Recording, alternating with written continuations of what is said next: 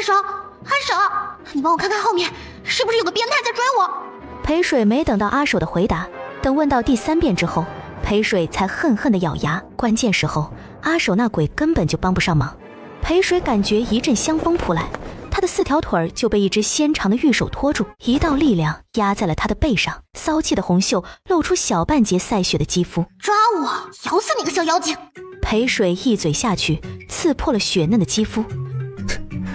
我的血好喝吗？多喝点，它会让你死得不那么痛苦。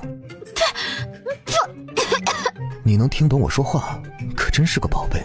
裴水的前爪被他抓在手里把玩，裴水没在意他玩他爪子，扬起雪白的脑袋，顿时惊住了。我是妖精。小宝贝，跟我回家吧。他放下他的爪子，指尖在他尖尖的鼻头点了一下，对他痴痴看着自己的眼神，他很满意。裴水龇牙一笑，对他点头，雪白的脑袋歪在他怀中，亲昵地蹭了几下，仿佛已经醉倒在他的美色之下，很乐意随他回去。这就是凤九木十分宠爱的那只小兽，看起来笨笨的，很容易就被骗走了呀。凤九木还真是看中笨小兽，连天灵的圣物锁魂铃都给了笨小兽。难道这只笨小兽身上藏着什么秘密？裴水窝在贺连成怀中，吃喝拉撒睡都跟他粘在一起，完全就是一只很粘人、很怕被主人抛弃的小宠物。这只小兽才跟他不到1天，他不认为这只小兽真的因为自己的美貌就跟他建立起非常信任的关系。他要这只小兽，也要他爪子上的锁魂铃。夜，马车在行驶，贺连成屈着长腿躺在马车里睡觉。阿守，这回你要靠谱一点，别让锁魂铃响啊！我休息到现在，魂灵的力量恢复了一些，你放心大胆的迈开爪子跑吧。阿守每次动用魂灵都需要休息一段时间才能慢慢恢复，这也就是裴水被贺连成追的时候阿守没出声的原因。他准备好了，纵身一跳，后腿被什么暗器打了一下，他摔趴在马车内，听到小妖精低沉的笑声。阿守，带我瞬移，快带我瞬移！唉，我的魂灵还没有完全休息好，所以暂时不能瞬移。你他妈不能瞬移，叫我跑个毛线！想跑？他前爪捧着肚子，对着贺连成嗷嗷直叫。他用指气弹的是他后腿，他肚子怎么疼起来了？裴水捧着肚子在马车里翻滚，他真的以为他肚子疼。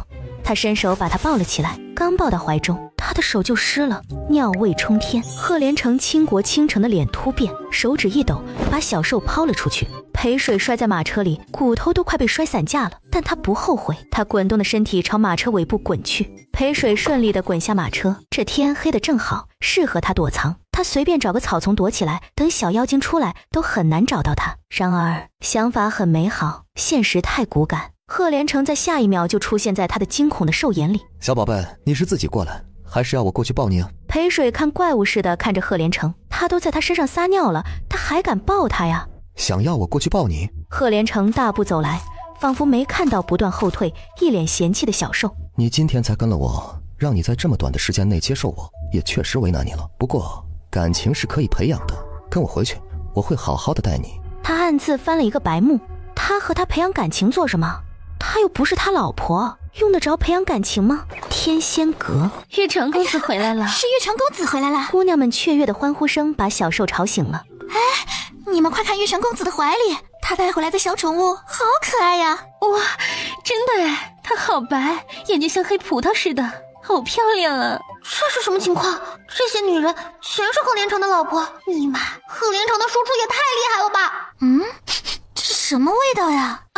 好臭啊，像尿骚味儿，玉成公子身上传来的。玉成公子，你该不会是尿裤子了吧？贺连成凤目一沉，表情阴翳。玉成公子，你把小宠物交给彩儿，您去沐个浴，换套干净的衣服吧。都给我滚了！贺连成低沉的嗓音把所有漂亮的女子都吓跑了。都拜你所赐，是他的女人们误会他，关他什么事啊？贺连成目光落在他雪白蓬松的尾巴上，两只尾巴的小狐狸他还是第一次见到。过了一会儿，裴水觉得这个世道的人都很不把他当人看，一个两个都喜欢带他洗澡。凤九木带他洗澡，至少还有点矜持，不在他面前暴露不可描述的画面。贺连成就没这个自觉，他是抱着他脱衣服啊，还是脱光的那种？裴水吓得闭上眼睛，心里1万头草泥马呼啸而过。唉，不要脸，真不要脸！这个世道的男人越来越不要脸了。长得倒是倾国倾城，咋就那么不要脸呢？你臊什么？你还真把自己当成女子了？什么叫我把自己当成女子？姑奶奶本就是少女好吗？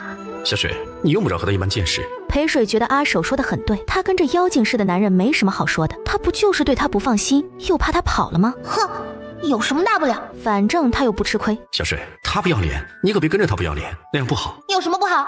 他是人，我是兽，他都不在乎自己的清白，我为什么要帮他守着清白？再说了，不看白不看，看了不白看。哼！赫连城看到小兽叉腰，凤目闪过异彩。他泡得差不多的时候，给小兽也搓了搓。不得不说，赫连城给小兽洗澡要比凤九木轻柔。裴水很享受，眯着眼睛，表情很陶醉。小宝贝，还是跟着我好吧？好个毛啊！不好吗？他凤目一沉，虽是极快恢复了常色，但那一闪而过的刀光，小兽灵敏地捕捉到了。裴水是俊杰，点了点头，又猛摇头。你好，你好，你最好了。他很满意小兽的表现。3天过后，裴水才知道，这里漂亮的女人都不是赫连城的大小老婆，而是天仙阁卖艺不卖身的绝色佳人。他们和赫连城是老板和员工的关系。难怪一个大男人穿那么红艳的衣裳，原来是妈妈桑啊！赫连城比凤九木闲太多了。赫连城一天24个小时，除了拉屎拉尿，他几乎是抱着他不松手的。直到第5天，天仙阁来了一个浑身脏兮兮的女子。公子，求你收了我愿意做牛做马。这么脏的人你们也带进天仙阁，赶快把他丢出去。公子，求你收了我愿意做牛做马，报答你。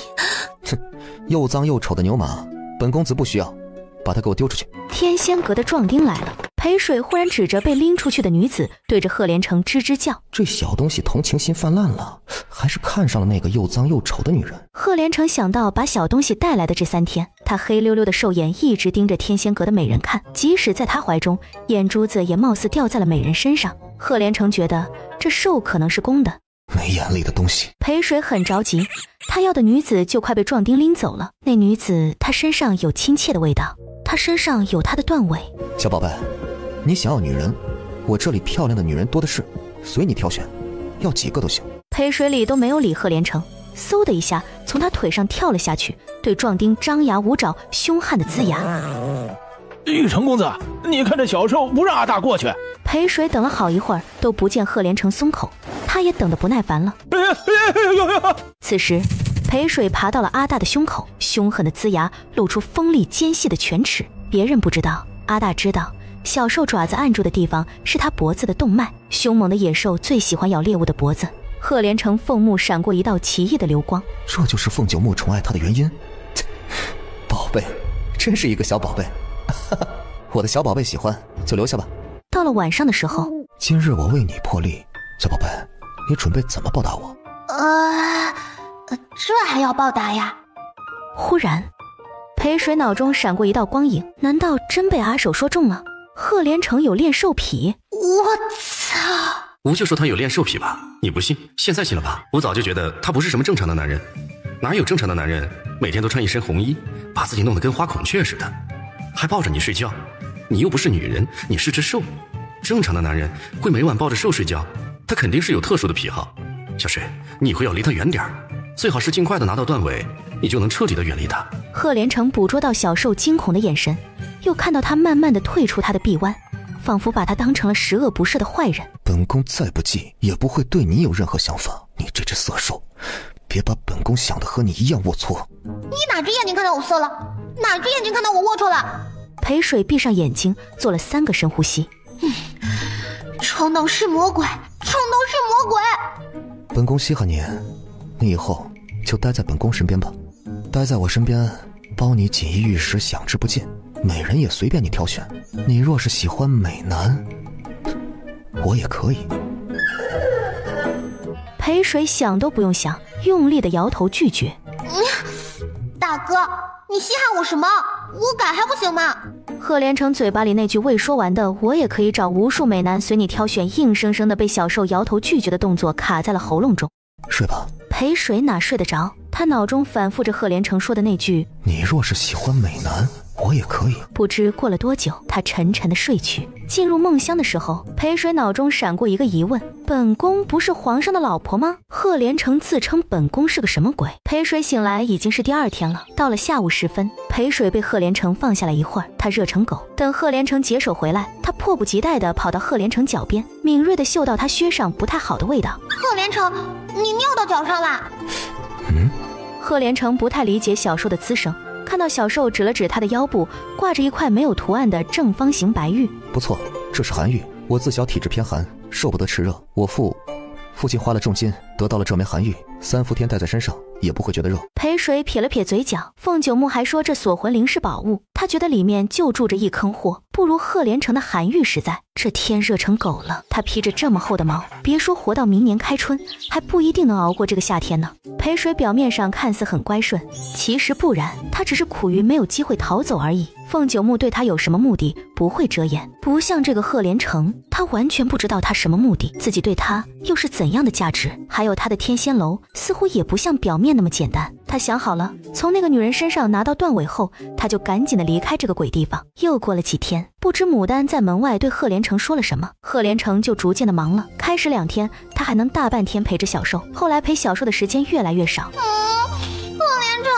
你不要丢下我，我太痛苦，太难受了，没有你，这酷热的天太难熬了。他试过趴在地砖上，试过躺在水里，可比起贺连成的怀中，那是没有可比性的。贺连成的怀里太凉快，太舒服了。裴水即使拿到断尾，也要等过了这个酷热的夏天再走。我很快就会回来，小宝贝，你在家里要乖乖的，知道吗？贺连成就会骗人，不就会骗受。他哪次出去不说很快就会回来，结果呢，一次比一次晚。贺连成每次看到他眼中含泪，都会有一种不怎么舒服又心疼的微妙感觉，连他也觉得诧异。这个小家伙养在身边似乎也挺不错的。贺连成离开之前忽然想到一个人，他叫阿大把人带过来照顾某小可怜。阿姐，这就是玉成公子的住处，那只小兽就在里边，你进去吧，好好的伺候他，是他救了你的命。小宝贝，想我了没啊？阿锦擦掉眼睛里小受的洗澡水，抬头看，正好碰到贺连成移过来的目光。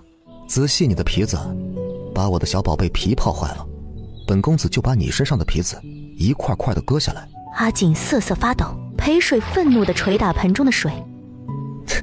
小宝贝，我是和他开玩笑呢，他把你伺候得这么好，我哪舍得杀掉他呀？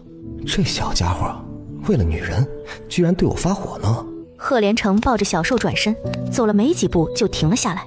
以后本公子不在的时候，你就过来伺候小宝贝，本公子回来，这里就没你的事了。贺连成睡觉之前送了一件大礼给小兽，半块寒玉。他把腰间的那块寒玉拿出去，让外面的玉师一分为2。小宝贝，这是送给你的，以后我出去的时候你就不用怕热了，这上面刻着你的名字，小宝贝，你永远都是我的小宝贝。切，死渣男，以为我不识字吗？上面明明刻的就是贺连成，还说是小宝贝，哼！转眼之间，酷热的夏季到了尾声，裴水和阿锦相处得极好。阿锦和小受在一起，有种被亲人疼爱的感觉，就像他的母亲般。每每想到母亲，阿锦就会泪目。母亲被那恶毒的女人害得惨死，临死之前还剩最后一口气的时候，对他说的却是不要为娘亲报仇，要他好好的活下去。母亲却不知道，即使他不报仇，那恶毒的女人也容不下他。他被赶出府之后，就遇到了杀手，那些杀手还是喜欢凌辱女人的恶徒。阿锦泪水无声地滑落脸颊，湿润的眼中是对母亲的思念和对仇人的痛恨。裴水忽然感觉到一股强烈的仇恨冲击着他的血液和大脑，模糊的画面出现在眼前。姐姐，这主母的位置你站的也够久了，是时候让出来让妹妹坐一坐了吧。姐姐现在识相呢，主动让出主母的位置，主动去找老爷说阿锦和楚府的家丁有私，废除阿锦的嫡女之位，我就饶姐姐一命。还有阿锦，老爷最要颜面了，他不会让阿锦嫁给家丁的。那到时候我这个主母再给阿锦找户好人家，让阿锦风光大嫁。女人凄惨地笑了。你想要楚家主母的位置，我可以让出来给你，可你也太贪心太狠毒了。你不仅要楚家主母的位置，你还要我献出阿锦的嫡女和清白？贪心狠毒，哼，老爷不这么觉得呢。我在老爷的眼中啊，远不及你这个当家主母心肠歹毒。是你欺骗了老爷，我没有对你做出那些事，你编造出来陷害我，你就不怕有报应吗？报应？你现在就是报应啊！老爷真正爱的人是我，你就该成全我和老爷，让出当家主母的位置。老爷最疼爱的女儿是若儿，楚锦就该把嫡女之位让出来给若儿啊！小宝贝，裴水在睡梦中被摇醒。小宝贝，你做噩梦了？他甩了甩脑袋，有点想不明白，刚才怎么会做那样的梦？阿锦有你的尾巴，那是你身体的一部分，他的痛苦和仇恨在某些时候会通过尾巴传给你。小宝贝，这小家伙和他越来越不亲了。赫连城有危机感，还有3天，外面的事就能彻底的解决，他就可以每天和小宝贝腻歪在一起。宝贝，你大爷呀！裴水觉得赫连城很烦，他不想理他。哎，小水，你就理他一下吧，他极度发作的时候太肉麻了，你受得住，吾受不住啊，吾都快吐了。裴水终于正眼看赫连城了，他对他眨了眨眼睛，毛绒的脸颊在他胸口蹭了蹭，可爱的动作萌化了赫连城，哄好了赫连城。裴水静默地趴在他怀中，整理那场狠毒的梦。若儿，这名字好像有点熟悉啊。楚府，楚若，难道是？不会这么巧吧？阿锦是楚婉若的嫡姐。2天后的下午，赫连城不在府中，芙蓉神色匆匆地来找阿锦。大小姐，不好了，楚夫人派出来的人已经发现你在天仙阁，他让人给我送信说，如果你3天之内不离开天仙阁，他就让楚老爷亲自过来收拾你。芙蓉最困难的时候曾受过楚锦的恩惠，得知楚锦有难，他把楚锦带进了天香楼，希望玉成公子的天仙阁能保住大小姐一条命。让他回楚府。回楚府？不是把楚锦这样送入虎口，让那对恶毒的母女百般残害？他必须回楚府，比起外面，楚府才是最安全的地方。只有回到楚府，阿锦才有一线生机。他能躲得了初一，躲不过15，让他去正面的面对吧。他斗不过那对恶毒的母女，夺不回自己的嫡女之位，他就失去了活下去的资格。哎呀，玉成公子就快回来了，我现在得走了，大小姐。你若是考虑好了退路，就跟芙蓉说，芙蓉手头上还有点银子，大小姐想去什么地方，芙蓉会尽力为大小姐去办的。阿锦，你没事吧？你会写字？天仙阁表面是青楼，实际是天灵国最大的情报组织。李氏不敢闯进天仙阁抓人，却让人传话芙蓉。李氏是畏惧天仙阁和玉成公子的势力。楚锦心里一片寒凉，他何尝不清楚？李氏手段很烂，他拿父亲来逼迫我，是想要把我逼出去，好杀了我以绝后患罢了。洁白柔软的小爪子又沾了水，在木桌写下4个字：男装易容。他又用爪子沾水，小兽让他叫芙蓉准备胭脂水粉。锅底灰，阿姐，你想要离开，就按照我写的去做，我可以保证你能顺利的回到楚府。你要不信我，就当我是自作多情吧。裴水写了这么一大段字，爪子都写累了。我信你，我相信你。阿锦，你相信我，我不会让你失望的。有了那些东西，我会把你的脸彻底的变成另一张陌生男人的脸，让你顺利的回到楚府。小水，没想到你还有这种能耐啊！这有什么？要论化妆技术，这古代远不及现代的鬼斧神工。丑女也能变美女，想变什么明星都能通过化妆随便切换，变男人也可以。对了，你有名字吗？我还不知道你叫什么呢。裴水。裴水。陪睡？你想陪谁睡啊？就你这丑陋的姿色，不若本公子把你交给牡丹，让她给你安排个陪睡的工作，也好满足了你对男人的需求。被赫连城这般轻浮的羞辱，他秀丽的小脸红得似要滴出血，他咬住唇瓣，才克制住顶撞赫连城的冲动。他捏住衣袖，盖住小兽写下的字，用力地擦掉。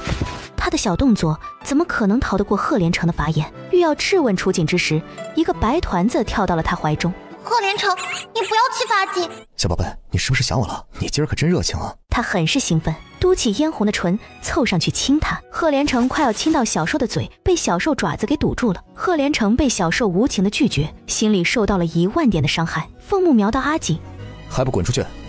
真想给本公子陪睡，也不撒泡尿照照镜子你的丑样。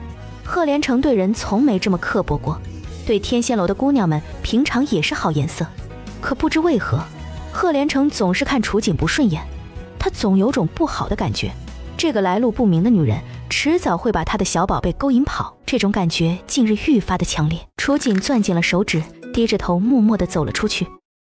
晚上，贺连成上床后突发奇想，手指抄到小兽下盘，缓慢地游走，似乎在摸什么。摸什么摸？有什么好摸的？不要脸的无耻之徒！小宝贝，你别跑啊！你过来，让我摸摸你的小兄弟。咱们都是男儿，没什么好害臊的。小兄弟，贺连成把我当成公的了。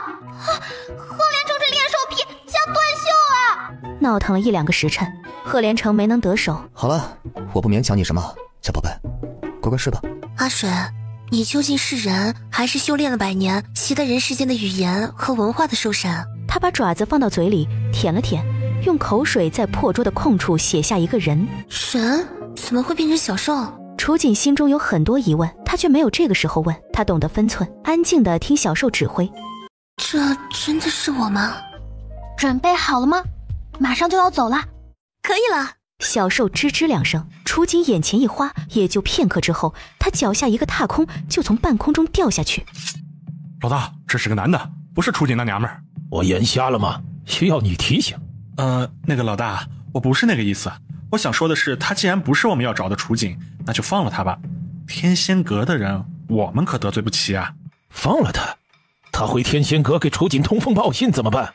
这小子深更半夜出来，我看他是想趁着夜黑离开天仙阁。那既然如此，不如我们送他归西，再把他的尸体丢到野林中喂豺狼。到时候他尸骨无存，谁又会知道是我们做的？这貌似不太好吧？你不想干就滚，别他妈在这里碍事儿。干，我当然跟着老大干。想干就拿刀杀了他。黑衣人只好拿起手中的刀，对楚锦的肚子捅去。他的刀快要捅到楚锦肚子之时，一个硬物砸在他脑袋上。哎呦！老大，那个畜生他砸我！哎呦！2个黑衣人顿时惨叫连连。等疼痛稍缓，2个黑衣人睁开发肿的眼睛，楚锦早已不见踪影，围墙上的小兽也消失得无影无踪。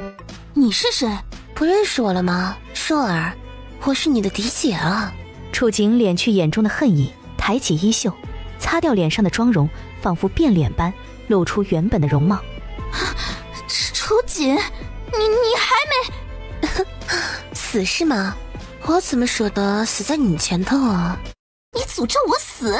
楚婉若扇下去的一瞬，他锋利的犬齿咬到他的手，吓得楚婉若尖叫连连。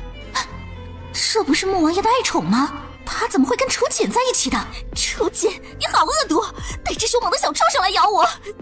我要去告诉我爹爹，你给我等着！楚婉若说完，就哭着转身跑了。李氏，你拿走的东西，我早晚要你吐出来。裴水从楚锦怀中跳到积灰的桌子上，爪子在桌上写了一行字，他要出去一趟。楚锦问他何时回来，裴水写了2个字：明天。多加小心。裴水离开楚府，一路飞奔跑到了凤府。裴水是经过深思熟虑才决定回凤府，与其被楚婉若利用，倒不如他先回来。青鸾找小兽找得快疯了，离穆王归来的日子越来越近了。他瞒着没有派人送信给穆王，等穆王回来，他受到的惩罚将是双倍的。青鸾姑娘，好消息，小兽回来了，快带我去。半盏茶的时间，把4房锁链拿过来。裴水被锁，没有反抗。小祖宗，我也不想这么做的，我实在是没有办法了，你就委屈几日吧。阿守，你魂力恢复的怎么样了？是时候赶去楚府了。我试试。片刻之后，裴水还在原地。抱歉，小水，我的魂力还没有恢复好，不能瞬移。这可怎么办？我和阿锦说今天回楚府的，我担心他一个人对付不了楚婉若和那个老巫婆。他总要自己面对的，如果连这几天都应付不了，他就不配提报仇。小水，你帮得了他一时，但你不可能一直都陪在他身边帮他一世。你得到他身上的段位，你还要寻找别的段位，你方可续命啊。是啊，明天的春天也许就是他的忌日，他又怎么可能陪得了阿锦一世？希望阿锦能经得起这几天的考验。楚府，楚锦被罚跪在祠堂，这已经是第3日了，连续3天没吃1粒米，没喝一口水，昏倒的一刹那，一只雪白的小兽窜了进来。才几天不见，他就被折磨成这样，也太弱了。哎呀，阿守，你还笑他？你不弱，需要3天才能恢复魂力，你能早点恢复魂力，阿锦也不至于变成现在这样。阿守，你有没有办法帮阿锦回到他的闺房？眨眼间，楚锦倒下的身体就消失在祠堂。他已经回到闺房了。裴水转身跑到楚锦的闺房，他已经睡在了床上。阿守，阿锦他现在怎么样？饥渴交加，晕了而已，没什么大碍。好啊，楚锦，你这个小贱人！老爷罚你跪祠堂，你居然偷偷的跑回来，还去厨房把本夫人的血燕窝给偷吃了。你知道那血燕窝有多名贵吗？是你这种小贱蹄子配吃的！给本夫人抓住他，把他倒绑在床柱上，让他把吃进去的血燕窝全都给本夫人吐出来。他不是喜欢吃本夫人的血燕窝吗？倒出来之后，让他再吞下去。裴水对前来的家丁呲牙咧嘴，凶狠的怒叫，但很快就有人扬起了手中的棍棒，对着小兽的脑袋砸下去。裴水一闪，避开棍棒。哈水，小心！另2个家丁来到楚锦的床前，用早就准备好的粗绳将他倒绑在床柱。是本夫人的血燕窝太名贵了，你不舍得吐出来吗？哼，给我用力打他肚子，直到他吐出来为止。裴水被李氏彻底的激怒了，他一个旋身，也不顾自己的安危，迎着家丁手中的棍棒扑上去，猛地就是一口。这小兽为了楚锦，连命也不要了。哼，畜生就是畜生，只会咬人。家丁另一只手掐住小兽的脖子，要把小兽掐死似的。你们不能杀阿水，他是天蝎阁阁主的爱宠。这位神秘阁主的身份，就如同凤九牧战王的身份，在天灵国人的心中如雷贯耳，无人不知，无人不晓。家丁吓得手一软，松开掐住小兽的脖子。楚婉若对天仙阁的认知没有李氏和家丁那么深刻。一个破青楼的阁主也有脸拿出来说，他算个什么东西啊？能和穆王相比吗？我可是穆王的夫人，我杀掉这个小野畜生，他又能怎么样？他敢和穆王斗吗？是吗？玉成公子斗不斗得过穆王我不知道，但他要杀你，要除掉楚府，是轻而易举的。楚婉若上去扬起手就想给楚锦2巴掌，被跳起来的小兽咬住了手边。楚婉若痛得尖叫，捏住小兽的尾巴用力的扭转。若儿，你快松开他，你不能伤他，他要真的是玉成公子的爱宠，你扭断他尾巴，我们全府都会跟着倒大霉的。楚婉若不得不松开小兽。痛啊娘，你捏得好痛！若儿，娘是无心的，你不要怪娘。裴水呸了几声，把楚婉若的脏血吐了。他回到楚锦的身边，他着急的叫阿守。阿守这次没有出声理小兽，绑住楚锦双腿的绳子却松了。李氏在安慰楚婉若，母女俩没看到这怪异的一幕。家丁和奴婢看到了，胆小的奴婢吓得瑟瑟发抖。李氏瞧到楚婉若被咬伤了手，也没心思对付楚锦了，扶着楚婉若出去上药了。你们看到了没？大小姐被绑在床柱上，绳子莫名其妙的松了，而且大小姐掉下来的时候头没有动，是腿先弯下来的。难道是大夫人的鬼魂回来了？哈，小红，你不要胡说，这世上哪有鬼啊？你别吓人啊！这世上真的有鬼，我娘亲眼见过。那鬼啊，生前是被人毒死的，他怨气太深，无法投胎，导致阴魂不散，常在我娘的村里。哎，好吓人！小红，你不要再说了。你怕什么？又不是你害死了大夫人，就算大夫人的鬼魂回来，也不会找你索命。别说了，别说了。角落里，一只雪白的小兽把丫鬟的恐怖和不安看入眼底。这个丫鬟有问题。大小姐，这是夫人特意为你准备的，参加晚宴穿的新衣服。晚宴？府中今晚要来什么贵人吗？大小姐，还记得逸风表少爷吗？逸风表哥，他来楚府了？还没到呢，不过也快了。大小姐还是好好的洗漱整理一番，晚宴的时候给逸风表少爷接风洗尘吧。小兽骤然跳下椅子，翡翠吓得心惊肉跳，他急忙放下手中的衣裳，狼狈地逃出楚锦的闺房，哪还敢再放半个屁。阿姐，你真的要去晚宴吗？老巫婆怕是没安好心，给你说了一场鸿门宴。我知道的，我不怕他玩花样，我不能在这儿坐以待毙。夜幕降临，设宴的大厅好不热闹。哼，真是个不要脸的小贱蹄子，打扮成这样是想勾引谁呢？老爷，您看刘员外怎么样？刘员外很好，多谢楚老哥谬赞。您觉得我家锦儿怎么样啊？楚锦神色一变，眼眸朝李氏射去，心中忽然涌起很不好的感觉。楚大小姐倾国倾城，闭月羞花，千娇百媚，将来谁要是娶她为妻子，必定是3生修来的福气。我从东海带来了一些珍贵的珠宝首饰，送给了表妹还有姑母。云逸风拍掌，他的随从搬着厚重的皮箱子出来了。李氏被打断要说的话，心里不太高兴，看到装着宝贝的皮箱子，他选择原谅云逸风。好孩子，你有心了。锦儿哪有你说的这么好啊？哎呀，直到现在啊，我还为锦儿的婚事发愁呢。姑母，云逸风再次开口，却被楚婉若给打断了。刘员外愿意娶楚锦吗？你若愿意娶，我母亲就把楚锦嫁给你。我愿意啊，我当然愿意娶楚大小姐。你们就这样决定了我的婚事？我有说过我要嫁吗？儿女的婚事本就应该是听从父母之命，今儿母亲这么做也是为了你好。母亲？我的母亲已经死了，你想做我的母亲？那好啊，你下去问问我的母亲，她可愿意？住嘴！你给我听清楚了，别在我面前提你那恶毒的母亲。李氏现在就是你的母亲，她让你嫁给谁，你就要嫁给谁。哎，老爷，您别动气啊，锦儿还小，她又刚死了母亲，她对我有怨气，我不会怪她的。毕竟她以前不是在我身边长大。她快20了，她还小，她母亲要有你1/10的善良，就不会死了。你把她嫁出去做得对，她太不懂事了，需要有个丈夫好好教她怎么做人。那小婿就多谢岳父岳母成全了。慧中，你会后悔的，总有一天你会后悔你曾经所做的一切。你个不孝女，你敢辱骂父亲！楚老爷听闻，抄起桌上的酒壶，对着楚锦的头猛砸过去。酒壶就快砸到楚锦脑袋的时候，一团白色飞来，毛茸茸的爪子对着酒壶用力一拍，酒壶弹了回去。老爷，你怎么样了？胸口疼得厉害吗？还不快去请袁医师过来！阿水，你为什么这么傻？你为什么要对我这么好？不值得，不值得的！刘员外，这只小畜生伤了我爹，也就是你未来的岳父，你怎么无动于衷啊？你是不是不满意我爹把楚锦许配给你？你这个小畜生，我岳父你也敢对他动手？看我不杀了你，拿你的肉汤炖给我岳父补身体！楚锦紧紧地抱着小兽，连连后退。哎，楚锦，你听话，把这只小野兽给我。你夫君我有的是金山银山，你想要什么样的小宠物，夫君都买给你。夫君，就这肥头大耳、脸长得像头猪的老男人，也配娶阿锦？阿锦都可以做他女儿了。你金山银山也买不动阿水的一根毫毛。这只小畜生1两银子都不值，把它给我。哼，肥猪，你来啊，我保证不咬死你。是吗？不知玉成公子听到你如此说他的爱宠，会不会生气呢？是什么？他是天仙阁阁主玉成公子的爱宠。别听他的，那小畜生是楚锦养的，根本就不是什么玉成的爱宠。刘员外，你快杀了他呀！我才想起来府中还有事，岳父岳母，小婿先走一步。裴水瞬移到凤九木房中请客。裴水感觉尾骨忽然发热发烫。手，什么情况？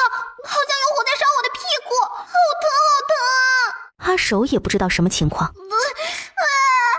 守，救命啊！阿守束手无策，更没法救裴水的命。橘黄的光芒钻出裴水的尾骨，仿佛火焰般迅速在他屁股蔓延燃烧。裴水的身体顷刻就被橘黄的光芒包裹。段伟，是段伟，阿水，恭喜你！恭喜你妹啊！他精疲力竭地躺在床上喘气。说也奇怪，裴水的疲惫一扫而空，他四肢重新注入力量，心跳也好像变强健了。裴水语节轻颤，他好像听到阿守说段伟。裴水激动的一下子跳起来，但跳到一半，裴水就感觉到了不对劲，本该是毛茸茸的前爪，不知何时变成了纤细的手指。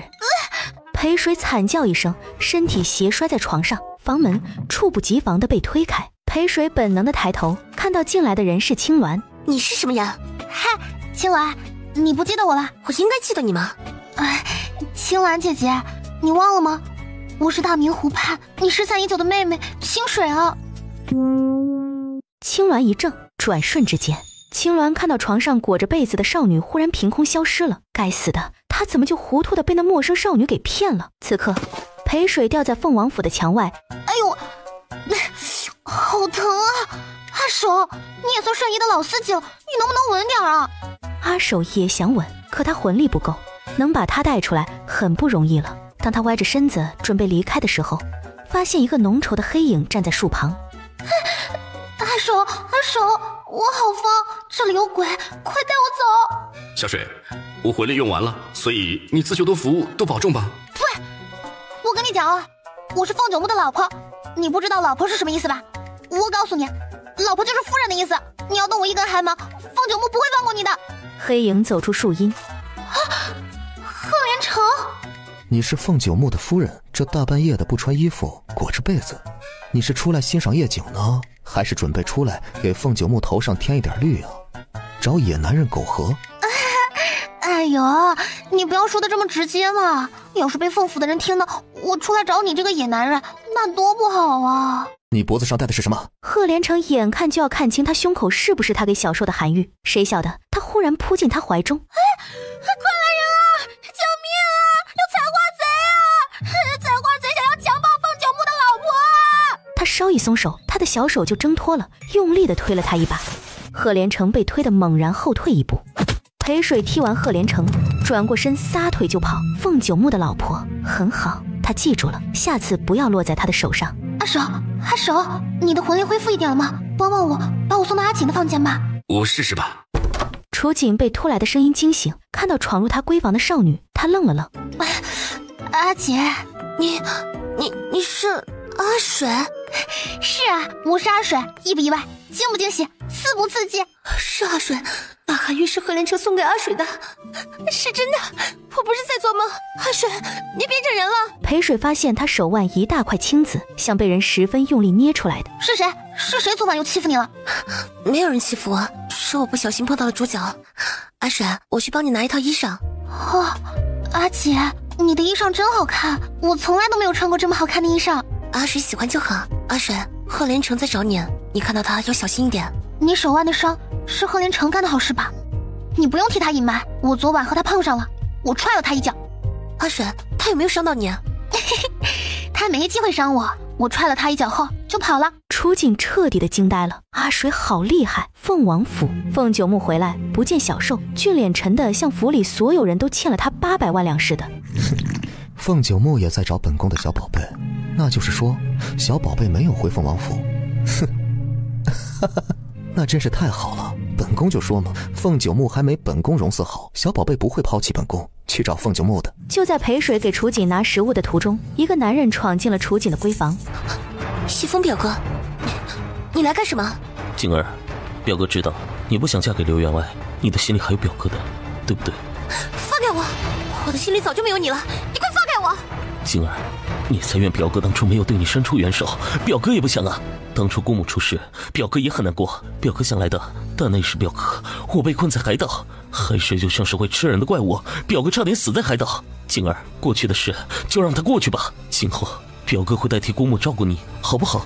真的吗？一峰表哥被楚锦那个贱人给杀了。一峰表哥可是云家的独苗啊，云夫人是不会放过楚锦这个杀人凶手的。是啊，楚锦也太下贱，太心狠手辣了，勾引一峰这孩子不成就恼羞成怒，把人给杀了。母亲，你这一招可太狠了，这次楚锦不仅要死，还会背上一个淫荡的罪名。阿姐，你不要怕，是他坏事做多了，今天是他的报应，我们杀了他是为民除害。裴水虽然在安慰楚锦，他的小心脏却一直都在颤抖。小水，你也不用怕，死了一个人类的畜生而已，有无在，没有人能把你怎么样。好阿守，你这么厉害的吗？你能保证老巫婆和楚府的下人不伤我一个好吗？轻而易举的小事。好阿守，如果他死了以后变成厉鬼，你可要帮我打跑他。他最怕鬼了。有无在，别说那些冤死的小鬼，即使妖魔也不敢接近你的。阿水，你跟我来。楚锦把裴水拉出楚府的门外。你给我走。阿锦，阿锦，别叫我阿锦，我求求你了，别再跟着我害我了。今天要不是你多管闲事，也不会发生那样的事。裴水彻底怔住了，楚锦疾步而去，连头都没有回。哼，真是一只彻头彻尾的白眼狼。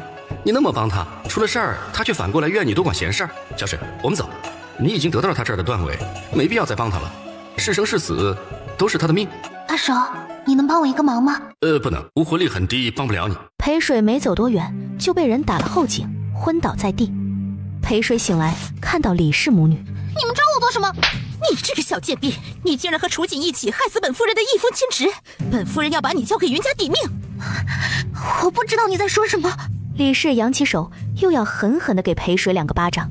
一阵清脆的铃铛声诡异地响起，李氏忽然有种毛骨悚然的感觉。阿守，别冲动，夫人别打了，我知道错了，不是我害死一峰少爷的，是别人。你的意思是楚锦杀了云一峰，与你无关？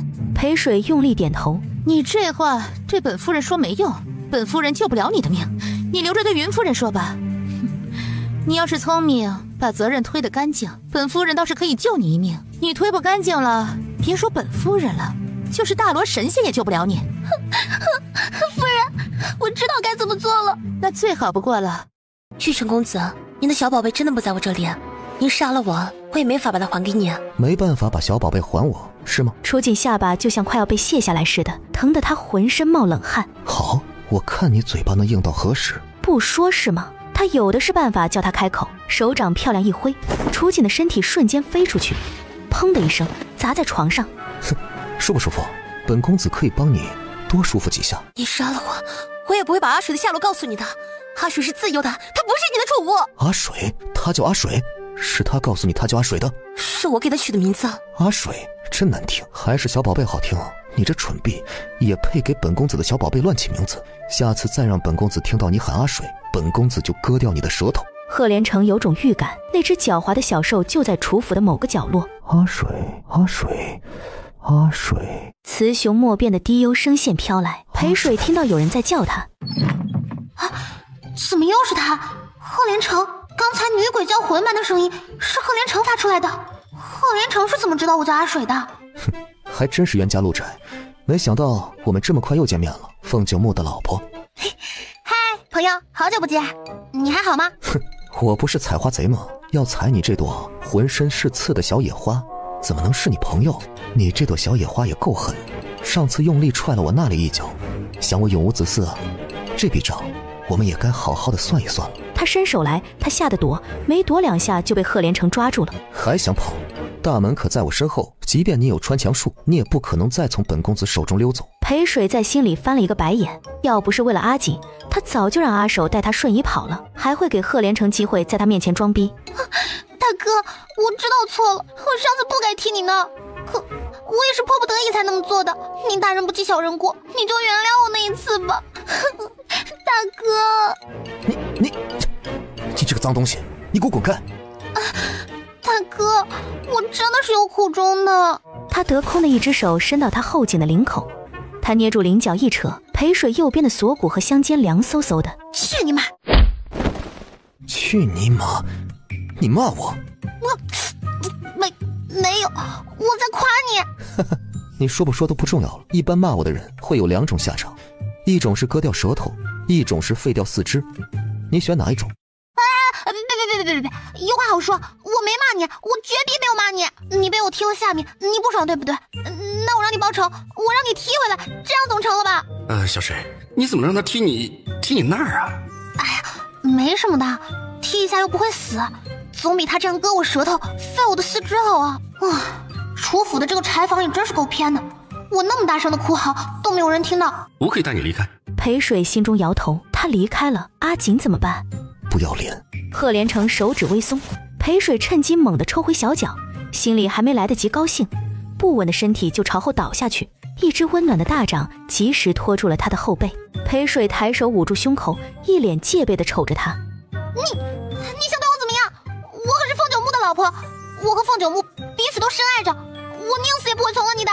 就你这副模样，脱光了躺在本公子床上，本公子也不屑多看你一眼。裴水忽然推开赫连城，赫连城脸色很难看，这个忘恩负义的东西，他才救了他，他却不知感恩，还推他。他伸手来抓裴水。大哥，你别抓我，我有一个秘密要告诉你。什么秘密？你先离开楚府，等明日我出去找你，就把秘密告诉你。赫连城呵呵的一笑，信他才怪。他欺进他的身体，把他逼得连连后退，一直退到墙角，没有地方可退了。赫连城把他制住，立刻就伸手进他衣襟。喂，你说过对我不感兴趣的，现在怎么又对我耍流氓啊？赫连城没理会裴水叽叽喳喳，他手伸得快，拿出来的也快，没有碰任何不该碰的地方。熟悉的韩玉落在手中，赫连城表情有那么一瞬间的定格。裴水暗道一声糟了，心里好后悔之前没把这破玉佩拿掉。你认的这块玉的主人，你应该就是赫连城吧？我可以告诉你，你的小宝贝现在在何处，但不是现在。我现在有更重要的事情要做，你要是破坏了我的事情，那么你就永远别再想见到你的小宝贝了。你觉得本公子是你能威胁的男人？阿守，你能不能用魂力把这货送走啊？把里面的贱婢给本夫人拖出来。两个家丁进来抓住裴水，把他往外面拖。赫连城那货呢？阿守真的用魂力把他送走了。嘿，阿守干得漂亮。不是我干的。裴水心中啊了一声，不及多想，就被2个家丁拖到了外面。好你个贱婢，被关进柴房了还不安分，像个妓女一样把衣间打开，你想勾引谁呢？柴房的房梁上，赫连城没有走，裴水被打。赫连城凤目微眯了一下，闪过他不曾察觉的怒意，但赫连城没有出手帮裴水，他想看看这个小少女口中重要的事情究竟是什么事。哼，我勾引你妈！楚婉若不可思议地瞪大了眼珠子，她美眸闪过恶毒，她要把这个贱婢的脸也抓花。赫连城瞳孔猛缩，看穿了楚婉若的意图。赫连城准备对楚婉若动手，楚婉若忽然弯身惨叫，这一巴掌没能打到裴水脸上，反倒是裴水给了楚婉若下面一脚。赫连城轻笑一声，这小丫头下流的功夫练得倒是炉火纯青。把这贱婢给我往死里打！你们把我打死，看你们怎么向李夫人交代。小姐，云夫人已经到楚府，夫人吩咐我们把这贱婢带过去指认楚锦，可是我们现在把她打死了，那就没有人指证楚锦杀人了呀。一群没用的废物，谁叫你们把他给打死了？你们就不会把他打个半死，再拖他去指证楚锦吗？谁敢碰我一下，我就不指认楚锦。到时候李夫人追问，我就说你们暴打我，我身心受到了重创，大脑也残废了，我不知道是谁杀了严一峰。房梁上的赫连城青葱玉手，眼唇低笑，大脑残废，他还是第一次听到这么有趣的说法。楚婉若见家丁们都被裴水这个贱婢吓住，她更是气得要命。你们这群废物，给本夫人把她的手和脚给抓紧了！哼，贱婢，我叫你知道，得罪本夫人是没有好下场的。对，楚婉若话没说完，一口冰凉的唾液喷到了她脸上。你们还愣着做什么？快帮本夫人擦掉脸上的！唾沫经不住楚婉若这么多废话，掉进了她嘴巴里。这样也行？还不快把他带过去！都杵在那儿做什么？小姐，您吐了，这是换喜的兆头呢。难道您怀上了穆王的孩子？那真的是太好了。本夫人自从进了穆王府之后，穆王从来就没有碰过本夫人。你这个贱婢，再敢乱说一句败坏本夫人的话，本夫人非杖毙了你不可！赫连城多看了楚婉若一眼，原来这就是凤九木娶回去的夫人。想到裴水可爱水嫩的小脸，既然这个女人是凤九木真正的夫人，那么她到底是谁？又为何打着凤九木夫人的名号在外面招摇撞骗？赫连城玩味地笑了，那小丫头似乎越来越有趣了。云夫人，不是我，一方少爷不是我杀的，我只看到一方少爷被杀，也知道他的尸体被藏在何处，我可以带云夫人去，但云夫人，您要明辨是非，不能冤枉无辜的我。你别怕，云夫人不是那种是非不分的人，只要你把看到的说出来，把易峰的尸体还给云夫人，让可怜枉死的易峰能魂归故乡，入土为安，云夫人会原谅你的。云夫人心里怨毒至极，却假意对裴水道：好，只要你交出我儿的尸体，我就不为难你。云夫人都说不会为难你了，你还不快快的把易峰死的前因后果都交代了。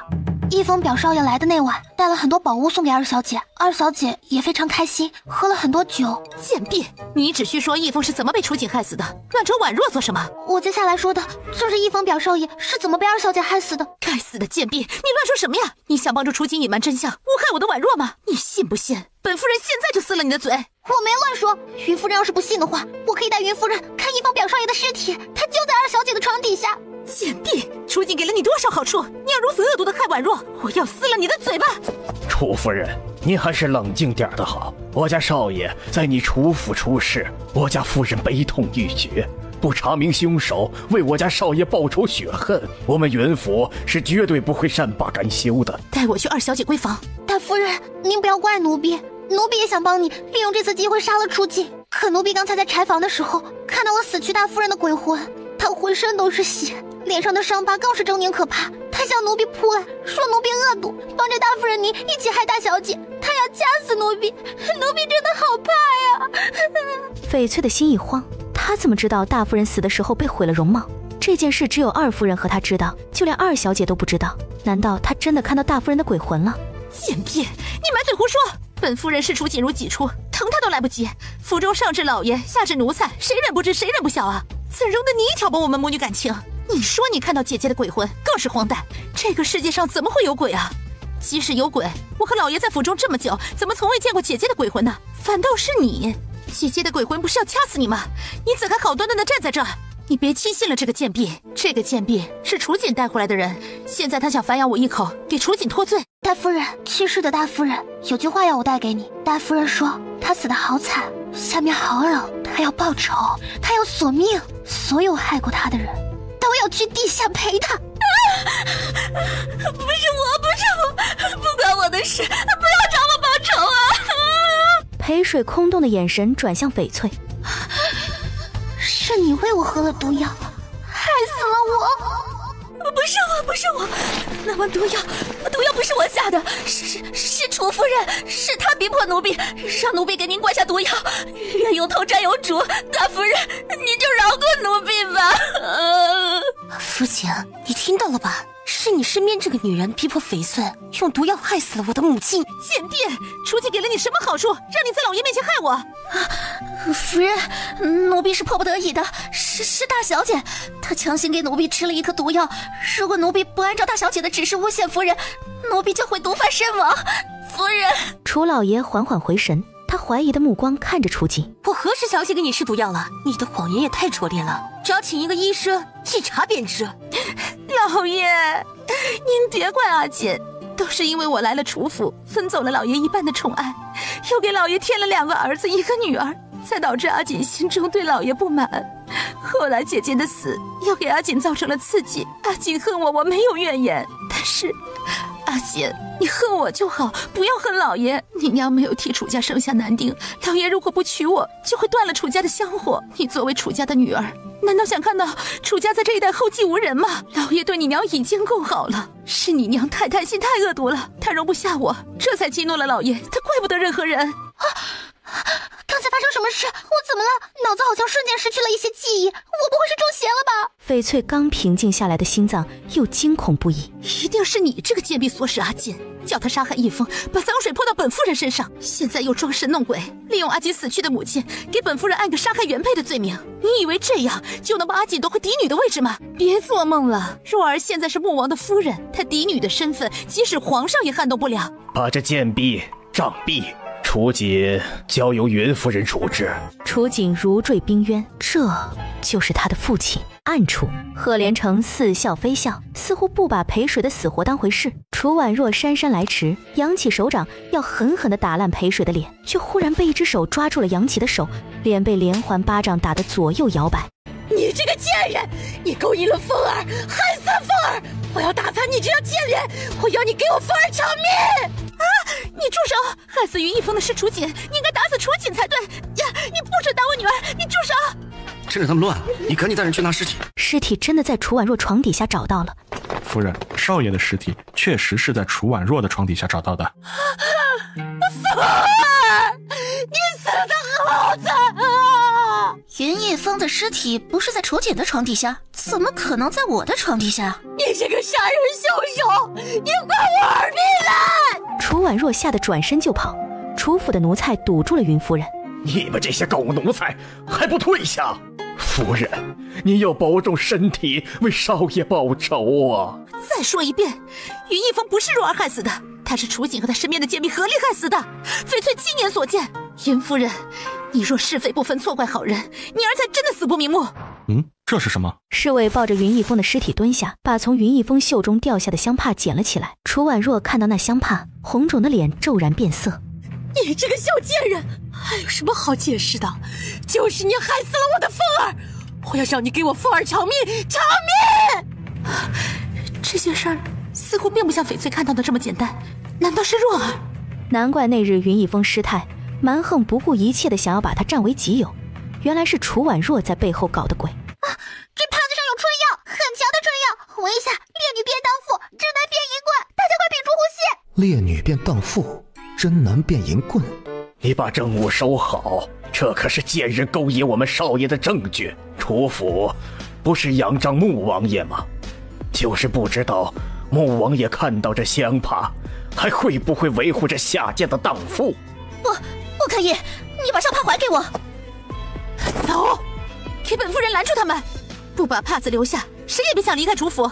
云家是做茶商生意的，府中侍卫也不是常人能比。李氏的这些家奴哪里是云夫人身边侍卫的对手，3两下就被打了回来。你真是可怜，娶了一个毒妇，害死了原配，你却像个傻子一样为负这个毒妇，连自己的亲生女儿都不放过。母亲，你快派人去追啊！一定要把那帕子拿回来。那帕子上有你给我的药，不能让穆王爷看到。他要是看到，我就真的完了。爹，我做错了什么？云逸风和你有什么仇什么怨？他每年都会送无数的珍宝给你，你为什么要害他？不是我呀，爹，云逸风他不是我杀的，他是楚锦杀的。翡翠亲眼看到的。爹，您可以问问翡翠。翡翠，你告诉我爹，是不是楚锦杀了云逸风？是。爹，你听到了？翡翠说是二小姐杀的。贱婢，你再不说实话，我撕了你的嘴巴！大夫人是夫人下命令毒死的，不是奴婢。贱婢，你疯了吗？说出风言风语来！李兰琴，你用毒药杀我好痛啊！我死得好惨，你还我命来！翡翠疯狂地扑来，把李氏扑在地上。李氏这次真的怕了。楚老爷用力拉开了翡翠。发生了什么？如同陪水一样的话，就像死亡的魔咒，把所有人都吓了一跳。更坚信是钱夫人的鬼魂回来了。老爷，怎么用这样的眼神看我？告诉我，他是不是你毒死的？老爷，妾身在您心中就是这样恶毒的人吗？妾身跟了老爷约有20年，自从妾身踏入楚家的门，可有跟姐姐争风吃醋过半句。那时老爷对妾身宠爱有加，妾身时常劝老爷雨露均沾。如果妾身是那恶毒的小人，容不下姐姐，那当初又为何把老爷推进姐姐的房中？楚老爷仿佛回到过去，看他楚楚可怜，声泪俱下地说这些，他眼中的冷意减退了些。老爷还记得妾身为你生下长子那一天吗？老爷高兴极了，要升妾身为主母，但妾身拒绝了。妾身明白，老爷先娶了姐姐，姐姐永远都是楚府的主母，而妾身只要老爷心里有妾身，妾身就满足了。琴儿，是我冤枉你了，是我不好。阿锦，楚老爷昏庸，但云夫人透视爱子，他不会放过李氏母女的。阿水，我没事，你不用担心我，只要我还活着一天，我会亲手送他们母女下地狱，这一天不会来得太晚。裴水怔怔地看着楚锦。阿水，你是不是觉得我忽然变得很可怕？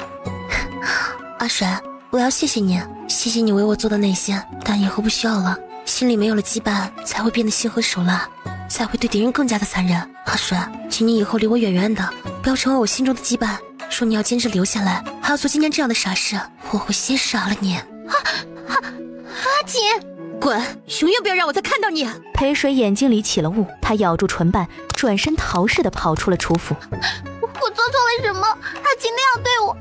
我被李氏的人带过去的时候，阿锦看我的眼神明明是写着高兴的。我为他扭转局势，他也是感动的。是他带我来楚府的，现在赶我走的也是他。哎，也许你的离开是他最好的抉择。我说过，你不可能帮他一辈子。他现在明白这个道理，把你赶走也是情理之中。把我利用完了，现在不需要我了，就把我甩了是吗？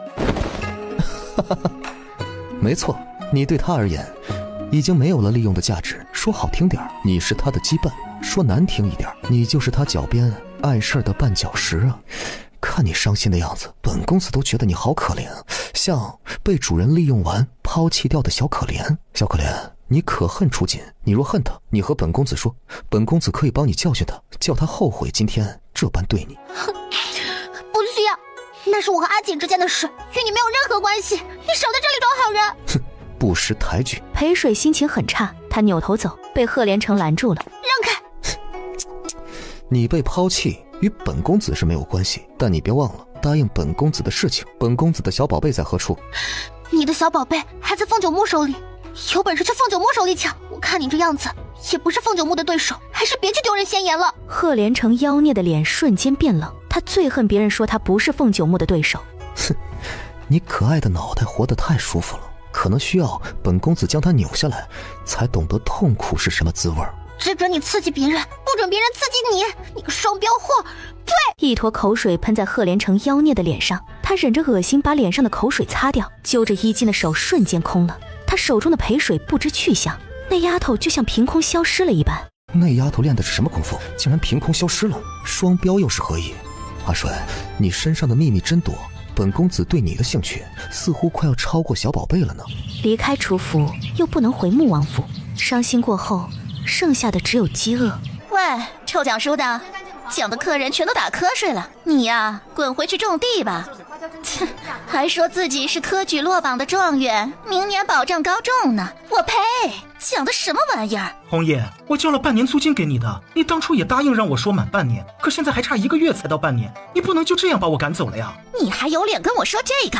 你也不看看你说的是什么狗屁书，老娘听了都要睡觉，别说那些来玩的客人了，睁大你的狗眼看看，老娘多少客人如今都跑到对面的香月楼去了，老娘没打断你的狗腿把你丢出去，已经是大慈大悲了，你再敢踏入玉华楼半步，老娘非打断你的狗腿不可。年轻书生见红衣铁了心，只好垂头丧气地离开。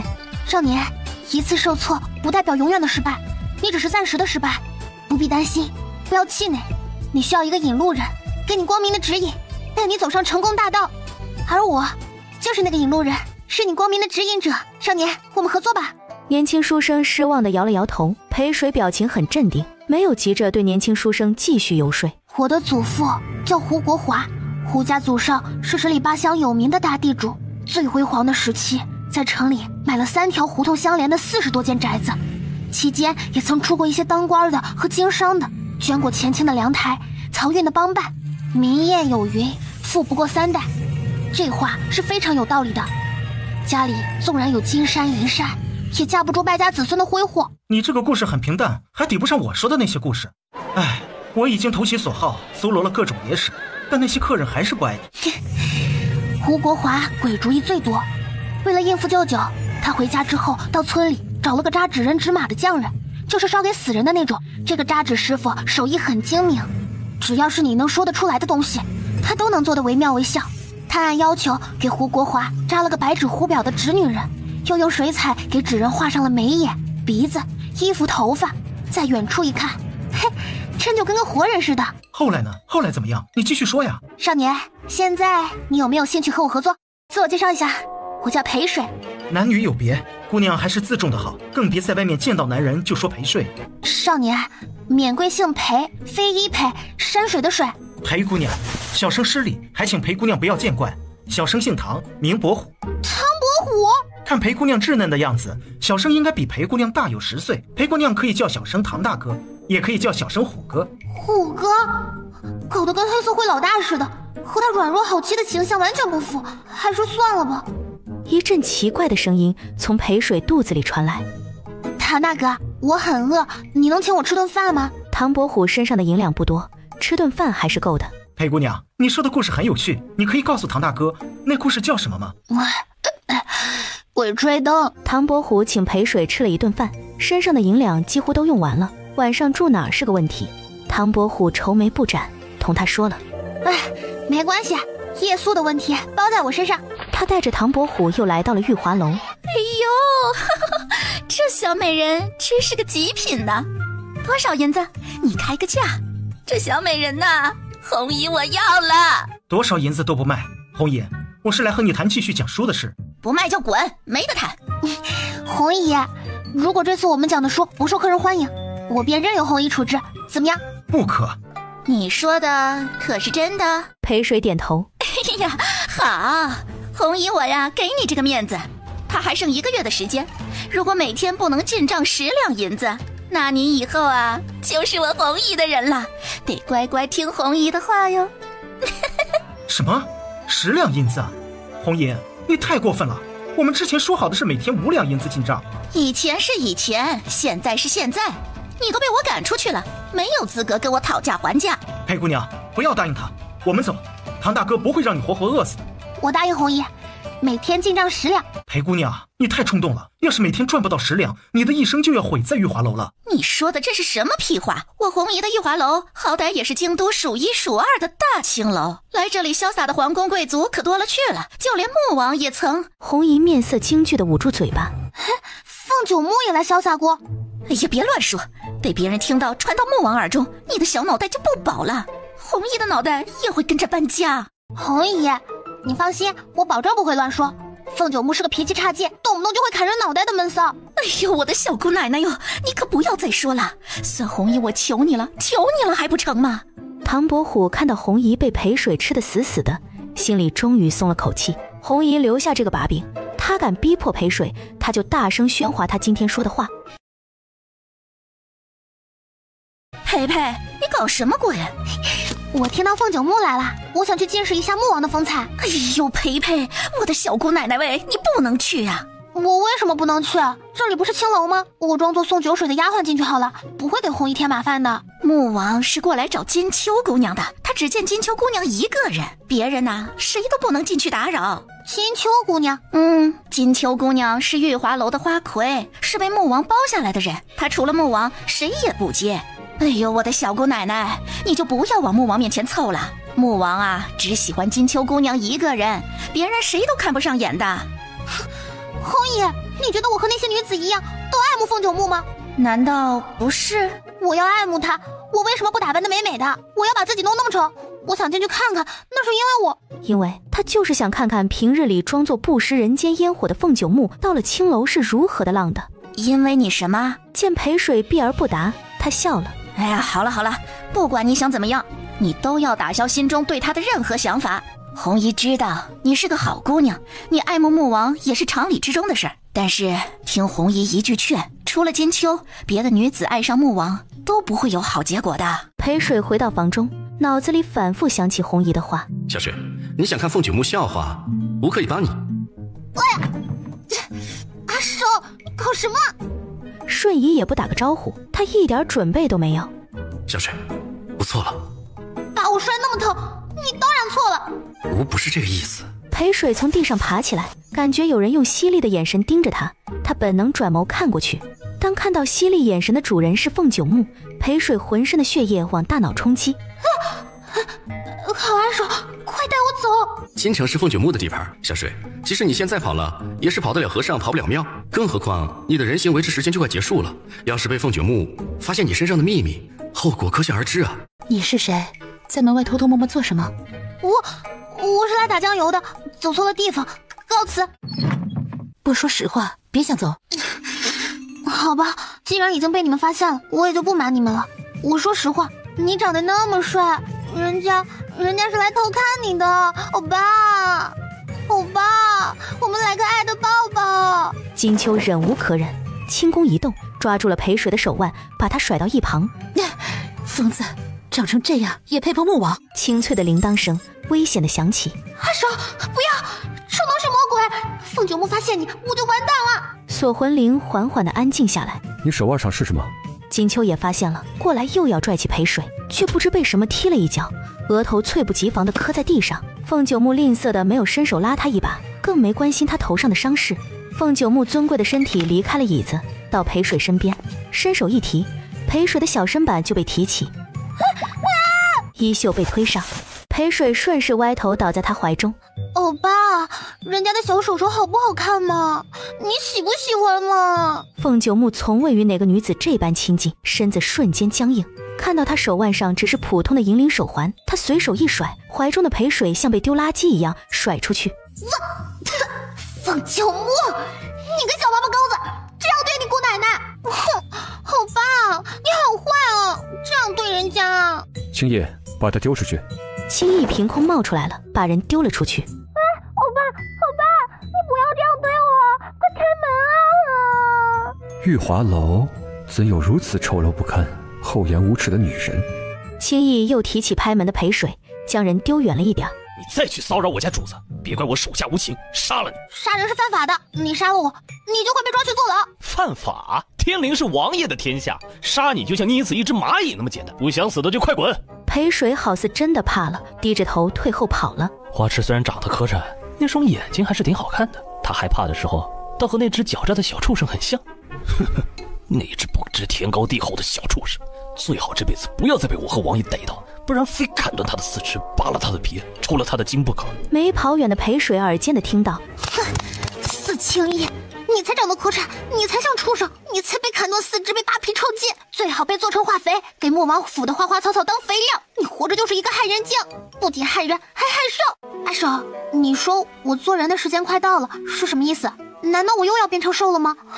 不要啊，我还没做够人呢。小水，你别哭啊，做兽也是暂时的，还记得我说过的话吗？找到断尾就能延续你的生命，做人也是一样的，你想永远的做人，就必须找到所有的断尾。阿守，你告诉我做人的时间还有多久？没多久，还有2天。裴水给了唐伯虎一小叠纸。裴姑娘，你这是……如你所料，后面的故事就交给唐大哥了。是不是发生了什么事？你可以告诉唐大哥，唐大哥可以帮你想办法。也不是什么大事，只是我要离开一段时间，我还会回来的。好，让唐大哥在这里等你。夜晚的玉华楼是嫖客的天下，裴水不想引起任何嫖客的注意，妨碍他离开，便低着脑袋，右手捂着鼻梁下面的半张小脸，静悄悄地往前走。一个修长的身影挡住了他的路。裴水低着头，转角往右边走，那身影也往右边走。他往左边走，那身影也紧跟着往左边。麻烦让让。面前的人纹丝不动。麻烦你让一下。那人还是不让。我不是玉华楼的姑娘，我丈夫在玉华楼偷人，我是来抓奸的。现在证据确凿，我要离开他，成全他和那个贱人。你是在告诉本公子，凤九木来玉华楼偷人了？嗨，好巧啊，没想到在这里碰到了赫连公子。赫连公子真会享受，来这里排遣寂寞，风流人生。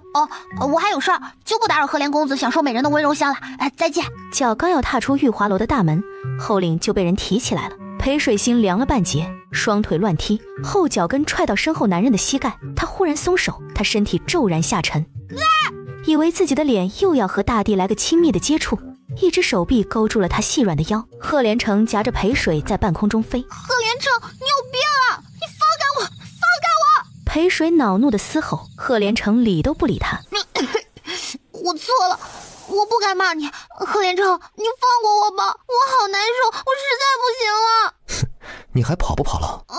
不跑了，不跑了，你快放我下去。好，这次我且信了你，下次再像上次一样悄然无声的消失，被我抓住，今日这般难受，便叫你享受10次。赫连城带他落到地上，裴水双脚打颤，眼前昏天暗地的打转。赫连城只好扶着他，他双手虚弱地伸到他胸口，人也虚虚晃晃，轻歪在他怀中。本公子玉树临风，绝代盛貌，你对本公子有非分之想，也是情理之中，本公子不会笑话你的。少女的乌发光滑柔顺，似海藻一般，他轻轻抚过，就像怀中抱着某只小兽，再给他顺毛。怎么会有这种奇怪的感觉？本公子不介意，你以后跟在本公子身边。裴水吐在了他怀里，裴水嫌弃地把他推开，远离被吐了一身的赫连城。我不是故意的，但这事也不能光怪我，是你先把我带到天上飞来飞去的，弄得我难受恶心，所以这事的起因在你。起因在我？怪我？赫连城气得小心肝都在颤抖。赫连城终是没忍住，被恶心的哗啦一声狂吐不止。待赫连城吐完，这儿哪还有裴水的身影？好，很好，把本宫的话当耳旁风是吗？小阿水，你最好祈祷自己不要落到本宫手里。此刻，某兽吃力地驮着装满银两的包袱，找了一棵辨识度较高的大树，放下包袱，前爪就开始刨地，刨了好一会儿，把坑刨好，藏起了他的宝贝银两。片刻后，小兽休息得差不多了，心里惦记起阿锦。那种忘恩负义的东西，即使被李氏报复，也是活该。阿锦是不想我受到连累，他才没有忘恩负义。阿守，你不要再说他坏话了。小兽欲去楚府看看阿锦，偶然听到动物呜咽的细微声音，循着呜咽声去，小兽发现了一个狗洞，怎么瞅着还有点熟悉？没有多想，他钻进了狗洞，一只脏兮兮的狗子倒在地上，裴水伸出一只前爪碰了狗子一下。狗兄，你没事吧？奈何狗子听不懂兽语，狗眼又一次看到小兽，他四爪抱着尾巴，惊恐地挪动身体。裴水虽然觉得疑惑，但也没继续吓唬这只可怜狗。他决定先找点吃的给狗子，救他一条狗命，再去看阿锦。这户人家院子真大，搞得跟穆王府似的，就连墙角边种的花花草草也那么相似。他不会那么好运吧？从狗洞里钻到穆王府来了？不错，这就是穆王府。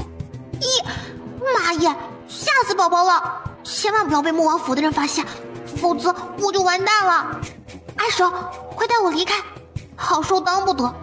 狗兄，你可别怪我，这都是你的命，怎么后会无期？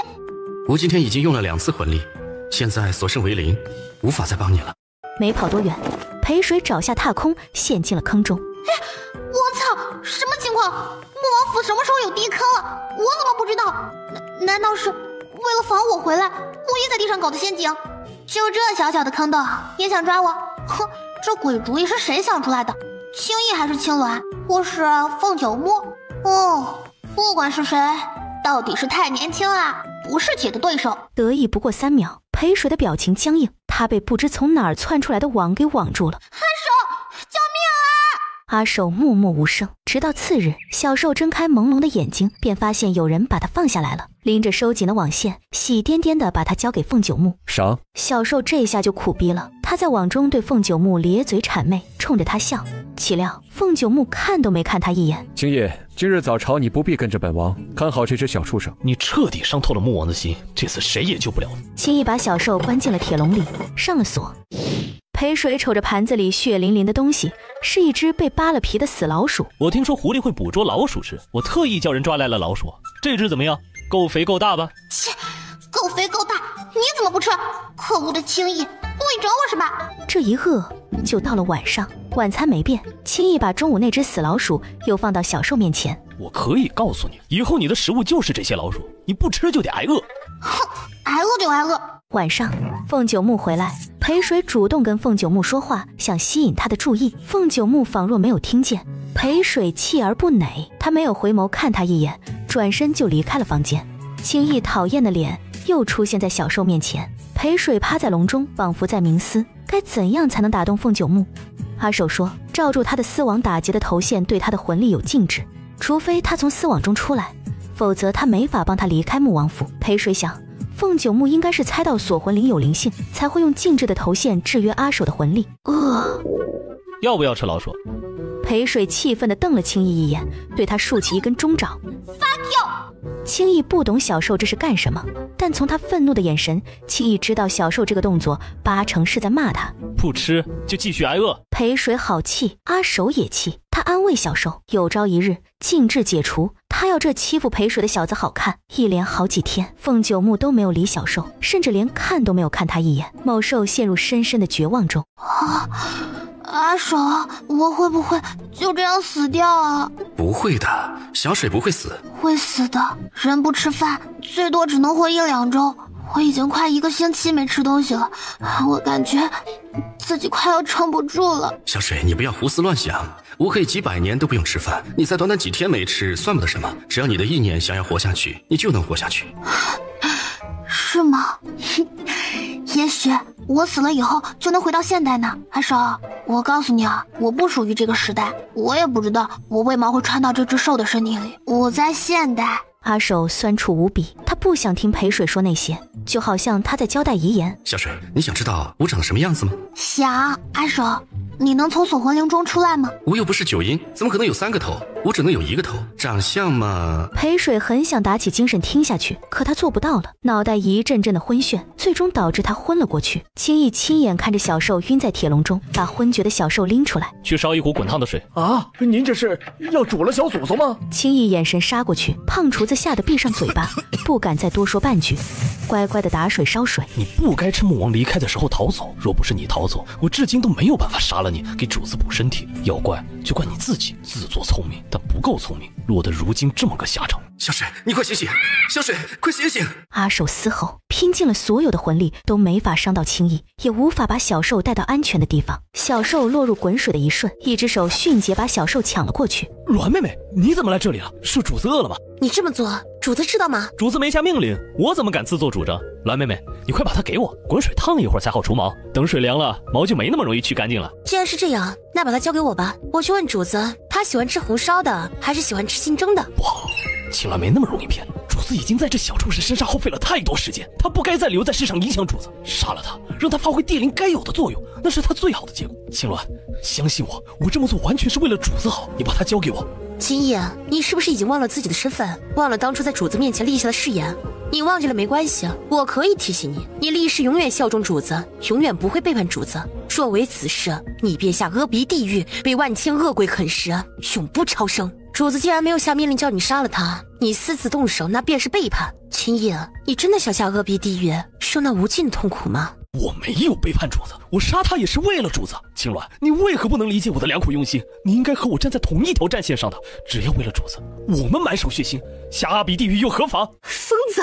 青鸾，你别走，你把小兽给我。凤九木回到房中，就发现铁笼中的小兽不见了。这么多天，他的服软一直都是在装吗？还有青意，一个人连一只小兽都看不住。凤九木很生气，他也不知道在生气什么，是那小兽跑了生气，还是那小兽知道他在穆王府设下的陷阱，再也不会回来自投罗网而生气。直到青鸾抱着小兽回来，凤九木的气还没消。本王让你看着这只小畜生，你怎么办似的？你看不住，可以直接跟本王说，本王换人。属下办事不力，请主子惩罚。滚下去，以后有你看着这只小畜生。主子，这只小兽好像变了。青衣带他来找我的时候，这只小兽就一直昏迷不醒。青衣心里狠狠一惊，没想到青鸾会帮他隐瞒。病了，不是跑了，是病了。凤九木阴翳的心情瞬间转机，伸手把青鸾怀中的小兽接了过来，摸到他潮湿的毛发，微微蹙眉。不是病了，他身上的水是怎么回事？是奴婢不小心把水翻在了他身上，请主子责罚。知道他病了，你还把水翻在他身上，青鸾，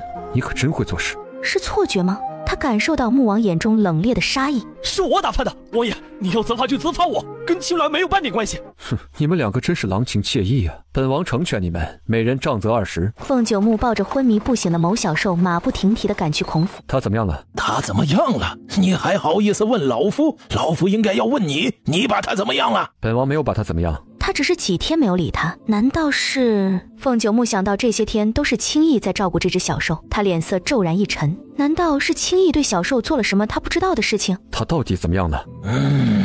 正常的人几天不吃不喝也会虚弱无比，何况是这只小兽，它应该才几个月大，正是需要食物营养坚韧骨骼的时候。穆王再晚来几个时辰，这只小兽啊就没命了。几天不吃不喝？凤九木如遭雷击，冰玉似的脸一片寒意，从未有过的愤怒涌上心头，欲要冲破他发颤的心脏，彻底爆发。孔太医给了凤九木几颗补气丸，让他每日喂小兽吃1颗，又给小兽开了一个方子，喂食的时候呀，要慢慢的喂啊，不能操之过急。他的身体还很虚弱，肠胃长时间的不进食，也是需要一个适应的过程。知道了。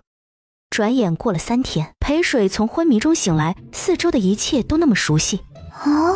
奇怪，凤九木是良心发现了，不把他锁在铁笼里了，让他睡他的床了。脚步声传来，裴水立马闭上眼睛，食物的香味飘来，裴水悄悄地吸了2口，肚子很诚实的咕咕叫。裴水想死的心都有了，好怕被人发现他已经醒了。裴水控制不住唾液的分泌，又不敢吞咽，怕被人发现了，他只好把唾液包在嘴里。凤九木把药粥放在床边，看到小兽依然昏迷不醒，他伸手轻轻地抚摸他雪白的脑袋。凤九木想到前几天抱着他去找孔太医的时候，他轻的就像一片羽毛，可把他心疼坏了。他向皇上告假了几日，亲自在王府照顾这只小家伙。小东西，你是要醒了吗？他期待他的醒来。他离开足有1个整月，回来便不见他。捉到以后，他不曾正眼瞧他，是因为他很生气，生气他逃跑，生气他养不熟。阿弥陀佛，菩萨保佑，千万别叫凤九木发现我醒了。裴水在心里默默祈祷，双颊被人捏住，一根手指伸入他嘴巴，撬他的牙齿。我靠，他上厕所有没有洗手啊？把手指伸到我嘴巴里，口水藏不住地流下了小兽的唇角。怎么还流口水了？凤九木犹豫了片刻，便决定把药粥放入他嘴里试试。谁知药粥刚喂到他嘴里，小兽就滚动喉咙，咕噜咕噜地吞咽。1碗粥很快就喂完了。小东西，本王喂饱了你，自己却还饿着肚子，等本王吃饱了再来陪你。房门关上，裴水骤然睁开眼睛。阿守，凤九木走了，快带我离开。然而没听到阿守的一丁点回应，低头一瞅，爪子上空空如也。凤九木为什么要拿走锁魂铃？难受了片刻，裴水决定离开穆王府，再寻机会从凤九木手中把阿守夺回来。我不能做一只任凤九木摆布的兽。外面没有人，真是天助我也！正午的太阳很强烈，一时无法接受阳光的沐浴，摇摇晃晃往一边倒下去。裴水，站起来，你可以的，快点站起来，离开这个鬼地方，才拥有重新做人的机会，才不会被凤九木那个王八。请长的阴影替他挡住了烈阳。哎呦呦，又要晕了。本来本王决定，你醒了以后，便放你自由，不把你关在那拘束的铁笼里。可看你现在这个样子，哼，本王改变主意了。某小兽耳朵一抖，从地上爬起来，跳了跳，想扑到凤九木怀中，但没有成功。某小兽干脆扑到他的脚上，抱住凤九木的小腿，仰着兽脸，呲牙对凤九木讨好的笑。凤九木清冷的脸没有一丝温度，他很生气，甚至想一刀宰了这只养不熟的小畜生。某人不领情，某小兽笑着笑着，仰着的头又晕了。凤九木及时伸手抓住了，把他拎进怀中。真是个麻烦。哼，你才是个麻烦，你全家都是麻烦。一连几日，小兽被照顾得很好。凤九木已经叫人把铁笼移出了他的房间，小兽的药粥也换成了各种肉食，他恢复得生龙活虎，能跳能跑，还能吱吱叫。裴水这些天都没看到青衣，裴水并不知道青衣要把他煮了的事，他只记得青衣故意整他，把他饿惨了。这些天，裴水没少在凤九木面前告青衣的状，但凤九木却睁一只眼闭一只眼，假装看不懂他在说什么。哼，凤九木偏袒青衣。裴水心里泛起一丝难受，他忽然好想阿守，只有阿守是真心护他的，谁欺负了他，阿守都会很生气，都会帮他报仇。裴水不是没有问凤九木要过锁魂铃，凤九木却不给他了，说什么锁魂铃里有妖魔，会蛊惑他的心智，吞噬他的灵魂，借他的命复活自己。小兽的2条尾巴也是妖魔噬魂所致。哼，妈的，你不给就不给，找那么多理由做什么？这日，穆王府来了一个身披麻布藏服的妇人。穆王，若儿是被冤枉死的，您要为若儿做主啊！楚婉若死了，死得好。什么样的人都能放进来，把他赶出去。侍卫一怔，看穆王这表情，显然是已经忘了楚婉若。楚婉若当初是被楚贵妃派来的一顶花轿，把人从后门抬了进来。凤九木没和楚婉若拜过堂，也不认这门亲，所以他没去过楚府，也不认识李氏。回禀穆王，这位是楚夫人的母亲，她口中的若儿也正是楚夫人。是啊，若儿是穆王的夫人呢，但没有杀云一方，她是被楚锦那个贱人和身边的丫鬟陷害的。云夫人不知动用了什么关系，让宗人府的人把若儿抓了过去，才一天呢，若儿就死在了宗人府。原来是这么回事，楚婉若死在了宗人府。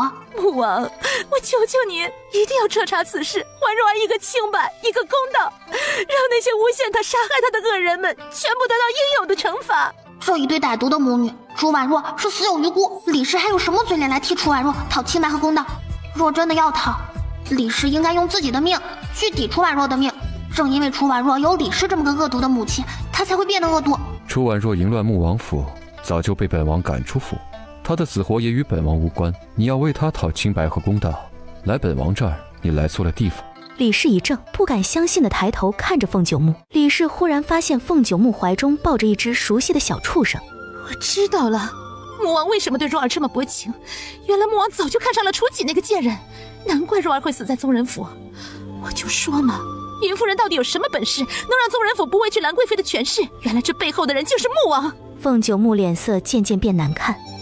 若儿，娘对不起你，娘瞎了眼睛，才会把你嫁给穆王啊！放肆！一个中年身影蹭蹭的跑来，他跑来就一脚踢在李氏身上，李氏被打得眼冒金星。楚老爷一把松开李氏，颤抖地跪在凤九木面前。贱内刚失去爱女，有些神志不清，所说疯癫之事，还请穆王看在兰贵妃和下官的面子上，不要与贱内一般计较。既然已经神志不清，就不该放出来。是，穆王教训的是，下官这就把贱内带回去，关在屋中，永远不会让她出现在穆王面前。老爷，你看那小畜生，他就是楚锦带回去的那只小畜生啊！他如今在穆王这里。闭嘴！贱内疯得厉害，下官这就把他带回去医治。楚老爷连拖带拽的把李氏拉走了。小东西，你是不是应该跟本王解释一下？本宝宝听不见，本宝宝睡着了。你不说没关系，本王可以派人把楚锦叫来。那天我离开穆王府，在路上遇到几个强盗。裴水挥舞起一双小白爪，绘声绘色地开始他的表演。于是就出现了这种美女救小受的开篇。接下来的故事就很老套，很狗血了。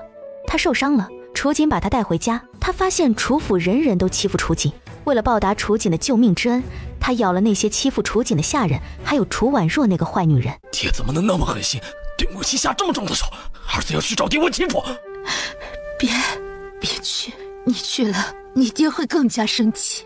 菲儿、达儿，你们妹妹的死是楚锦那个小贱人陷害的，你们的母亲如今的悲惨也是楚锦那个小贱人造成的。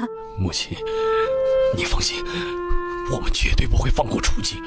他害死了若儿，我会让他血债血偿。一道圣旨降临楚府，圣旨中有2件事，一件是楚锦被封了县主，一件是赏赐了楚老爷一个叫玉玲的小美人。恭喜你啊，得到穆王的青睐，以后还请楚大人在穆王面前替咱家美言2句。楚老爷眉开眼笑地送太监离去。你这孩子呀，什么时候攀附上了穆王，回来也不告诉爹爹。我不认识穆王，其中恐怕有什么误会。事到如今啊，你还想瞒着我不成？昨天我在穆王府看到穆王怀中抱着你养的那只小白兽。阿水在穆王府，阿水怎么又变成兽了？阿水怎么又落到了穆王手中？阿水有没有被欺负啊？穆王府。今儿怎么了？谁这么想我，不停地念叨我？楚府，玉玲领着几个丫鬟，端着首饰盒子、几件崭新贵气的衣裳，来到楚锦的小院。玉玲是皇上赐给楚老爷的，短短10日就深得楚老爷的宠爱。楚府中的事务现在也都交给了玉玲打理。阿锦，明日皇宫御花宴，每一个官家嫡女都要参加，这是我为你挑选的首饰和衣裳，你看着可喜欢？我早就不是什么嫡女了，楚府的嫡女是楚婉若，皇宫的御花宴也与我无关。你是皇上亲封的县主，身份比嫡女还尊贵呢，御花宴怎么会与你无关？我不去。楚姐，你这是什么态度啊？二夫人好心好意的给你挑选首饰和衣裳，就是为了让你体面的去御花宴，你也太不识抬举了。我可没让你家夫人准备。楚姐，你太过分了，我要告诉老爷去。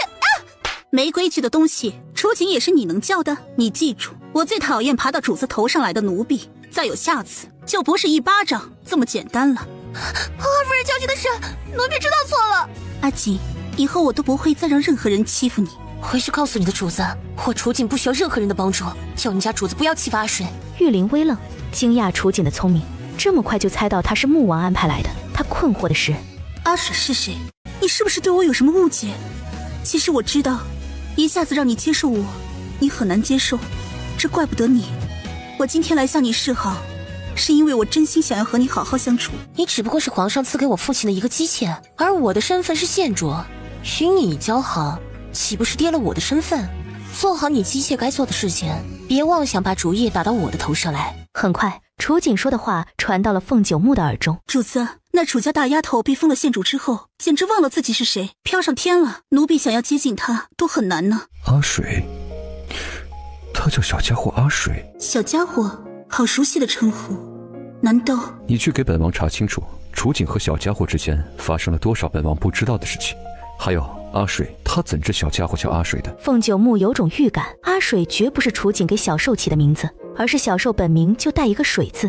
是主子。凤九木，你带我去哪里啊？今儿皇宫有御花宴，本王带你去长长见识。啊，你们看，穆王的神兽有2条尾巴。真的耶，普通的小兽只有1条尾巴，不愧是穆王的神兽呀，如此的与众不同。众贵女都纷纷的挤在最前面，无不想在凤九木面前露脸，只有一个站在最后面，楚锦。他远远的看了一眼凤九木怀中的小兽，眼神中流露出强烈的思念。阿锦，你不可以冲动，你来的时候不是已经做了决定，只要远远的看阿水一眼，见他安好，你就满足了吗？阿锦，你要记住，不要再给阿水添麻烦了。那就是楚锦。他之前虽没见过他本人，现在却能肯定是楚锦无疑，因为刚才他投过来的眼神有强烈的思念和一闪而过的仇恨。凤九木眸色微冷，不屑地勾了勾唇角，对于楚锦还不至于让他放在眼里。穆王这次终于肯参加御花宴了，朕很高兴。凤九木默不吭声，他确实不太喜欢这种宴会，这次来是为了这只小家伙。啊，这只小兽王朕看着好眼熟啊，不就是上次穆王带进宫的那只？穆王，可是那只小兽王朕看着像，但上次的小兽王好像是一条尾巴，它却有2条尾巴。不是，上次那只太顽皮，被本王宰了。这只是本王的新宠，比那只温顺许多。哼，他什么意思啊？是在警告我，这次再敢逃跑，他就把我宰了是吧？哼，好手段！抬起头来，你是不是比你哥温顺？你哥才温顺！呸！原来那只是哥哥，果然比他哥温顺的很多，这双眼睛也比他哥灵动的很多，难怪得穆王的喜欢呀！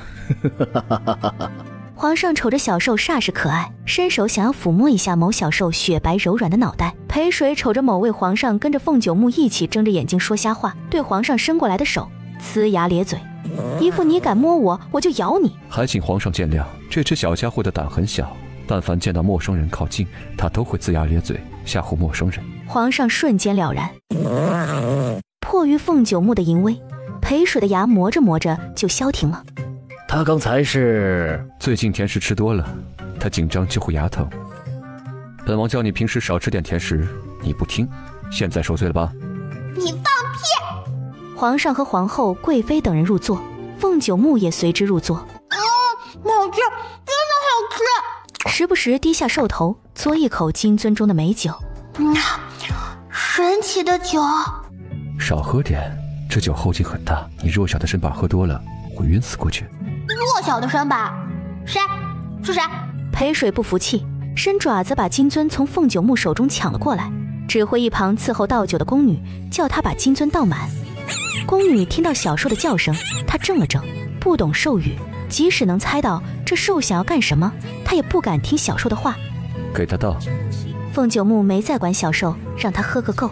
小兽连喝了3樽，脑袋逐渐的开始晕眩，渐渐的，小兽体温升高，他觉得体内有股热浪，东窜西撞，似在找出口，想要破体而出。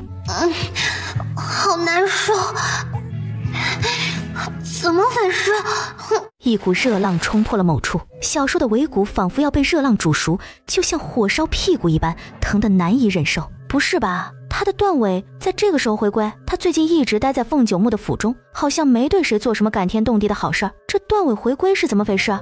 裴水来不及去想那么多，断尾回归意味着他又好做人了。可这时，这地儿却不是他变成人的最佳地方。凤九木，人家肚子疼，人家要来便便，麻烦你行个方便啊！凤九木微微挑眉，不知有没有听懂他的授语，抱着他往前一伸，双手像抱小孩一样，分别抓住他2个后肢，将其分开。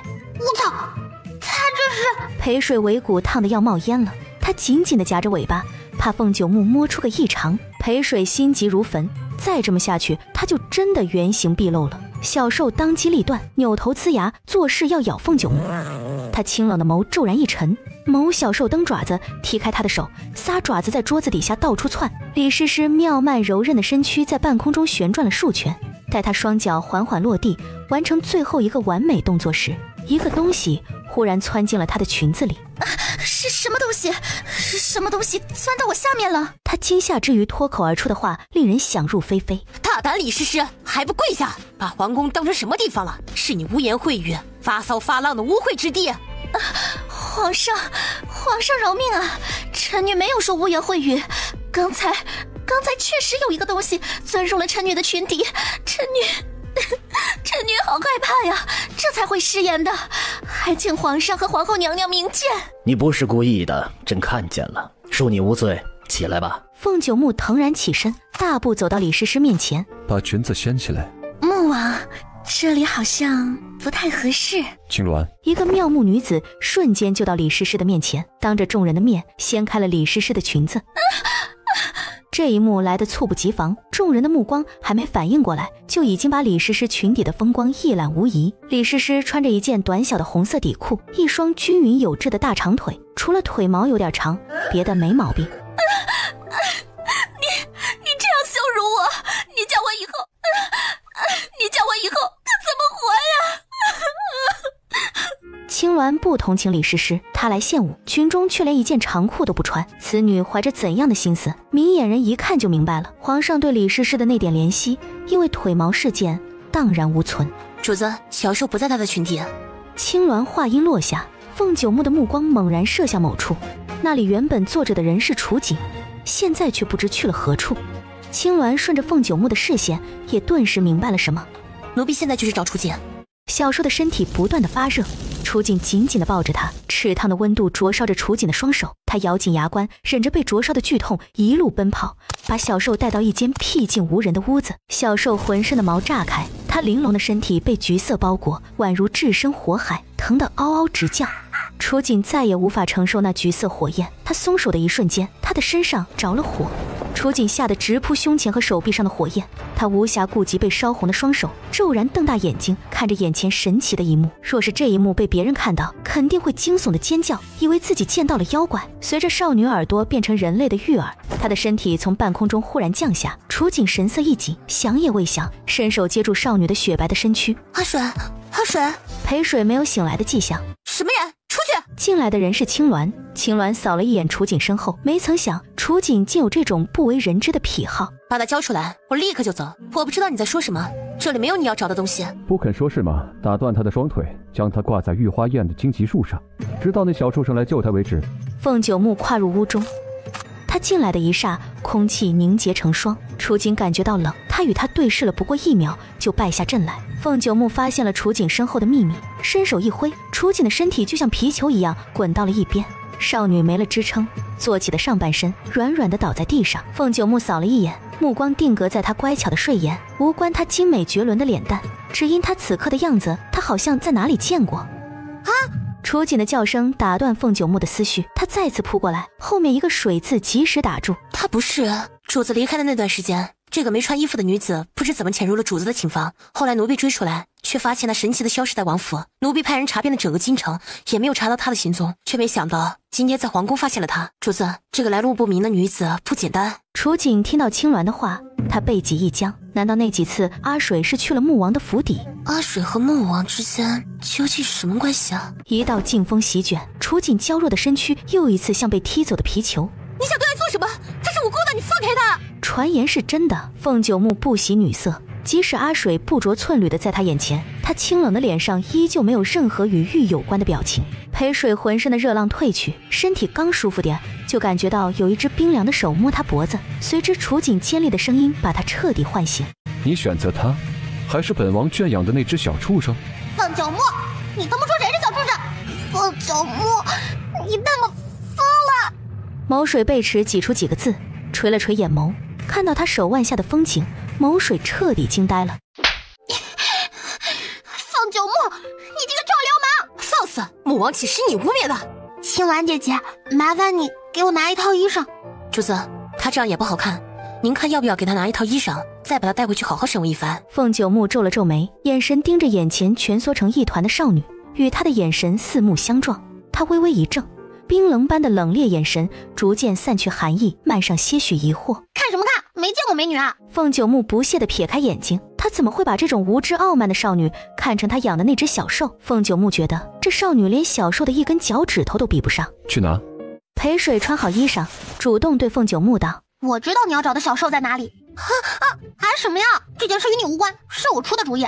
他就算找你也没用，你又变不出一个小兽给他。他是想做什么？他要告诉穆王，他就是那只小兽。不可以，你才获自由，怎么可以又回到穆王的牢笼？凤九木，不，我应该叫你穆王。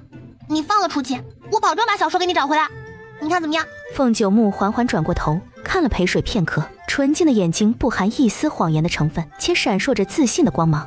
放楚景走。不要！阿姐，我知道你担心他，可我若不交出他的话，我们都会倒霉。不如将他完璧归凤，对大家都有好处。楚景被拖走，你倒挺识时务。识时务者为俊杰，这个道理我懂。裴水把凤九木忽悠出了皇宫，马车在京城中东绕西绕，大约绕了有1个多时辰，马车再次停下。穆王，奴才每一个角落都找遍了，没有找到小兽的踪迹啊！假的吧？我和他说好的，就这几个地方，让他在这里等我，他怎么可能不在呢？这不可能，他最听话了，肯定是看到你们陌生的面孔吓到了他，他才会故意躲起来。我下去找他，他看到我会出来的。最听话吗？这是凤九木听到对小兽最高的赞美，因为他一点也不觉得那只小家伙会听话，即使乖巧顺服也是伪装的，他是在等待机会离开他。凤九木目光渐深，陷入反思，是他对他不够好吗？使他那么处心积虑，一次又一次地从他身边逃离。你就不要跟进来了，他那么聪明，看到我和你一起肯定会对我起疑，那就更不会出来了。你在这等着，如果他看到我进去想要偷偷溜走，你也好在门口堵住他。车夫进去过，没有发现里面有别的出口，于是选择相信了裴水。裴水踏进宅子，便感觉到一股阴风袭来，就好像走进了停尸间。大家都是同类，谁也不要吓唬谁啊！结果阿弥陀佛！突然而来的鬼魅笑声吓了裴水一跳，裴水脸色瞬间苍白，双腿有点发软。他狠狠地拧了自己大腿一下，痛得嗷嗷直叫。这下来劲了，双脚抹油似的跑。他跑是有目标的，方向是对着玉华楼，他只需翻过一面墙就能顺利地跑去玉华楼。宅子的内墙有裴水2个人那么高，他卯足了劲，用力一跳。他做兽的时候弹跳力可是自己身体的数倍，不曾想做了人以后弹跳力连身体的半倍都没有。他落回远处，双脚落地的一刹那又疼又麻。你是什么妖魔鬼怪？你有本事现形，躲在暗处偷偷摸摸的惊醒，算什么英雄王啊！一条鲜红的绫罗忽然从杂草中飞出，红绫伸到裴水细软的腰肢，瞬间把他缠绕住。救命啊！忽然一个不知名的东西飞来，塞住他的嘴巴。什么玩意儿啊？脏不脏？恶不恶心？裴水很快就落入一个人的手中。小阿水，我们又见面了。你有什么话想说？离开这里，慢慢的与本公子说。本公子也有话对你说呢。贺连成刚起飞就顿住了，放下他。这是我的婢女，我带走她与穆王有何关系？难道穆王看上了我的婢女不成？若是这样，我倒可以考虑一下成人之美。贺连成真不要脸，谁是你的婢女？强抢良家少女啊！你想多了，本王对她没有任何兴致，她拐走了本王圈养的小兽，所以她必须把小兽还给本王，你才能带她离开。是吗？怕是穆王误会了，我养的这丫头喜欢骗人，我也被她骗过好几次呢，这才好不容易抓到她。穆王如若不信，可以在这里对她用刑逼问，看她能不能还穆王小兽。这么馊的主意，他也说得出来？妈的，我想一口咬死贺连成，这妖精是赤裸裸的报复我。如此甚好。贺连成还很好心地送上一个鞭子给凤九木。这丫头怕疼，穆王只需用力地抽她，把她抽到皮开肉绽，保准她说实话。贺连成，我操你妈！过分，太过分了！凤九木握住鞭子，在手中掂了掂，他忽然动手。裴水吓得闭上眼睛，预期的疼痛没有落在身上，塞住他嘴巴的东西被击飞。本王给你最后一次机会，你要还不说实话，就别怪本王对你动刑了。我什么都说，别打我。说。贺连成屏息等待，他也想知道小宝贝在何处。贺连成甚至想抢在凤九木之前先找到小宝贝，把他带走。我说可以，你先放了我。鞭子在凤九木手中又飞起，在空中留下响亮的一声。别考验本王的耐心。我没骗你，我是知道小兽的行踪。因为我就是你瞻仰的那只小兽啊。老天爷，他终于说出来了。裴水紧张又担心。穆王，他说他是你圈养的小兽，你要把他带回去继续圈养吗？笑你妹啊！不见棺材不落泪。凤九木从怔然中回过神，手中的鞭子毫不留情地对裴水身体飞去。啊！我真的是你的小兽，凤九木，你忘了吗？你还亲手给我戴上了锁魂铃。鞭子在半空中停住。后来你怕我跑了，要把锁魂铃给拿走了。凤九木怔怔地看了裴水半晌，片刻后，他走到他身边，弯腰将地上裹成木乃伊的少女抱起来，玉氏的手指轻轻抬起她白皙的下巴，目光细致地端详她的模样。裴水呼吸一滞，微微垂下眼帘，慈色的脸颊浮起2抹红霞。裴水微微移动头，朝他胸口靠了靠，像做兽的时候用这种小动作与他亲昵。他喜欢小兽这样，他记住了。每次逃跑回到他的身边，他都用这一招悄悄地把他哄高兴了。裴水心里美滋滋地想着，却没有发现他逐渐转冷的眼眸。鞭子丢给了贺连成，凤九木抱着裴水转身离开。贺连成捏着鞭子的手指指节泛白，他忍住把裴水抢回来的冲动，直到凤九木抱着裴水走了好一会儿，贺连成脑中还回放着凤九木捏住裴水下巴，她如情窦初开的少女，红了脸颊。为什么那一幕让他如此难以忍受？就好像他的某件宝贝被凤九木抢走了，心中缺了一角。贺连成很懊恼，他原本是想要借此机会让小阿水厌恶凤九木，却没想到反而弄巧成拙。裴水吸着凤九木身上特有的清香，以为这一路会被抱回凤王府，哪知凤九木一只脚刚踏上马车就把他丢了下去。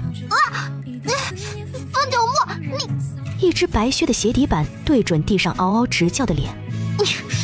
好女不跟男斗，你妈！这一脚踹下来，他的脸非变形不可。这人说变脸就变脸，真心难伺候。一路，他没有和他说半句话。到了凤王府，他也只是把他丢给了青逸，让青逸安排些粗实的活给他干，且让青逸看着他干。裴水不晓得什么叫粗实的活，但很快他就知道了。青逸解开他身上的红绫，把他带去了茅房，叫他刷马桶。我不干，凤九木又没付我工资，凭什么叫我免费帮他干活？放肆！穆王的名讳你也敢叫？你不小黄了？青逸，我饿了，你去给我拿鸡腿。你怎么知道我叫青逸？他说什么？他要吃鸡腿？这少女怎么跟那只逃跑的小畜生一样，都爱吃鸡腿？哼，是小兽告诉我的，他还告诉我你欺负他的事情。小兽？青逸浑身冒冷汗。穆王找到他了。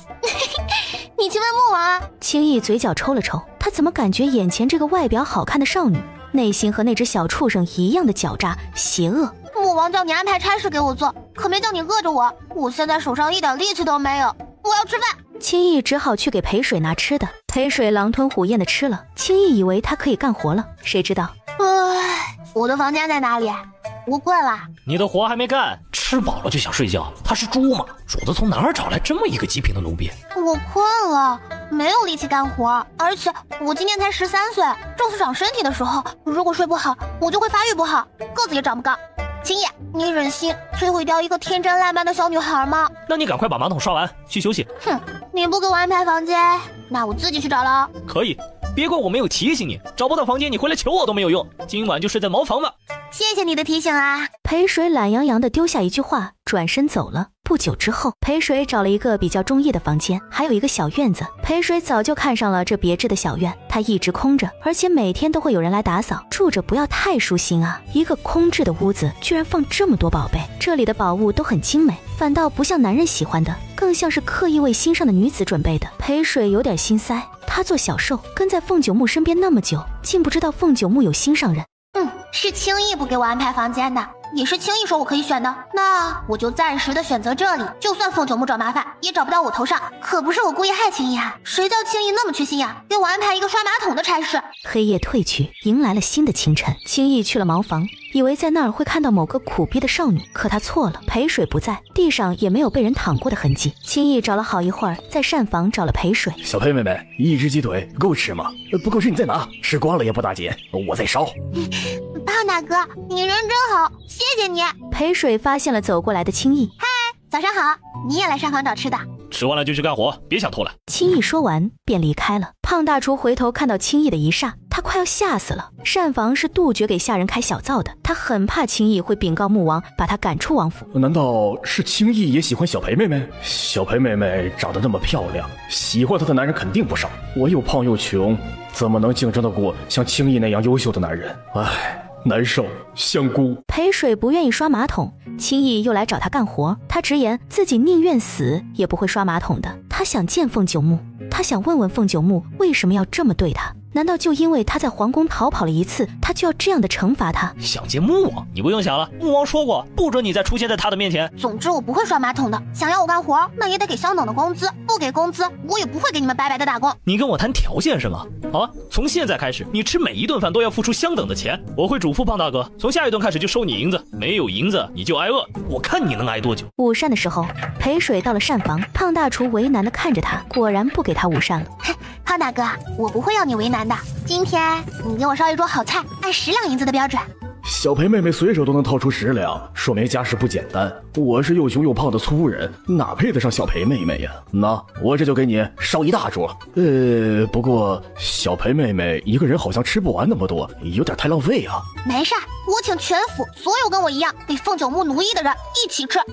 嘘。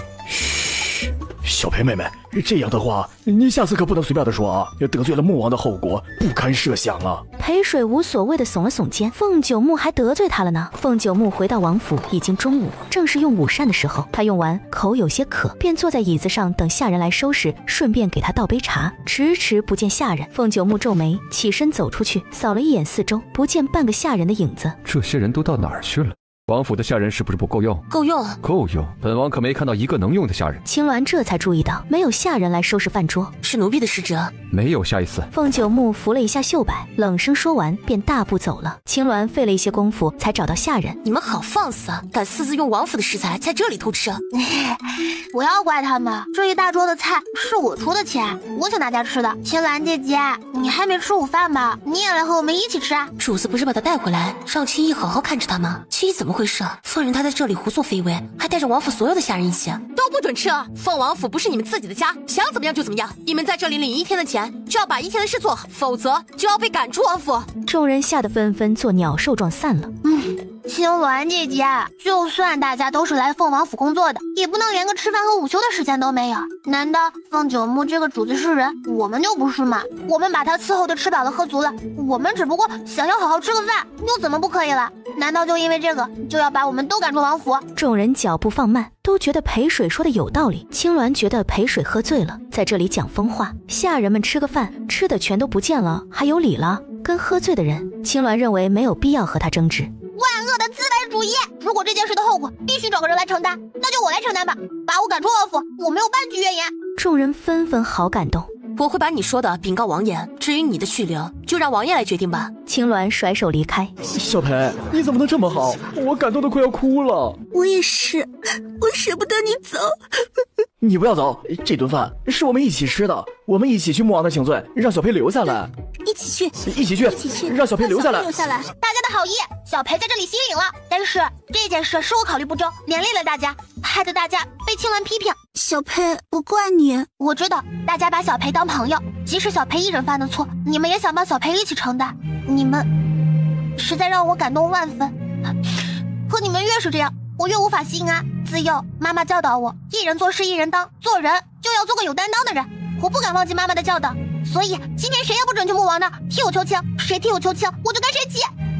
我的妈妈，也就是我的母亲，她是这个世界上最伟大、最善良、最慈祥的女人。裴水煽情煽的把自己煽进去了，他想妈妈了。众人不再说话，主动让出路来。他们尊重裴水的选择，也许离开王府是裴水最好的选择。栾妹妹，你脸色不太好，是被哪个不长眼的下人气到了吗？青翼脑海中浮现出某个气死人不偿命的少女，难道是她？不能吧？就你话多，没看到穆王在办公。凤九木听到了外面的动静，他大步流星走出书房。怎么回事？是这样的，青鸾一五一十的把看到的事情告诉了凤九木。少女也太会搞事情了吧！凤九木眉头微不可察的皱了皱，清冽的目光骤然落在一脸震惊的青翼身上。你怎么办事的？是属下考虑不周，才让他有了可乘之计，请再给属下一次机会，让属下将功赎罪。最后一次机会，再不办好事，你就去楚府把玉林换回来。凤九木转身进了书房，青鸾以为凤九木这么轻易就放过裴水之时，他又折身返回，去把那丫头给本王带过来。话音刚落，一个娇小的身影仿佛得到了召唤似的，神奇的出现了。嘿嘿，都是我一个人的主意，不让他们去伺候你又善，怎么样？凤九木气不气？青鸾和青翼顿时傻眼，凤九木的脸一沉，浑身寒气。气不气？气不气？有本事你来咬我！哎呦喂，可别做了，主子会杀了你的。白影一晃，裴水发现凤九木原地不见了，衣领猛然一紧，被人捏住，他双脚渐渐地离开了踏实的地面。你想干什么？你真的想咬我？是谁给你的勇气，一而再再而三地挑衅本王？主子，手下留情，店里还会找到，去留他一命，也有小兽回府。此时裴水才真正的体会到凤九木冷酷无情，犹如撒旦般阴暗的一面，他真的开始害怕了。他被丢在地上，摔疼了，也仿佛没有知觉。下次别再冒犯穆王，你不是那只小兽，穆王不会对你心慈手软。原来他一直都不相信他，不相信他就是小兽。一连几天，裴水当真老实了。青毅叫他刷马桶，他就刷马桶。裴水就像转了性，这样老实的裴水，青毅还真的有点不太适应。主子最近的心情也差到了极点，那只小兽找不到，青毅和青鸾的日子也都不好过。青毅劝过裴水，裴水什么都不说，只闷着头干活，仿佛打算一辈子就在王府当苦力。青毅这么想，裴水可不这么想。开什么玩笑？谁要一辈子给凤九木刷马桶啊？他可没有认输，他这叫忍辱负重，卧薪尝胆。凤九木的冷酷无情已经使裴水彻底的想明白一件事儿，他必须找到阿守，且不能让凤九木知道他就是小兽的秘密。裴水虽然不明白凤九木为什么会对小兽有很多耐心，但他明白凤九木真的发现他就是小兽，可能会毫不犹豫的杀了他。他没忘记自己吃了地灵，凤九木需要地灵。小裴，沐浴的热水我已经帮你打好了。裴水错愕，还有这种好事？他瞅着跑走的男孩背影，颇为得意地摸着下巴。难道少年对他有好感？看到没有，他裴水也是有魅力、有爱慕者的。凤九木对他的美貌视而不见，那样冷酷无情的对他，真是太没眼光了。裴水心情大好，他哼着歌，把大半个身体浸泡在温热的水中，每一个毛孔都舒适地打开，享受着温暖的洗涤。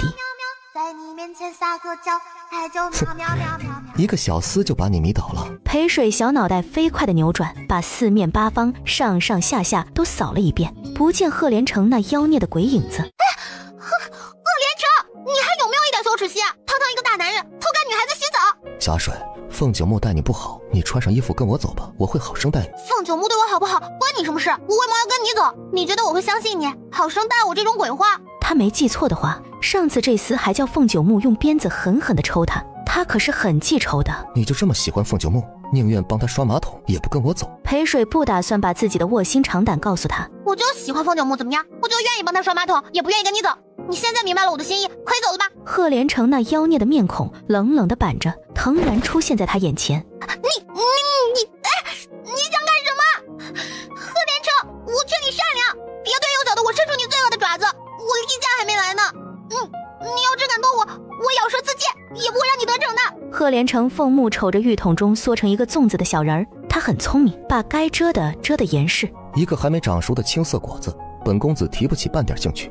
不过你相貌一般，你脸皮挺厚的，想要本公子动你，你也先自泡尿，照照自己的样子。哥，我现在就自泡尿，照照自己的样子。麻烦你出去，我要出来滋尿了。赫连城嘴角微抽，没想到这小丫头还顺着他的杆子往上爬了。赫连城忽然听到外面的脚步声，还有女子调笑的声音。今天就暂且放过你，你给我记住，别给我在凤王府招蜂引蝶。裴水有些纳闷，他在凤王府招什么风引什么蝶了？而且这又关赫连城什么事？要他管那么宽？裴水从浴桶出来，冻得缩缩的，浴桶中的水也已经凉透了。回到房间，裴水感觉身体不那么冷了，但渐渐开始发烫，他觉得自己要感冒了。他默默地问候了一遍赫连城，灌了几口水，便躺上了床。主子，赫连城肆无忌惮地闯入王府，就这样放他离开？他和那丫头说了什么？凤九木希望能从青鸾口中听到有关小兽的下落，这也是他们放赫连城进凤王府的原因。青鸾如实地把赫连城和裴水之间的对话告诉了凤九木，他学裴水说话学得惟妙惟肖，特别是那段对，我就喜欢凤九木，怎么样？我就愿意帮他刷马桶，也不愿意跟你走。你现在明白了我的心意，可以走了吧？主子，依奴婢看，裴水应该是爱上了主子，他才会对赫连城说出这一番话。如果主子现在稍微对他一点好颜色，兴许他就会对主子全盘托出小兽的下落。青鸾这是叫主子出卖色相去骗裴水那丫头？主子这般高雅如上仙的人，怎么可能出卖色相去骗一个小丫头？这不是主子的作风。而且主子不近女色，青鸾不会不知道，他怎么会给主子出这种馊主意？就不怕主子动怒责罚他吗？这样不妥吧？那丫头整天刷马桶，身上臭得要命，主子哪能受得了她身上那股味道？再说了，若是委屈了主子，那丫头得寸进尺，赖上主子怎么办？明日起，让她来伺候本王。青鸾一怔，妙目闪过复杂的微光。王爷的身边除了他之外，没有别的婢女伺候。现在忽然多出来一个裴水，青鸾有了失落感。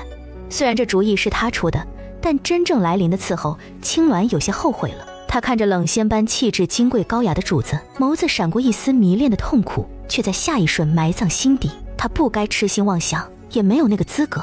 诺，奴婢这就去安排。等那丫头说出小兽的下落，就会被穆王丢出王府。穆王最不喜的正是那丫头的野性子。青鸾找裴水费了好大的功夫，找到他时，他在青兰院睡得昏天暗地。青鸾脸色突变，妙目冷扫青逸。不是我没有安排他住进青鸾院。这青鸾院是为谁留的？王府中无人不知，无人不晓。鸾妹妹，我想求你一件事儿，别把他住进青鸾院的事告诉王爷。青鸾瞧着为裴水求情的青逸，青鸾惊讶不已。难道青逸？青鸾心里有种说不出的滋味。青逸一直都喜欢他，他是知道的。虽然他对青逸没有那种感情，但也已经习惯了青逸对他的好。现在青逸忽然变了心，他很不习惯，也不喜欢这种感觉。你喜欢上他了？青鸾脱口而出，说完又非常后悔。他讨厌这样的自己，像个市井妒妇，他以前最为厌恶和不耻的存在。我是想要提醒你，别忘了自己的职责。栾妹妹，你吓死我了！我喜欢谁，你还不知道吗？栾妹妹，你脸红了，你是不是对我也……没有，我对你什么都没有，你别痴心妄想。青鸾瞪了青逸一眼，见他笑得更开心了。你再笑，我就去告诉王爷他睡在青兰院的事。别，栾妹妹，我错了，你别告诉王爷。王爷要是知道了，不仅会惩罚他，还会严惩我。上次被王爷严惩，至今屁股还疼着呢。知道了。裴水在昏睡中被丢到了下人房，是青逸亲自动的手。等到触碰到他身上炽热的温度，隔着衣服都烫手。天哪，这么烫！青逸好心的给他盖了一层被子。这丫头要是热傻了该怎么办？得，我还是去禀告王爷吧，别真给你热傻了。主子，那丫头生病了，头烫得很厉害，怕是重度热症。重度热症？之前刷马桶的时候不是好好的吗？怎么叫他明天来伺候我就生病了？青逸以为凤九木会让他去请医师回来，或者把裴水带去医馆治病，唯独没有想到凤九木会拉开房门走了出来。凤九木走了几步，忽然顿足，还愣在那里干什么？带路。青逸猛地回神，心惊胆战地跑到凤九木前面带路。裴水是被热醒的，也不知道哪个家伙给他换了一层厚被子，害他热得浑身都湿透了，喉咙干得要冒烟。水。摸着黑下床，脑袋一阵晕眩，他身体虚弱地摔下去。出乎意料之外，他没有摔在地上，而是抱住了一个人。青逸震惊，瞳孔惊悚地看着某个强暴他家主子的少女，觉得这次裴水死定了。穆王最讨厌女人的触碰。青逸很识相，静悄悄地滚出去，心里为裴水默哀。别怪哥哥不救你，这次哥哥也无法救你。你也太作死了啊！穆王你也敢强暴？青逸刚退出去，房里就毫无意外地传出砰的一声，裴水的身体像抛物线被重重地摔在床上。哪个王八蛋在谋害我？你大爷的！有种等我退了烧再单挑！黑暗瞬间被光明吞噬，有人点亮了房中的烛火。裴水看清了想要谋害他的王八蛋的脸，他走过来，在床边坐下。裴水吓得连连往后缩。你害怕本王？裴水点头，看见凤九木柔和的脸一点一点的变冷，他又飞快的摇头。王爷，我每天都很努力用心的刷马桶，我真的一点都没有偷懒。不信，您可以去问青逸。凤九木清冷的眸子闪过不知名的微光。过来。王爷，您有什么吩咐小的？冰凉的手掌落在他滚烫的额头，裴水下意识闭上眼睛，以为他要揍他，没想到的是，他只是用手试了试他额头的温度，便拿开了。病得这么重，怎么不让青逸叫大夫？真的是你，王爷，你在关心我吗？凤九木很低的嗯了一声，他移开目光，神色有点不自然。裴水听到了，一阵呵呵傻笑，他移动脑袋，得寸进尺地枕在他的腿上。啊，真舒服。凤九木想要尽快地找到那只小兽，他忍了这个很过分的少女。从今以后，你不用去刷马桶了，等你病好了，就来本王身边伺候吧。好。第二天，他的烧就退了。裴水哼着小曲儿去刷马桶了。他好像昨晚做了一个梦，凤九木叫他不用刷马桶去伺候他了，他还把头枕在他的腿上。他对他温柔地笑了。老天爷，他怎么会做那样的梦？一定是他烧得太厉害，烧坏了脑袋。一大早的，怎么有个小哥哥戴着面巾在替他刷马桶？果然，他就是这么有魅力。昨天有小哥哥替他打洗澡水，今天就有小哥哥来替他刷马桶了。小哥哥，辛苦你了，让我来刷吧。小裴，你可别为难我了，你现在可是王爷身边伺候的红人，怎么能碰马桶这种脏物呢？啊，你没搞错吧？我是王爷身边伺候的红人。我怎么会搞错？现在整个王府的人都知道，你是王爷身边贴身伺候的红人，你将来在王府的地位肯定是超过青鸾的。难道昨晚发生的事是真的？裴水跑去找青逸确认。是的，你没有听错，你被派到王爷身边伺候了。你记住，好好的伺候王爷。还有，王爷最讨厌女子的触碰，你伺候王爷更衣的时候，每次都要记得戴冰蚕手套。你有洁癖，你自己更衣好了。这么简单的事情，为什么要别人伺候呢？裴水觉得凤九木是故意的，他当初是受胎的时候也没见他更衣需要人伺候，怎么现在就需要他伺候了呢？好的，我一定牢记在心。他要看看凤九木到底想要干什么。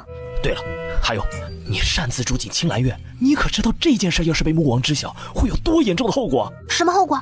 你会死得很惨。这么可怕？那青兰院是为谁留的？王爷这么在意？做好你本分的事情，不该问的别问。你只需知道，青兰院那种地方是主子住的，不是你这种奴婢住的地方。是，不说就不说，凶什么凶啊？裴水心里有种异样的感觉，闷闷的。他对凤九木的了解真的是太少了。他没有立即去伺候凤九木，而是决定把几副药吃完再去伺候凤九木。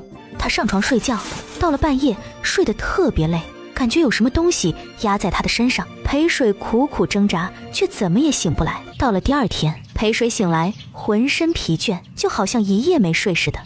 王爷已经早上回府了，你怎么还在睡觉？快起来去伺候王爷。知道了。凤九木回到王府有个习惯，就是换掉身上的朝服。裴水很没眼色。凤九木在屋中张开双臂，那丫头过来不给他换衣，还围着他转了一圈。王爷，你在练大鹏展翅吗？王爷，你看我，这才是正宗的大鹏展翅。凤九木谪仙的脸骤然转黑。更衣。裴水吓了一跳，独立的那只金鸡脚歪到一边，眼看就要摔倒。凤九木眼皮跳了跳，想让他就这么摔死算了，看得闹心还扎眼。当裴水后脑勺接触桌边，准备来个凶猛的碰撞，伸来一只手，速度快得惊人，牢牢地抓住了他的手臂，让他免于这场脑袋开花的灾难。下次你就没有这么好运了。啊妈，吓死宝宝了！裴水发现凤九木背对着他，自己动手换起了衣袍。王爷，你要换衣服啊？我伺候你。他的动作粗笨，伺候他换个衣服浪费了许多时间。一件好好的衣袍就像叠在他身上一样，最后还是他自己整理好的。去泡茶。泡茶。裴水努力回想着青鸾和青意交代过的话。王爷喜欢喝的茶叶叫君针，用晨露泡之，口感最佳。水温要3沸，泡的第一遍茶水要倒掉。苍天大地，王母娘娘，他要到哪里去给他搞晨露？好的，奴婢马上就去。裴水走出去，从井里捞了一桶水，一个小玩意儿突然从水里蹦出来，吓了裴水一跳。井里有小生命，说明水质好啊！嘿，就用它泡茶给凤九木喝了。裴水随便找了一个茶壶，抓了一把君针放在里面，水滚透了，不止3沸，只要是开水就行了，哪有那么多讲究？裴水把沸水倒在茶壶中，茶壶裂开了。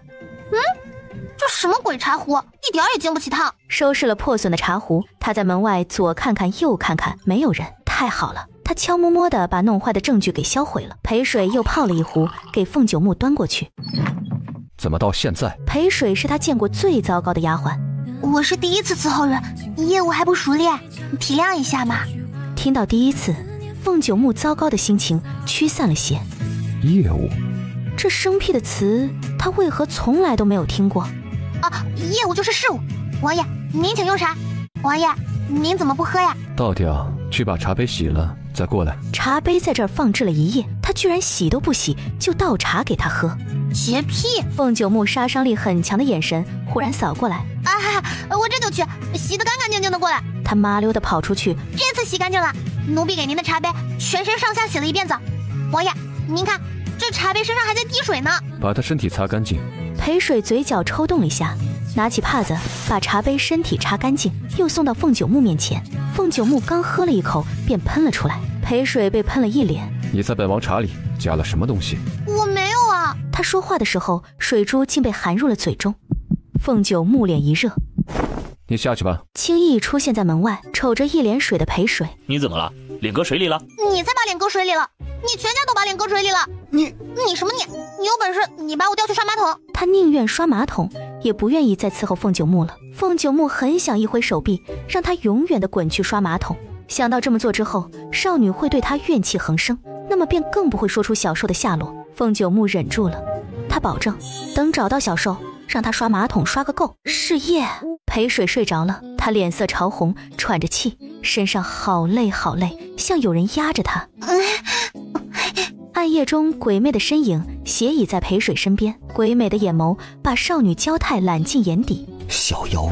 指尖从裴水的头顶抽出一根细长的银针，睡梦中的少女似乎舒服了些，但脸上的热红还没有退掉。她微张的小嘴像似在请君品尝，她鬼使神差地摸上他小巧的下巴，他舔了舔干燥的薄唇，忽然对着他水嫩的唇瓣亲下去。身下的少女骤然睁开眼睛，随即响亮的巴掌打破房中的寂静，她的薄唇亲在他的手背。抱歉。他眼神慌乱，声音沙哑，就像第一次做采花贼的初犯。身上的重量不见了，他消失在他房中。来人啊！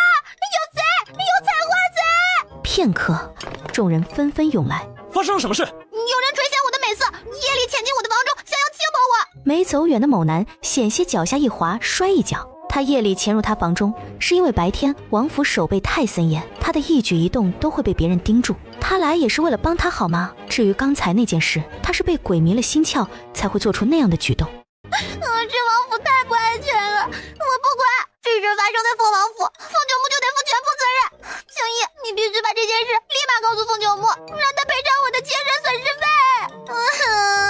垂涎你，轻薄你，你是不是想太多了？怎么说话呢？还会不说人话？我分明就是差点被人轻薄了，我说的都是实话。你们会轻薄他吗？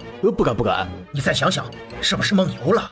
哼，你们没不敢，不代表外面的人不敢。上次我洗澡，赫连城那混蛋还偷偷溜进来，偷看我洗澡呢。吼完，他转身，砰的一声关上房门。众人也都从吃惊中慢慢回神，你瞧瞧我，我瞧瞧你，低声议论裴水爆出的猛料。出了什么事？回禀主子，小裴说有人垂涎他的美色，夜里潜入他房中，想要轻薄他。轻易这句话说完，他似乎捕捉到凤九清冷的脸上一丝寒冷的气息。怎么可能？王爷怎么会为裴水那丫头动怒？那丫头明明就是想要趁机敲诈王爷。赫连城是什么人？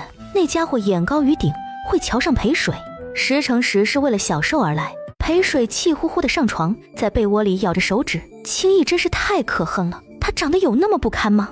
房门忽然被人推开。出去！别烦老娘，老娘要睡觉了。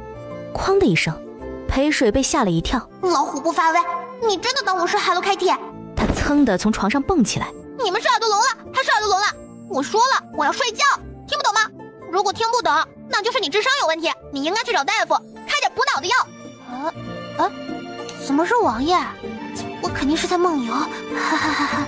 裴水伸出双手，仿佛真的在梦游。他游到床上，不忘给自己盖上被子。梦游？凤九木若不是个傻子，肯定不会相信这少女的鬼话连篇。他走到床边，少女闭着眼睛，她睡觉的样子很乖。凤九木不知为何看到此番景象，会想到那只逃跑的小兽。凤九木快走，凤九木快走，凤九木快走。念了几句，他呼吸一滞。凤九木在摸他的脸，难道凤九木暗恋他？只是苦于平日里不好意思表达，趁着他梦游，情难自禁地露出真实的情感。他就知道他这么优秀，喜欢他的男人肯定多到害。轻易那个混账东西，他早晚叫他家主子好好的收拾他。不知何时，脸上的指腹消失了。裴水觉得奇怪，眼睛眯开一条缝，偷瞄了一圈，凤九木果然是走了。我靠，凤九木是真的有隐疾，我这么个大美人躺在他眼前，也不对我做点什么。次日，他的主人不在了，挺可怜的，我能养他吗？谁说他的主人不在了？他的主人是楚贵妃，他很快就会被送回楚贵妃身边。倒是你有空为这狗子操心，还不如操心一下你自己。我怎么啦？我为什么要操心我自己？你这话什么意思？你伺候王爷伺候的一塌糊涂，鬼点子倒是不少。昨晚嚷嚷着有人轻薄你，是想要把王爷吸引过去，我还真有点佩服你，你成功了。谁要伺候你家王爷？有本事就别叫我去伺候，你还真是凤九木身边的好奴才，想象力真发达，这都能想得出，我应该佩服你才是。我劝你收起那点小心思，王爷不是你这种能攀附的。哎呦，你都这么说了，我要是不做点什么，还真对不起自己。你最好祈祷我攀附不上你家主子，不然的话你就完蛋了。就凭他也想攀上主子，下辈子吧。凤九木下朝回来，裴水格外的殷勤。王爷，让奴婢伺候您换衣吧，奴婢保证会伺候好您。凤九木狐疑的看他，许是那双眼献殷勤的时候非常像某只小兽。他一软，把手中的衣袍交给了他，刚给他，凤九木就后悔了。只见他抖开袍子，随心所欲地往他身上套。套上之后，问题来了，凤九木里衫的衣袖去哪儿了？裴水在他手臂上摸了摸，发现袖子褶在他的上臂。裴水皱眉，把爪子伸进了他的宽袖去掏。怎么反思？这衣服的设计也太不科学了，给我净整些麻烦事儿。凤九木蹙眉，他还没嫌他笨手笨脚，他倒先有怨言了。他小手在他手臂上乱摸，他眉头紧皱，有了不适的感觉。他忽然抽手，把袖中的小手甩了出去。想到裴水刚才的行为，他又想到他如果伺候别的男子，也会像刚才对他那般不知羞耻。裴水毫无准备，被他甩了一下，险些跌倒。又听到他骂他不知羞耻，气得肺都要炸了。裴水气败而笑，想甩门就走，不伺候这难伺候的爷了。他一动脚，眼尖的发现站在门口的青逸，表情紧绷，似乎忍着笑。妈的，那混账在门口看我笑话。王爷，您骂的对，我不知羞耻，我只对您不知羞耻。凤九木一怔，门外不和谐的摔跤声破坏了裴水营造的氛围。那丫头真是疯了，对主子说出那样的话。天，摔不死你！裴水敛了笑，又极快地低下头，仿佛情窦初开，不敢直视男神的少女。奴婢知道，您身份高贵，贤人风华，奴婢对您是痴心妄想，可奴婢就是喜欢你，就是情不自禁的想要触碰您。门外的人又摔了一跤。触碰？那丫头又触碰主子了。王爷为了那只小兽能忍成这样，王爷该不会是对那小兽？接下来的几天，裴水伺候凤九木很顺心，不管他伺候的好不好，凤九木都是那副清冷如仙的表情。即使他把手伸到他衣袖中，他也不会像上次那样蹙着眉甩开他。当然，裴水也学会了察言观色，他不皱眉头的时候，他给他换衣就伸进去多摸两把，他一皱眉头，他立马把手抽出来，不再放肆。两人各怀心思，凤九木在等待一个合适的时机问小兽的事。裴水认为有便宜不占王八蛋，占了凤九木便宜，他在青逸面前也挺直了腰杆。另外最重要的是，他要找到锁魂铃，找到阿守。忽有一天，青逸忽然找到他，说王爷有令，叫他去伺候沐浴。去的途中，青逸很严肃地警告他，要戴冰蚕手套，不该看的不要乱看，不该摸的不准乱摸。裴水切了一声，他想的和青逸想的完全不同，搞得好像他从没摸过凤九木似的。凤九木自己心里不清楚吗？他叫他伺候洗澡，明摆着就是故意的，故意送给他卡油吃豆腐的。裴水心想，凤九木八成是喜欢上他了，不过就是谪仙办久了，他好面子，难以持口。他可不是胡思乱想，这是有迹可循的。他叫他贴身伺候，是一地步，明知他不会伺候人，还叫他伺候他换衣，这么私密的工作，他做寿的时候怎么没看青鸾做过？还有，他还闯进过他房中，摸他的小脸。还有那次，他又不是故意摸他手臂的，他假装不是，甩开了他。那么问题又来了，他如果是真的不喜欢他触碰，为毛他把手伸进去的时候，他没有甩开，而是等了一会儿？明明就是欲擒故纵。不得不说，凤九木把欲擒故纵玩得炉火纯青，他想来个浴池的诱惑是吧？非常好。快要到浴池，裴水斜斜一笑，你刚刚说的那番话，是主子授意的吧？放肆！你敢污蔑穆王？哼，污蔑吗？我等会儿还要玷污凤九木呢。裴水无视一脸震惊的青逸，你可以滚蛋了，别在这碍事儿，你要坏了我的好事儿，凤九木不会饶过你的。那丫头的意思是主子在勾引他。青逸想掐死裴水的心都有了。愣在那做什么？裴水收回目光，他斜斜一笑，既然他邀请他了，那他就不客气了。裴水对凤九木伸出了邪恶的小爪子，手指灵巧地解开腰带，拉开他的外袍，又伸手对付他里面的衣服。你想干什么？王爷不是让奴婢来伺候沐浴吗？不脱衣服，奴婢怎么伺候你沐浴呢？裴水小爪子又对他胸膛伸去。你应该向青鸾学学如何伺候本王沐浴。好的好的，奴婢晓得了，下次奴婢一定会好好的请教青鸾姐姐。说的是下次，可不是这次。凤九木一听这话，就知道某少女在敷衍他，他应该生气的，偏偏对上少女狡快如狐的灵动眸子，他生不起气来。你先出去吧。奴婢出去了，谁伺候王爷啊？叫青鸾过来。凤九木想的只是打发他出去，随口这么一说。再说青鸾伺候从不逾矩，更不会像这少女一样色眯眯地盯着他，那不安分的小爪子不知道会对他做出什么事来。不行，我是你的贴身奴婢，伺候你沐浴是我工作范围之内的事，青鸾不可以来抢我的饭碗。如果你真的嫌弃我，觉得我伺候的没有青鸾伺候的好，那就把我辞退了，我再也不会出现在你的面前。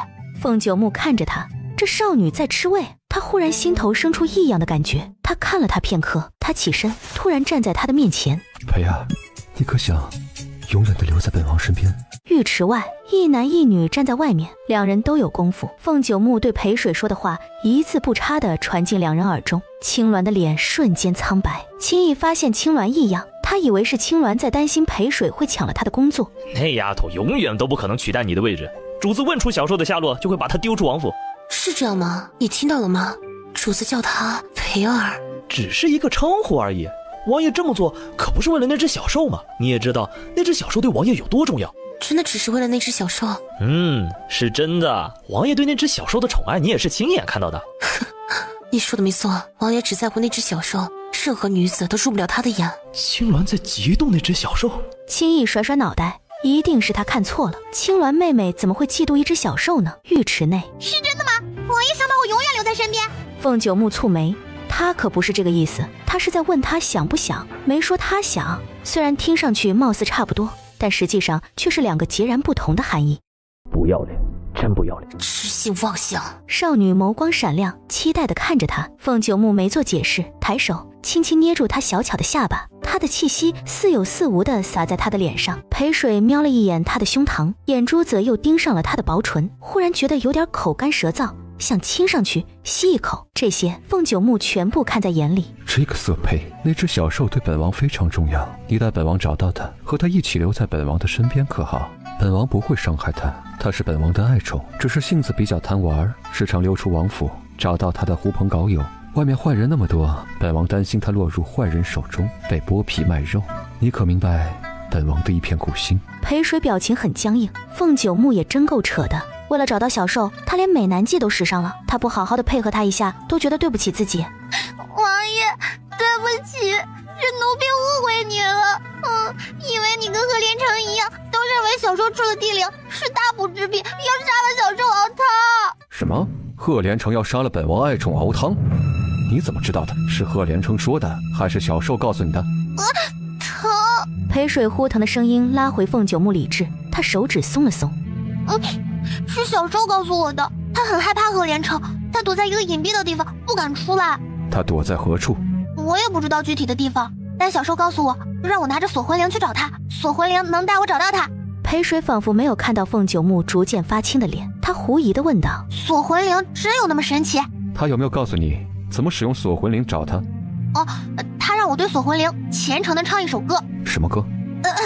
狼烟风沙口，海清将军少饮酒，前方的路不好走。古怪的调调，唱的什么乌七八糟的。凤九木很反感这首歌，一个将军临行战场之前就不该有那么多牵挂，牵挂越多，人越贪生怕死，战斗力就会下降。锁魂铃的秘密他比谁都清楚，据说锁魂铃里有战魂，何为战魂？不就是战神将军的魂铃？小兽知道这首歌八成是那魂铃告诉小兽的，那魂铃出于什么目的？歌中唱得很清楚，满头杨花共白首。裴水没想到他就随便唱了一首歌，凤九木脑补这么多，想得挺美。他决定下令把天林的杨柳全部砍掉，再也开不出杨花来。隔日，这是你要的锁魂铃，让他带我们去找小兽。唱。他拿着锁魂铃吩咐裴水，裴水心里泪奔，他边唱边用意念呼唤阿守。这个蛋还得继续扯下去，可他到哪里弄一只小兽给凤九木？阿守始终没有回应他，裴水快要绝望了。你唱错了啊？唱错了？我哪唱错了？你到底在想什么？哭丧着脸。王爷，你变了，你之前对我那么好，现在就因为小兽，你的眼神变得好可怕，就像要杀了我一样。王爷，你是不是想利用我找小兽，找到之后就一脚踹了我？凤九木略微有些乱了，他太着急找那只小家伙，是把裴水逼得紧了点。凤九木被裴水哭得心烦，他还是好生安慰了他。你说的是真的？会带小兽那样带我？其实裴水心里怕得要死，凤九木早晚会吃了小兽，他不会还吃人肉吧？你把锁魂铃送给了小兽一次，也该送我一次。他不语也不动。你不愿意，还说会对我像带小兽那样，看来都是骗人的。他话刚说完，凤九木就把锁魂铃塞到了他手中。裴儿，本王把锁魂铃放在你这儿，你可别像那只小畜生一样养不熟，背叛本王。哼，背叛吗？自然是相互的，你不背叛我，我就不会背叛你。小水，小水，是阿守。裴水一惊一喜，迫不及待地用意念对阿守说：阿守，快帮我想想办法，我到哪里弄一只小兽给凤九木啊？我也无能为力。我是想提醒你，你快要打回原形了。还有几天？没有几天，你1个时辰内就会被打回原形。我操，有没有搞错啊？带我离开，马上就带我离开！唉，凤九木把我从你身边拿走，他已经猜出了我的存在。如果这个时候我带你瞬移，那么他也不难猜出你的秘密。到时你被凤九木捉住，后果不堪设想。要不坦白从宽？他干脆就对凤九木坦白吧。裴水皱了皱眉，坦白个毛线？他对凤九木坦白过了，他不信他。裴水愁眉不展的时候，青鸾过来了。王爷，长安郡主回来了。裴儿，你在这里等本王。凤九木走了，小水，我现在可以带你离开了。好。阿守催动魂力，施展瞬移之时，忽然被一道突来的强光反弹回去。他闷哼一声，裴水瞬间被白光包围，变成一只萌萌可爱的小兽。令人惊奇的是，他身后有3条雪白蓬松的尾巴。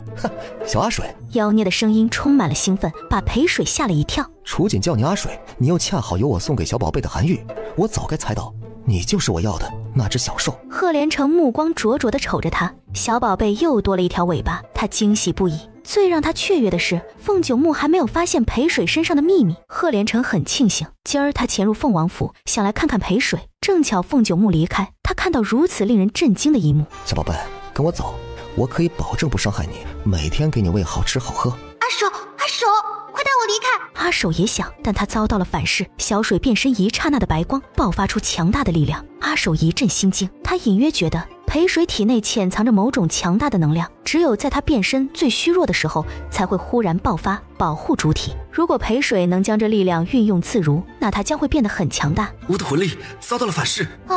贺连成的手悄悄地对他伸过去，快要碰到小兽的一刹，他忽然张嘴给了他一口。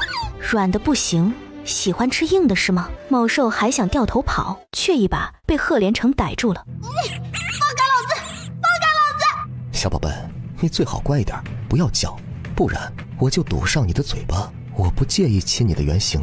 贺连成，好重的口味，他不敢叫了，嘴巴闭得紧紧的。贺连成，我劝你最好放下穆王的爱宠。哼，好大的口气！贺连成身影一动，快如幻影，眨眼的功夫，他到了门外。青翼表情难看，立即追上去，高手过招，速度如风如利器。某兽一头撞在他光滑的胸肌，脑袋像坐滑梯似的倒滑到他的腹部。贺连成刚刚摸他屁股，某兽很郁闷，对着腰部来了一口。妈的，你对兽耍流氓！可恶的小东西！他见他害怕，出于好心，把他放到怀里保护着。他居然咬他的腰，骤然。贺连成感到背后发凉，似乎有什么暗器对着他的背。他踢开青翼，腾然转身，瞳孔急速收缩，一支箭对他破空射来。贺连成旋身，但还是慢了，箭的速度惊人，从他肩膀刺过，带走了一块衣料，也带走了他一块皮。小兽从他怀中滚了出来，贺连成神色微变，不顾受伤的肩膀，伸手去抓某小兽。又一支箭飞射，他快抓到他的修长手指，只能缩回去。贺连成看着出现的凤九木，他转身一跃，消失了。某兽跑到凤九木脚边，他小爪子比划着，仿佛在对他讲述贺连成是怎么残害他的。多亏凤九木出现的及时，救了他。末了，某兽还洒了几滴眼泪。凤九木看他的眸光冷然，他亲眼看到他钻入贺连成的怀里，他还狡辩什么？穆王叔，这只小狐狸好漂亮啊！穆王叔，它是你养的吗？可以送给长安吗？他就是长安郡主。小兽吃惊地张开嘴。郡主小心！凤九木眸光一冷，手指飞快地把小兽抓起来，仿佛怕它会咬长安郡主。啊，穆王叔，你为什么要抢走它呀？你是不舍得把它送给长安吗？郡主误会王爷了，这只小兽会咬人，王府不少下人都被它咬过，就连青翼和奴婢也。感觉到凤九木不悦的眼神，青鸾闭上了嘴。它这么可爱，怎么会咬人呢？那它可有咬过莫王叔？咬。小兽是我们王爷的爱宠，它怎么会咬主子呢？长安一路过来也累了，你们带他去青兰院休息。莫王叔，我不。长安郡主看到凤九木蹙眉，她把泪渍吞了回去。等到把长安郡主送到青兰院，青翼在外面驻足。青鸾，你为什么要那么做？我不知道我当时为什么要那样做。青鸾觉得小兽的眼睛和裴水很像，包括那眼神也和裴水一模一样。他讨厌裴水，连带小受一起讨厌了。栾妹妹，我是怕你触怒主子。你放心，秦姨，这样的蠢事我不会再做了。凤九木把小受抱进书房，书房中没有少女的影子。凤九木眸光更冷。那丫头呢？小受指着自己，似乎在告诉凤九木自己就是裴水。凤九木一怔，不说实话是吗？小受吓了一跳，他指了指门外，跑了，裴水跑掉了。小受缩了缩脑袋，凤九木这个人真的是太可怕了。他说实话，他不信，非逼着他说假话。锁魂铃被凤九木收走了，阿守不能帮他。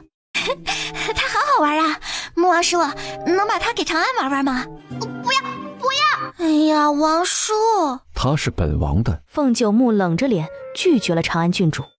长安郡主写了一封信给他的母亲镇国夫人。隔日，镇国夫人就来了凤王府。穆王，你还记得你答应过钟离的话？凤九木蹙眉，想起镇国将军死前最后一句话，他最放心不下的就是长安。他要凤九木答应他，帮他好好的照顾长安。我记得。既然如此，穆王何故为了一只小兽伤了长安的心？怕是镇国夫人对我家王爷有什么误会，那只小兽会咬人，王爷不给长安郡主，是把小兽伤到长安郡主。本夫人在和你主子说话，轮到你一个奴婢插嘴。青鸾，你下去。镇国夫人离开的隔日，一只雪白温顺的小狐狸送到了青兰院。长安郡主见到小狐狸又惊又喜，仔细一瞧，小狐狸只有一条尾巴，它不是凤九木的那只小兽。长安郡主撇撇嘴角，对眼前这只小狐狸失去了兴趣。郡主，好消息，奴婢买到了，郡主今晚就可以和王爷一起去。真的那么有趣？是真的，非常的有趣。昨晚卖名额的一个男子跟奴婢讲了鬼吹灯的一段故事，奴婢听了以后又害怕又想继续听下去，真是太有趣了。很可怕？郡主不用害怕，有穆王在身边保护郡主呢。就算真的有妖魔鬼怪来了，也会被穆王打跑。穆王那么心疼郡主，奴婢都看在眼里呢。哎呀，你这个坏丫头！朝中有事，凤九木一直到下午才回府。他回房便瞧见某只小兽躺在他被子里呼呼大睡。穆王叔，床上的小兽似乎受了惊扰，他动了动。穆王。看到凤九木生冷的黑眸，他吓了一跳。凤九木见他闭嘴，他转身关上房门。小家伙睡得香甜，他不想让任何人的声音吵了他的睡梦。长安郡主站在门口迟迟不动，走出数米的凤九木回头冷声道：过来。长安郡主召回了神，他跟上凤九木的步伐，走了约100米。你找本王有什么事？听说天林出了一部神书，叫做《鬼吹灯》，长安好不容易才叫人弄到2个名额。穆王叔今晚陪长安去讲书堂听鬼吹灯好不好？鬼吹灯？什么鬼书？凤九木想拒绝他，看到长安郡主期待的目光，他又想到死去的镇国将军。就这一次，某兽已经醒了，下次再偷偷摸摸钻到本王的被子里，本王就打断你的腿。某兽对他的话充耳不闻。傍晚，本王和长安出去一趟，你们守好房里的小兽。某兽嗖的一下攀着他的袍子，爬到他怀中。铲屎的，你想去哪里？居然想抛下你的主子，不可能的，永远都不可能的。穆王叔，这小狐狸好有灵性啊，把它也带去听鬼吹灯吧。裴水一怔，凤九木要和长安郡主去讲书堂听鬼吹灯。裴水这下打死都不肯从凤九木怀中下来了。他很想去讲书堂看看唐伯虎，哪怕受态也好。讲书堂除了讲书先生唐伯虎之外，没有一个听众。怎么会一个客人都没有呢？不是说鬼吹灯风靡天灵京都的吗？哎呀，穆王驾到，那些庸俗的人怎么能放进来呢？今晚呢，唐伯虎只为您2人讲鬼吹灯。裴水忽然发现唐伯虎给他一种熟悉的感觉，就好像当初楚景给他的感觉一样。那次皇宫变人，正是唐伯虎这条断尾回归。裴水很好奇，他也很想去问问唐伯虎，他到底哪里感动他了。唐伯虎酝酿好了心情，准备开讲，感觉有一道目光好像一直在看着他。唐伯虎寻找到那道目光，他浑身一怔，强烈的熟悉感扑面而来。唐伯虎几乎脱口而出，却在裴水扭头的那一刻清醒过来，那明明就是一只小狐狸，他怎么会误以为是看到了裴水？是太久没有看到裴水，他太想他了吗？哎呀，你赔什么赔呀？还不快讲故事！我想在讲鬼吹灯之前，告诉2位贵客，创造鬼吹灯的是一个姓裴的姑娘，是她创造了奇迹般精彩的故事，不是在下。她可叫裴水。不要说，木王怎么知道他叫裴水？您见过他？你说你讲你的书好了，你踢我做什么？你没资格问本王你是裴水什么人。我是他唐大哥。从现在开始，你不用讲述了，跟本王去凤王府。多谢木王厚爱，在下不能去凤王府为您效力。小裴说他会回来找在下，在下要留在这里等他。裴水扶额，唐伯虎，你已经无药可救了，让你给凤九木效力，你想多了。今夜，主子有何吩咐？把他的嘴给本王封上，带回王府。木王，你也太不讲理了！我不愿意为你效力，你强迫我也没有用。我不想做的事情，没有人能够逼我。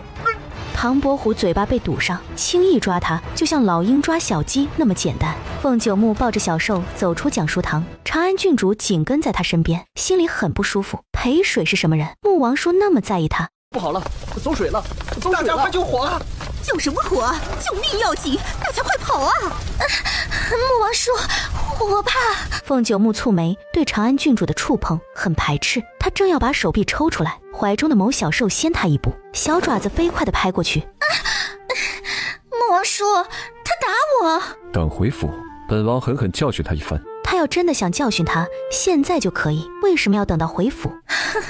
穆王叔也太袒护这小畜生了。主子，火势好像越来越大了，还是赶紧离开这儿吧。轻易封了唐伯虎的穴道，提沙包一样把人提着，倒也省事。今夜你护好郡主。忽然听到凤九木的声音，他猛然抬头，恰巧看到凤九木眸子里的关心。长安郡主对把脑袋搁在凤九木胳膊上的某只小兽不屑地皱了一下鼻子。你得宠又怎么样？你再得宠，也不过是穆王叔养的一只畜生。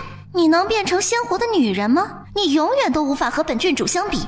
本郡主是要嫁给穆王叔，成为穆王妃的。如此一想，长安郡主心情轻快了很多。一行人刚走到楼下，忽然冒出几个蒙面黑衣人，眼神凶残地看着凤九木。有刺客！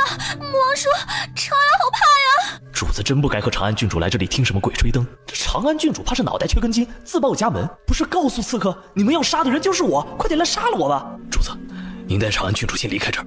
轻易丢下唐伯虎，挡在凤九木身前。长安好怕呀！穆王叔，你快带长安离开这里吧。听到唐伯虎在闷叫，他微微蹙眉，这男人是裴水的表哥，如果死在这里，还怎么引诱那丫头去凤王府？凤九木把小兽塞到轻易怀中。你带长安郡主还有这个讲书的走，这些鼠辈，本王还不放在眼里。主子，轻易被凤九木一个冷冽的眼神吓得不敢说话了。轻易当即就把紧挨着凤九木的长安郡主拉了过来。你这个狗奴才，没看到穆王叔有危险吗？你还不赶紧去保护穆王叔，让穆王叔带本郡主离开呀！你算个什么东西？你有什么资格碰本郡主？你这个狗奴才！长安郡主不要再闹了，你再闹下去对主子更不利。轻易一只手抱着小兽，一只手护着长安郡主，没有空余的手能管唐伯虎。你把小狐狸给本郡主抱。长安郡主没等轻易同意，就伸手把小兽抢了过来。冷兵器碰撞的声音激烈，凤九木已经和黑衣人打起来了。唐伯虎呛了太多浓烟，他咳得很难受。轻易怕他呛死了，把他嘴里的东西扯了出来。轻易给他顺了顺背，待回神，长安郡主抱着小兽不见了。长安郡主抱着某小兽，嘴角勾起一抹阴毒的笑。哼，小畜生，去死吧你！好你个长安郡主！炽热的灼痛感没有预期而至。这是什么情况？裴水忽然想到阿守说的话，有高手对他屁股施了法，难道是这个原因，所以火不侵他？天不绝我！裴水忽然想到他埋的银子，这把火烧下去，别把他以前住的小院烧得面目全非，到时候重建肯定会发现他埋的银子。裴水很顺利地挖出了银子，某兽扛在背上，准备重新找个好地方埋了，再回凤王府吓死长安郡主那丫的。路上，小兽看到两个鬼鬼祟祟的太监，快一点处理了他！哎呦喂，您真是站着说话不腰疼，你来背着试试。忽然，一个白影对着两个太监扑过来。哎呀，这是什么野东西？快帮我把他打走！另一个太监没管麻袋，他来帮忙驱赶小兽，刚伸手来帮忙就被咬了一口，他痛得嗷嗷直叫。小孩子，你先忍耐一下，我去找棍子打死这野畜生。你快一点啊！太监找来的棍子举起来，凶恶地对着小兽。你小心一点，别打到我呀！棍子对小兽砸去，刚才还趴在小海子肩膀的小兽忽然不见了，小海子直接被砸晕。啊！救命啊！我快要死了！他跑得比兔子还快。麻袋动了动，裴水跑过去，用嘴把麻袋的绳子解开，看到里面装着的人是凤羽。楚贵妃真是恶毒，凤羽才这么小，她就容不下她，非要她死。小仙兽，又是你救了我。裴水对解开绳子的凤羽比划着，让他跟他去凤王府，也不知道凤羽能不能懂他在说什么。凤羽似乎看懂了，对他摇了摇头，抬手指着一个方向，那是皇宫所在的方向，他要回皇宫。凤羽脸上没有一丝劫后余生的后怕，他冷静的不像这个年龄的孩子。裴水叹了叹气，这是凤羽的选择，只能靠他自己走下去。祝你好运。某兽转身扛起他的银子，迈着小短腿跑了。某兽忽然想起来，他刚才给凤羽解绳子的时候，好像嗅到凤羽身上有熟悉的味道，难道凤羽是他的断尾之一？某兽兴奋了，他要赶快埋了银子回凤王府，好好的拍凤九木马屁，他得帮凤羽这孩子。长安也没想到小狐狸那么讨厌长安，他不停地踢长安，从长安手中逃走。长安去追的时候，他已经没了影子了。母王，这件事也不能怪我们家郡主，是那只小狐狸自己要跑的，我们家郡主有什么办法吗？他这么一说，凤九木脸色沉得更狠。那只小畜生果然是一点都养不熟，逮到机会他就会离他而去。凤九木此刻觉得那只小畜生像极了一个可恶的少女。穆王说，长安想他那么有灵性，应该认识回来的路的，他会回到穆王叔身边的，除非他不想回来。忽然一团白色出现在长安郡主眼前，他骤然瞪大眼睛，不可思议地看着某只昂首挺胸走来的小狐狸。还知道回来？小兽挥舞着小爪子，嘴里不时发出委屈的声音，仿佛在向凤九木告状。这只畜生怎么就没被火烧死呢？凤九木投过来的一个眼神，足以吓得长安郡主魂飞魄散。既然穆王的宠兽回来了，我们家郡主也被折腾得累了。郡主啊，奴婢伺候您回房休息吧。郡主，郡主，顺心叫了好几声，才叫回长安郡主的魂儿。郡主啊，您累了，奴婢扶您回去休息。长安郡主被顺心扶着离开，至始至终凤九木也没叫他站住。长安郡主疑惑了，那只小畜生不会告状，还是穆王叔有心袒护他？本郡主在穆王叔心中的地位可比那只小畜生高多了。郡主那千金之躯怎么跟一只低贱的畜生做比较？他不配，他只是穆王养的一只玩物，跟养条狗是一样的。对，那畜生就跟狗一样。切！生病了？凤九木眼帘微垂，忽然瞳孔一缩，他雪白的袖白此刻被踩了好几个黑爪印。你到底在外面做了什么，把自己弄这么脏？某兽眼珠子滴溜溜地转了圈，他刨了个土，埋了个银子，裴水肯定不会告诉他。毛茸茸的脑袋一歪，在他怀中装无辜。凤九木卷起雪白的袖子，亲自帮他洗了2桶水，才把他爪子洗干净。你下次再敢给本王刨土，本王剁了你的爪子。他知道他刨土了，他不会发现他藏的银子吧？某兽很方，他的银子就藏在凤王府外面的某棵树下面。凤九木出去沐浴，他踏出房门，想到小兽刚刚的表情，他薄唇掠起一抹浅笑。裴水没有告诉凤九木，长安郡主把他丢进火中，想要烧死他，他要让长安郡主也尝一尝置身火海的美妙感觉。隔天，凤九木对某兽与往日完全不同，他不用狗链子拴他了，而且他能自由地在王府内活动，这是凤九木对他主动回来的奖励。裴水心情倍儿好，他迈着小短腿在府中溜达。突然，一道极快的影子掠过，小兽被那影子卷走。又想咬我？今日谁也救不了你，小阿水，乖乖的跟我走吧。走你妹！跟着我有什么不好的？凤九木能给你的，我通通都能给你；凤九木给不了你的，我也能给你。别再留恋凤九木了，好好的跟着我过。裴水不高兴去猜他的心思，他4只爪子踢他的胸口，挠了挠，好坚硬啊！我穿了铁布衫，你抓不伤我的。我勒个去，铁布衫！贺连成抱着他躲在某个阴暗的墙角，直到现在也没人发现。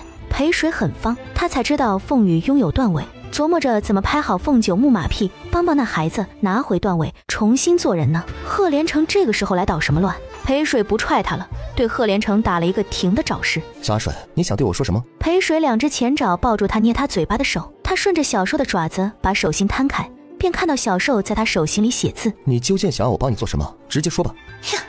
我只有在凤九木这儿才能恢复人形，你现在把我带走，我可能活不过明年的春天。小阿水，你说的是真的？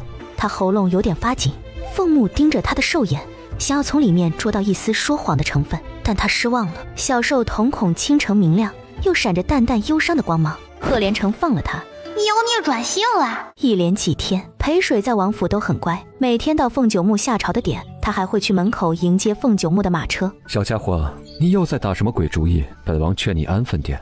他歪着脑袋，摇着3条雪白蓬松的大尾巴，兽眼很无辜地瞅着他。凤九木对上他漆黑的大眼睛，有点恍惚，仿佛透过他的眼睛看到另一个消失好多天的少女。小兽对他比划着，凤九木看了好一会儿，看出来他指的是皇宫。他又对他双爪作揖，好似在求他。你想让本王去皇宫看凤羽？这头色兽在他身边还想着凤羽。凤九木忽然想到裴水，那丫头和这色兽一样都好色，他在凤王府就没少占他的便宜。这下他跑出去了，看到外面稍微有姿色的男子，是不是也会像对他那样对别的男子？想到这儿，凤九木心里一团莫名的火在烧。穆王叔，你敢挡本郡主，滚开啊！长安郡主有什么事找王爷，还请等王爷走出书房。你算什么东西？住手！哼！穆王叔，长安听说皇上已经定下了秋狩的时间，就在这个月举行。长安也想要参加秋狩。不行，秋狩场太危险了。穆王叔，你瞧不起长安吗？长安的父亲可是镇国大将军，虎父无犬女。长安的剑术啊，可是父亲亲自传授的。穆王叔，求求你了嘛，你就看在父亲的面子上，就答应了长安好不好？你只能在内守场，不能去外守场。这是怎么了？凤羽他欺负我，穆妃。怎么会？他哪有胆子欺负你啊？凤西西咬了咬唇，撸起袖子，雪白的小手臂青了一大块。这是凤羽干的？是啊，穆妃，他推我摔得好痛好痛。他怎么敢？楚贵妃怒火攻心，腹部忽然传来一阵不适。贵妃娘娘，您怎么了？传太医，快传太医呀！楚贵妃深吸了一口气，腹部不适来得快，去得也快。你们这些狗奴才，怎么保护三公主的？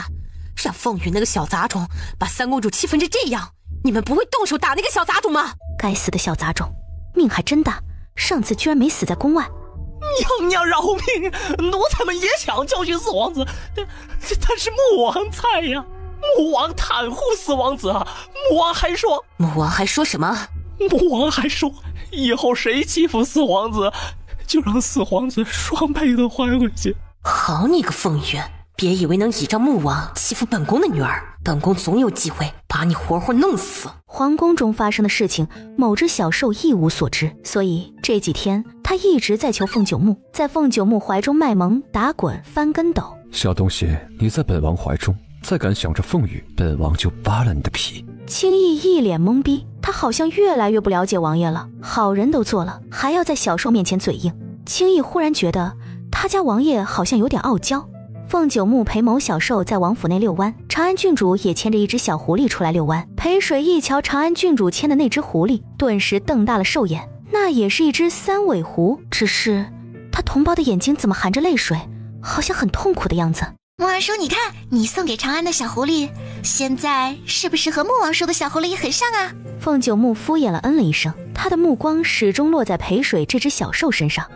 为了让它变成3条尾巴，我特意花了重金请神医给它接上的呢。神医说了，再过几天它的尾巴就能扬起来了。接尾巴？裴水很吃惊，那岂不是要砍断2只狐狸的尾巴，再把这只小狐狸后面切掉2块皮肉，用针一点一点的缝上？裴水浑身打了一个哆嗦，这个长安郡主怎么那么残忍恶毒？穆王叔，你说长安是不是很聪明呀？裴水猛地对长安郡主扑去，郡主小心！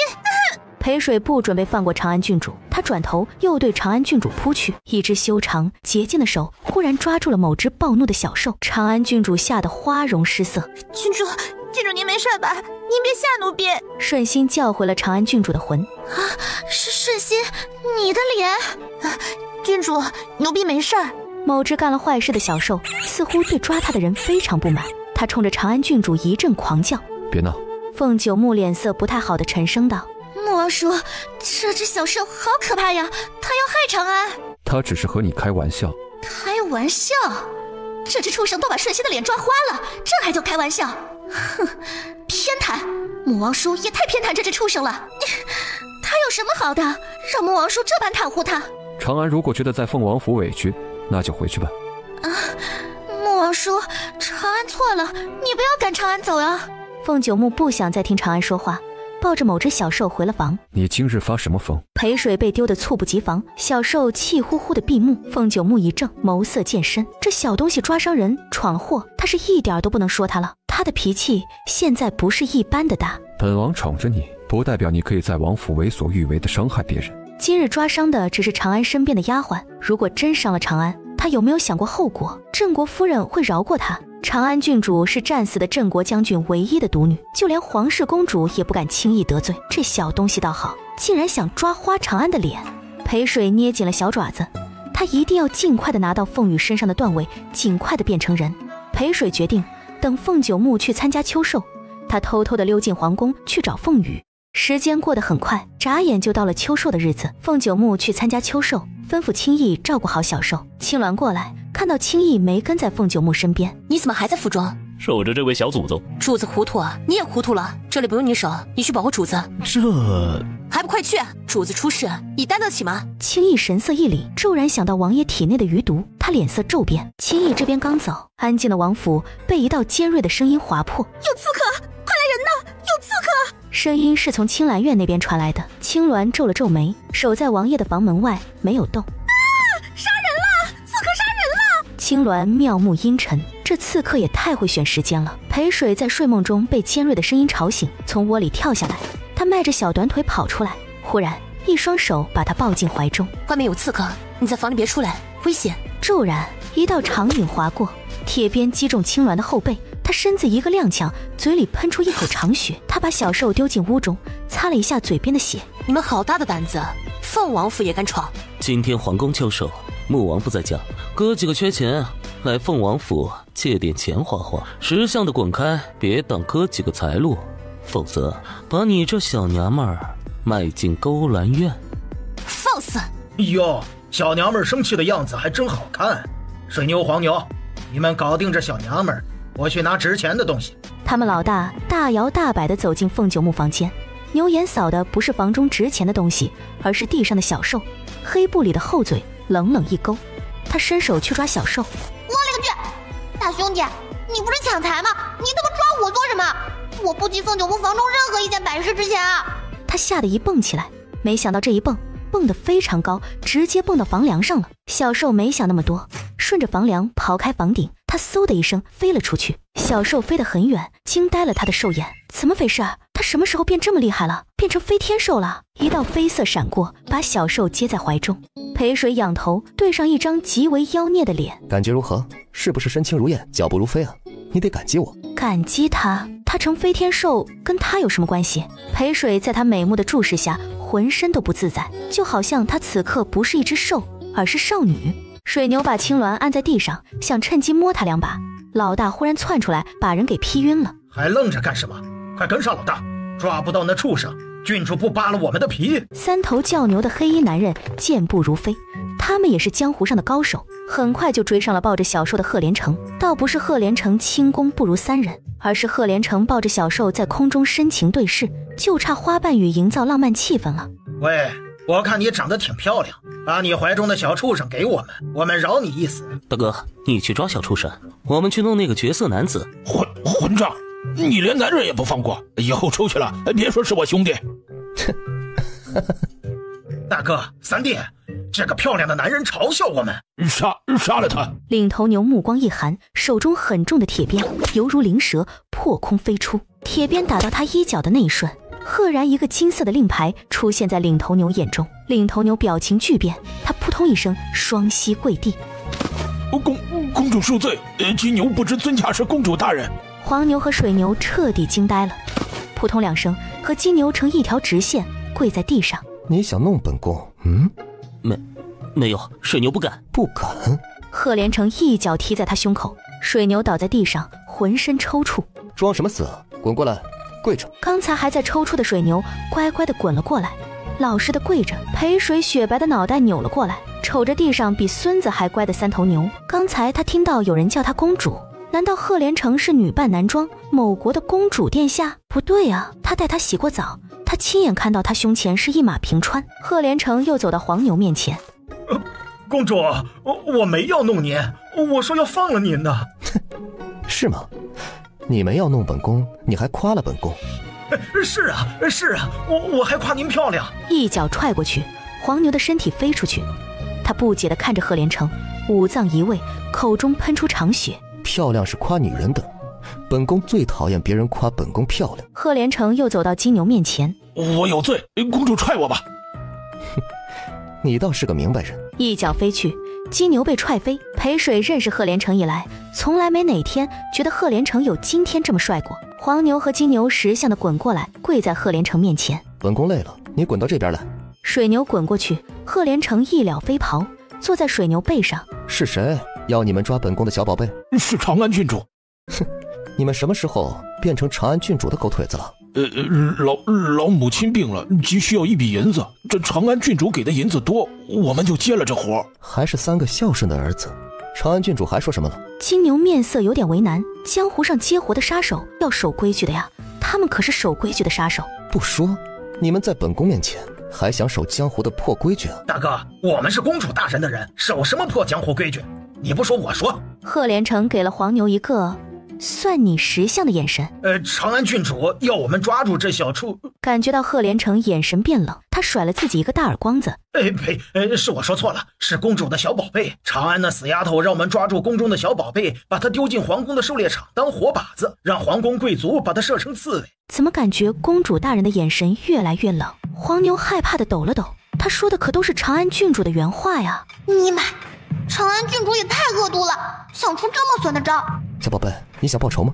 你想报仇，我可以帮你。看到某兽对他摇头，妖孽的脸一沉，什么意思啊？受了这么大的委屈，也不要他帮忙是吧？某妖孽有种好心被当作驴肝肺的感觉。某兽指了指跪在地上的3头牛，又指了指自己。见某妖孽一脸阴翳，一脸懵逼，他拨开他手心，爪子写下几个字：我要他们。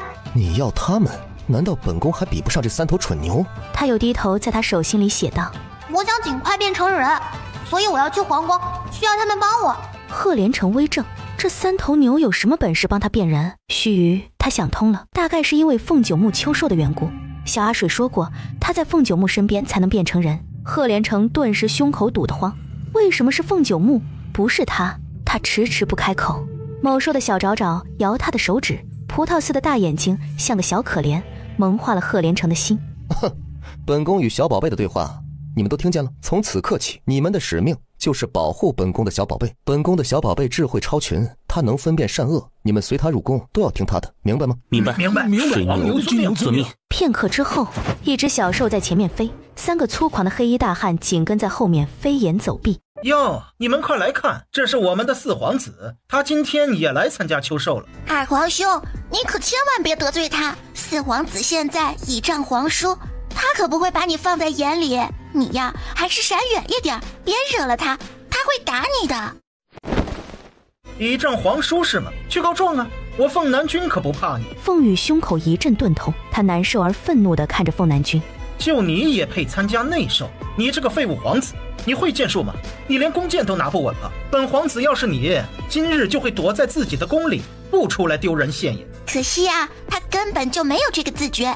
他觉得倚仗皇叔，兴许会爬上太子的位置呢。就凭你也想当太子？忽然，一个白影闪来，扑向凤南君。哎呦，二皇子，小心腿！凤南君瞳孔骤然一缩，吓得缩回脚，惊慌地连退了好几步。看到那只凶悍的小兽折回凤羽身边，凤南君的表情有点古怪，侧脸有温热的血珠滑落。把本皇子的弓箭拿过来。剑破弓而出，刺破了冰冷的空气。凤羽瞳孔一缩，伸手扑抱住小兽，在地上滚了几拳。凤羽，你给我放开这只小狐狸，本皇子要射穿他的心脏。凤南君看到凤羽环臂，把小兽严实地保护在怀中。凤羽，你听不懂本皇子说的话是吗？本皇子叫你放开他。哎呀，二皇兄，还是算了吧。凤羽那么护着这只小狐狸，万一你射伤了凤羽，你可就惨啦。凤羽，是你不知死活，那就怨不得我了。剑嗖的一声对准凤羽和小狐狸射去，裴水兽眼一惊，挣脱凤羽的怀抱，眼瞧这支箭就要射在凤羽身上，他猛地跳起来，一爪子拍过去。惊人的一幕出现了，剑被小兽拍飞了，暗处准备出手的黄牛和金牛骤然目瞪口呆。大哥，你快掐我一下，我是不是眼瞎了？那只小兽居然把剑给拍飞了。是的，我可能也瞎了。我看到了。可惜他不是人，如果他是人，我要拜他为师。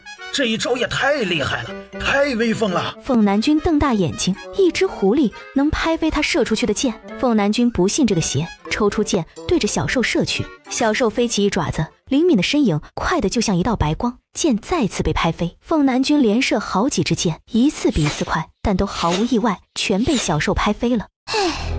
二皇兄的箭术也不怎么样嘛，连只小狐狸都射不中。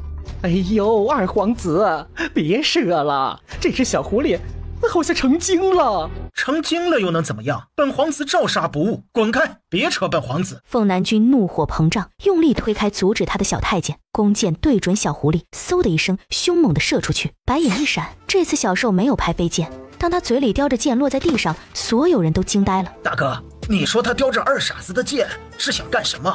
在黄牛眼中，二皇子已经成了二傻子，连他都看出来二皇子被三公主利用了。这二皇子居然一点都察觉不到，还蠢兮兮的被人当枪使。大概是想反击吧。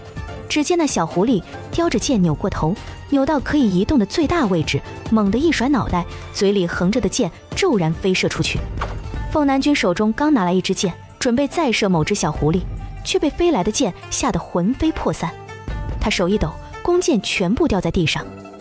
他脑中一片空白，身体本能的反应是跑，但转身太急促，脚踩在弓箭上，被弓筋一绊，甩了个狗吃屎。这不是最惨的，最惨的是他摔倒的一刹那，身后的箭却无情地射在他屁股上，正中他的菊花。小太监吓得魂飞魄散，他跪到凤南君面前，伸手扶凤南君。滚！别碰本皇子，本皇子后庭好疼，好疼啊！二皇子，您忍一忍，奴才这就去找太医过来。凤南君趴在地上痛苦死了，没有人敢碰他。有些大臣之子怕惹祸上身，悄悄地离开了。凤西西也悄悄地跑了。那只小兽太可怕了。孔太医背着药箱急冲冲地赶来，凤南君还趴在地上痛苦地呻吟。等他想到那只害他的小兽，凤羽已经抱着小兽跑了。凤羽把小兽抱到他的雨宫。大哥，那小子把小兽抱进他屋子里了，怎么办？不怎么办？小兽是个有主意的，用不着你操心。裴水在凤羽的怀中仰起头，便对上凤羽温柔的眼神。他对他挥舞着小爪子，但秋寿不太好表达，他干脆从他怀中跳了出来。瞧他房中没有别人，他爪子沾了茶壶中的水，在案几上写下一行字。小兽写完，凤羽呆若木鸡。这孩子该不会是看我会写字吓傻了吧？凤羽震惊中回了魂，嘴唇微动，他努力了好一会儿，喉咙溢出一个破音。裴水歪着脑袋，他惊喜了一下，这惊喜维持的时间很短。凤羽沮丧地低下了头，一只温暖的小爪子放在他紧捏成拳的手背上，爪子又沾了水，在案几上写道：你想说什么可以像我一样写下来。凤羽释然，一行漂亮的字形成。小仙手，我可以这样叫你吗？裴水点头，随便了，你高兴就好。凤羽嘴角掠起一抹愉悦的浅笑，他又伸手沾水。秋寿场很危险的，你为什么要到那种地方去？有人想要害我，所以我送上门来了。凤羽的心骤然一紧。是谁？大哥，凤羽和那只小狐狸在案几上写的什么悄悄话？我也很想知道。哎呀，小狐狸会写字？你说话的声音小一点，别大声嚷嚷。你要嚷嚷的得罪了那只小狐狸，小心他用箭射你的后庭。二哥，你开什么玩笑？他会射箭？不仅会射箭，射后庭还挺准。大哥，二哥是骗我的，对吧？不对，他没有骗你，他说的是真的，我也看到了。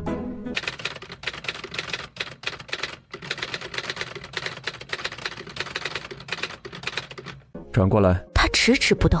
转过来。嗨，好久不见，王爷，您还好吗？确实好久不见。他咬牙切齿道。他派人找遍了整个天灵京城，未曾发现他的行踪。他几乎以为他消失在这个世上，却不曾想他忽然出现在他面前。王爷有啥想要对我说的？不妨等我上岸，暖了身子，找个好地方，咱们促膝长谈。这个天真是太冷了，我快要被冻死了。王爷，请你转过身去，让我上岸穿个衣服先。凤九木想叫他在水中冷死算了，上什么岸，冻死了省心。看他小脸冻得发白，在水中抖得像个筛子。凤九木皱眉，从马背上一跃而下，看到他很君子地转过身去。裴水扑着水花爬上岸去捡地上的寿衣时，悲催了，手被冻僵了。裴水发僵的手指伸到地上勾寿衣，努力了几次，手跟他作对似的，就是不听他使唤，时不时的还瞄一眼背对着他的凤九木。不得不说，凤九木君子风可比贺连成那妖孽好太多了。那妖孽就是个不要脸的。好了没？没有，你再等一下，就快好了。哎呀，再见了你嘞！娇小的身影一闪，小脚生风，跑得超级快。凤九木耳朵一动，面色阴沉地转过身，瞧见那少女飞奔的小身影，他黑眸闪着冷光，提气追去。疼，轻点！我错了。本王看你是一点都不觉得自己有错，本王警告你，再敢跑，本王不敢保证再抓到你会不会打断你的双腿。凤九木放完狠话，心情就有点烦躁，目光往下一扫，凤九木猛地一怔，他忽然松开他的肩膀，转身捂住鼻子。王爷，你咋了？王爷，你流鼻血了！凤九木垂着眼帘，好似不敢看他。王爷，你的脸怎么这么红啊？你发热了？本王没事儿，倒是你穿成这样，成何体统？是马蹄声，伴随着两个男子说话的声音，他们在追猎物。我又不想穿成这样，不是没衣服穿吗？谁有衣服还尼玛穿得像个野人啊！忽然他被凤九木抓住手臂，身体就被扯得摔进他怀中。裴水顿时火冒三丈，想骂他有病。抬头的一瞬，他正好低下头，薄唇轻擦过他的唇。他惊得瞪大眼睛，他怔住了。在那边，快追！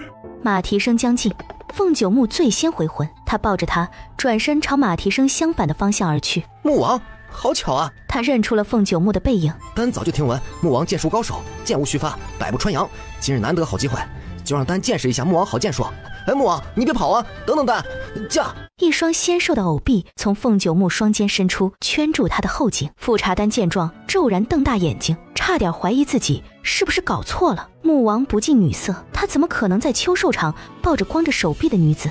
一个毛茸茸的小脑袋从凤九木右肩探出，小美人肌肤像雪似的白皙，五官精致绝伦，忽然对他露齿一笑，可爱的要命。富察丹心魂一阵荡漾，脑子里全是小美人美妙的笑容。凤九木和不近女色那件事全被他抛之脑后。小生富察丹，敢问姑娘芳名啊？凤九木谪仙的脸忽然一冷。你别关心我叫什么名字，你还是关心一下你自己吧。姑娘何意啊？马一头撞在了树上，把懵逼的富察丹送飞百里之外。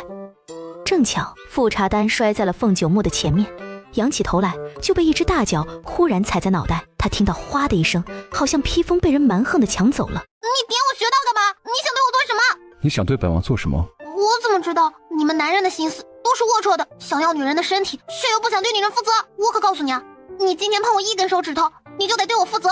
我是不会给人当小妾的，而且你娶了我以后，你也不能有小妾，你只能是我一个人的。凤九木忽然伸手在他脸上捏了一下。你干什么掐我？本王看你的脸皮有多厚。怎么样？这就是我的本性，我就容不了别人跟我分享一个丈夫，何况是你这么优秀尊贵的男人。等我做了穆王妃，我就可以在天里横着走了。那些得罪过我的人，我要把他们全都抓起来，男的打死，女的卖到青楼。闭嘴！你这种下作的女人，本王多看一眼都觉得恶心。他拂袖而走。穆王，你别走啊！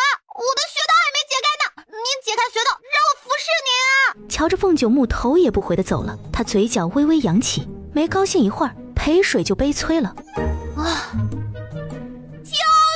啊！老天赐个人来救救我吧！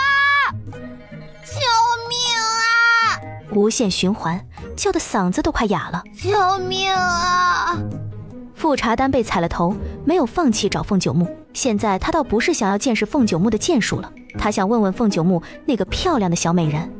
救命啊！富察丹好像听到有人在叫救命，他跟着声音找过去，发现一个山洞，走近一看，富察丹看到裴水，他整个人就像欢悦的花孔雀。姑娘，是你？是我，富察好人，你快帮我把穴道解了。轻易看到主子独自一人，脸色阴沉的回来。他想主子应该是没抓住裴水，但主子骑上马狩猎的时候箭射歪了几只，惊瞎了轻易的双眼。主子这是怎么了？没抓到裴水也不至于这样啊。凤九木忽然调转马头，甩了马一鞭子，疯狂的驾马去山洞。主子，等等我。轻易疯狂地去追凤九木风驰电掣般的背影。到了山洞，马蹄未停，凤九木就从马背上一跃而下，急促的步伐走进山洞，瞧着空无一物，哪还有少女的影子？主子，您别气，小裴那丫头惯会骗人，就像只小狐狸一样的狡猾。惯会骗人，不错，她惯会骗本王。莫非王爷真的看上那丫头了？主子莫气，为那种小骗子气坏了身子，不值当。再说善恶终有报，他会有报应的。属下看这狩猎场就是他最好的报应，说不定他会被当成猎物，让人给射杀了。即使不被射杀，他一介女流之辈闯入狩猎场，被人抓住，他也会被剥掉一层皮，给送到军营去冲呢。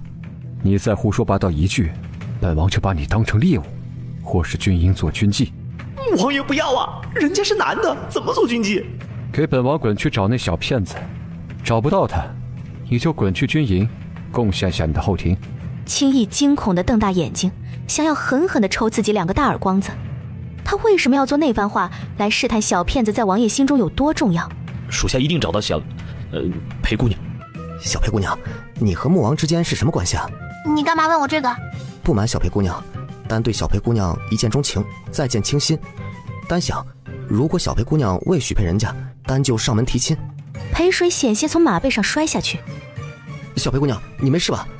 要不还是坐到前面来吧，单双臂可以护着小裴姑娘。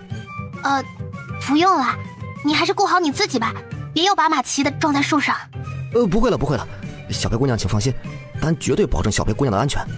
对了，小裴姑娘，你还没告诉单，你和穆王的关系，你有没有婚配啊？裴水心想，如果告诉这个男人实话，不要被他烦死，能不能脱身还不一定了。他从被凤九木抓住逮到山洞，到现在已经耽搁了很长的时间。凤羽那孩子还在原处等着，他要赶紧去带凤羽离开这儿。裴水眼睛流转道：其实我是见不得人的。小裴姑娘这话是什么意思啊？就是字面上的意思。富察公子还是不要问得太详细的好，被穆王知道，他肯定又要大发雷霆了。还有婚配的事情，你千万不要在穆王面前提半个字。你是穆王外室？富察公子误会了，我不是穆王的外室，我是穆王外室养的女儿。穆王一直都不待见我，也不准我在外面叫他爹爹。我这种见不得人的身份，爹爹又怎么会把我嫁给你？穆王年庚20出头，小裴姑娘看似14、15芳龄，穆王不到10岁就有了小裴姑娘。我看起来很老吗？我哪有14、15？我今年才11岁。富察丹啊了一声，你不信我就罢了，反正我是个苦命的，连穆王都不认我，都觉得我的出生是丢了他的颜面，何况你这个外人。你之前说的话，我就当你从来没有说过。你把我放在这儿吧，我可以自己离开。裴儿，我不介意你是穆王外室的女儿，富察家族也不讲究门当户对，只要彼此看对眼就行。我中意你，不管多难，我都会让穆王把你许配给我，相信我。你是认真的？我是认真的。那好，你不怕被穆王打的话，你就去他府上提亲吧。不怕，单是男子汉，岳父大人怎么为难单，单也不会退缩的。裴儿，你等着我。富察丹拽下腰间的铜铃羽，塞进裴水手里。他不要，他非要硬塞。这个你拿着，我送你的定情信物。如果任何人与你为难，你就把它拿出来，狠狠地教训为难你的人。你还真打算去凤府提亲啊？连岳父大人都叫上了。凤九木若知道忽然冒出来一个女婿，不知道会是什么表情。我不要，你拿回去。没有人与我为难，谁与我为难，我自会出手。用不着这东西，拿回去，拿回去。富察丹坚持，裴水不由分说，塞进他怀。我们相识不过1个小时，彼此都不了解，你光看表面就觉得钟情我要娶我，未免也太草率了。我爹当初就是对我娘一见钟情，如今他们彼此恩爱，幸福美满。裴儿，你是怕我对你不会从一而终，你可放心，这点我随我爹。富察公子，你也太心急了，我还是未成年，你至少等我成年了，你再来跟我讲这个吧。未成年？就是及笄的意思。那先去凤府定亲，等你及笄了，我再迎娶你过门。穆王不会同意的，我真心劝你死了这条心。凤九木恨死他了，富察丹去了也是被打出去的多，何况凤九木把他当成了攀附权贵的势利女人。富察丹要是去，指不定凤九木更嫌他恶心。这样也好，他于凤九木而言是帝灵，是个宠物。若真有一天凤九木知道了，又会怎样对他？裴水身子打了个冷战，不敢去想凤九木会怎么对他，只怕结果是他承受不起的。裴儿，你在想什么啊？你听到我说的话了吗？裴水皱眉，忽然从马背上跳下去。我还有事，再见。裴水讲完，娇小的身影消失在了富察丹眼前。富察丹久久不能回神，脑海中裴水的倩影不停地飘来飘去。我完了，我忘不掉他。嘿嘿，还好，他跳下去的时候，我把铜铃羽塞在披风的内袋里。裴儿，你是我认定的人，别想我放弃。抱歉，出了点意外，我来晚了。你真的是小仙兽？你这孩子疑心病也太重了，我骗你有什么好处？裴水不怎么喘气了，他目光落在他受伤的腿。你自己上的药？以前在宫中的时候见过宫女偷种这种荠荠草来止血，我看到地上有就摘了一些。你很聪明啊，来，我送你回宫。你怎么穿成这样？我也不想啊，可没别的衣服穿啊。他都不好意思告诉凤羽，他变身的时候是光着的，幸亏他身上的寿衣给他拿去当遮羞布了。我把我的衣服给你。裴水也就不和他客气了。富察丹什么时候又把这个塞给我了？富察丹？这是富察丹给你的？他说给我的定情信物，改天我还给他。定情信物？难道你们已经认识到定情的地步了吗？哪能啊！我和富察丹才认识不过1个时辰，他超方式的就把这玩意儿塞给我，说什么对我一见钟情，想要娶我。才1个小时不到，他就想娶你？没事的，我把这玩意儿还给他就没事了。你腿上有伤，我背你回去吧。那个我可以走。哎呀，你一走，腿上的伤肯定又要流血，还是我背你吧。裴水不由分说，主动把他背在身上。那不是四皇子凤羽吗？背着四皇子的少年郎是谁啊？四皇子怎么受伤了？裴水把凤羽放在了地上。是谁想要害死四皇子，把四皇子缝在虎头兽衣里的？小仙兽，别说了，他们手中有剑，等我们离开这里再说吧。别怕，他们有剑，现在也不敢对我们射杀，那是伤害皇子的死罪。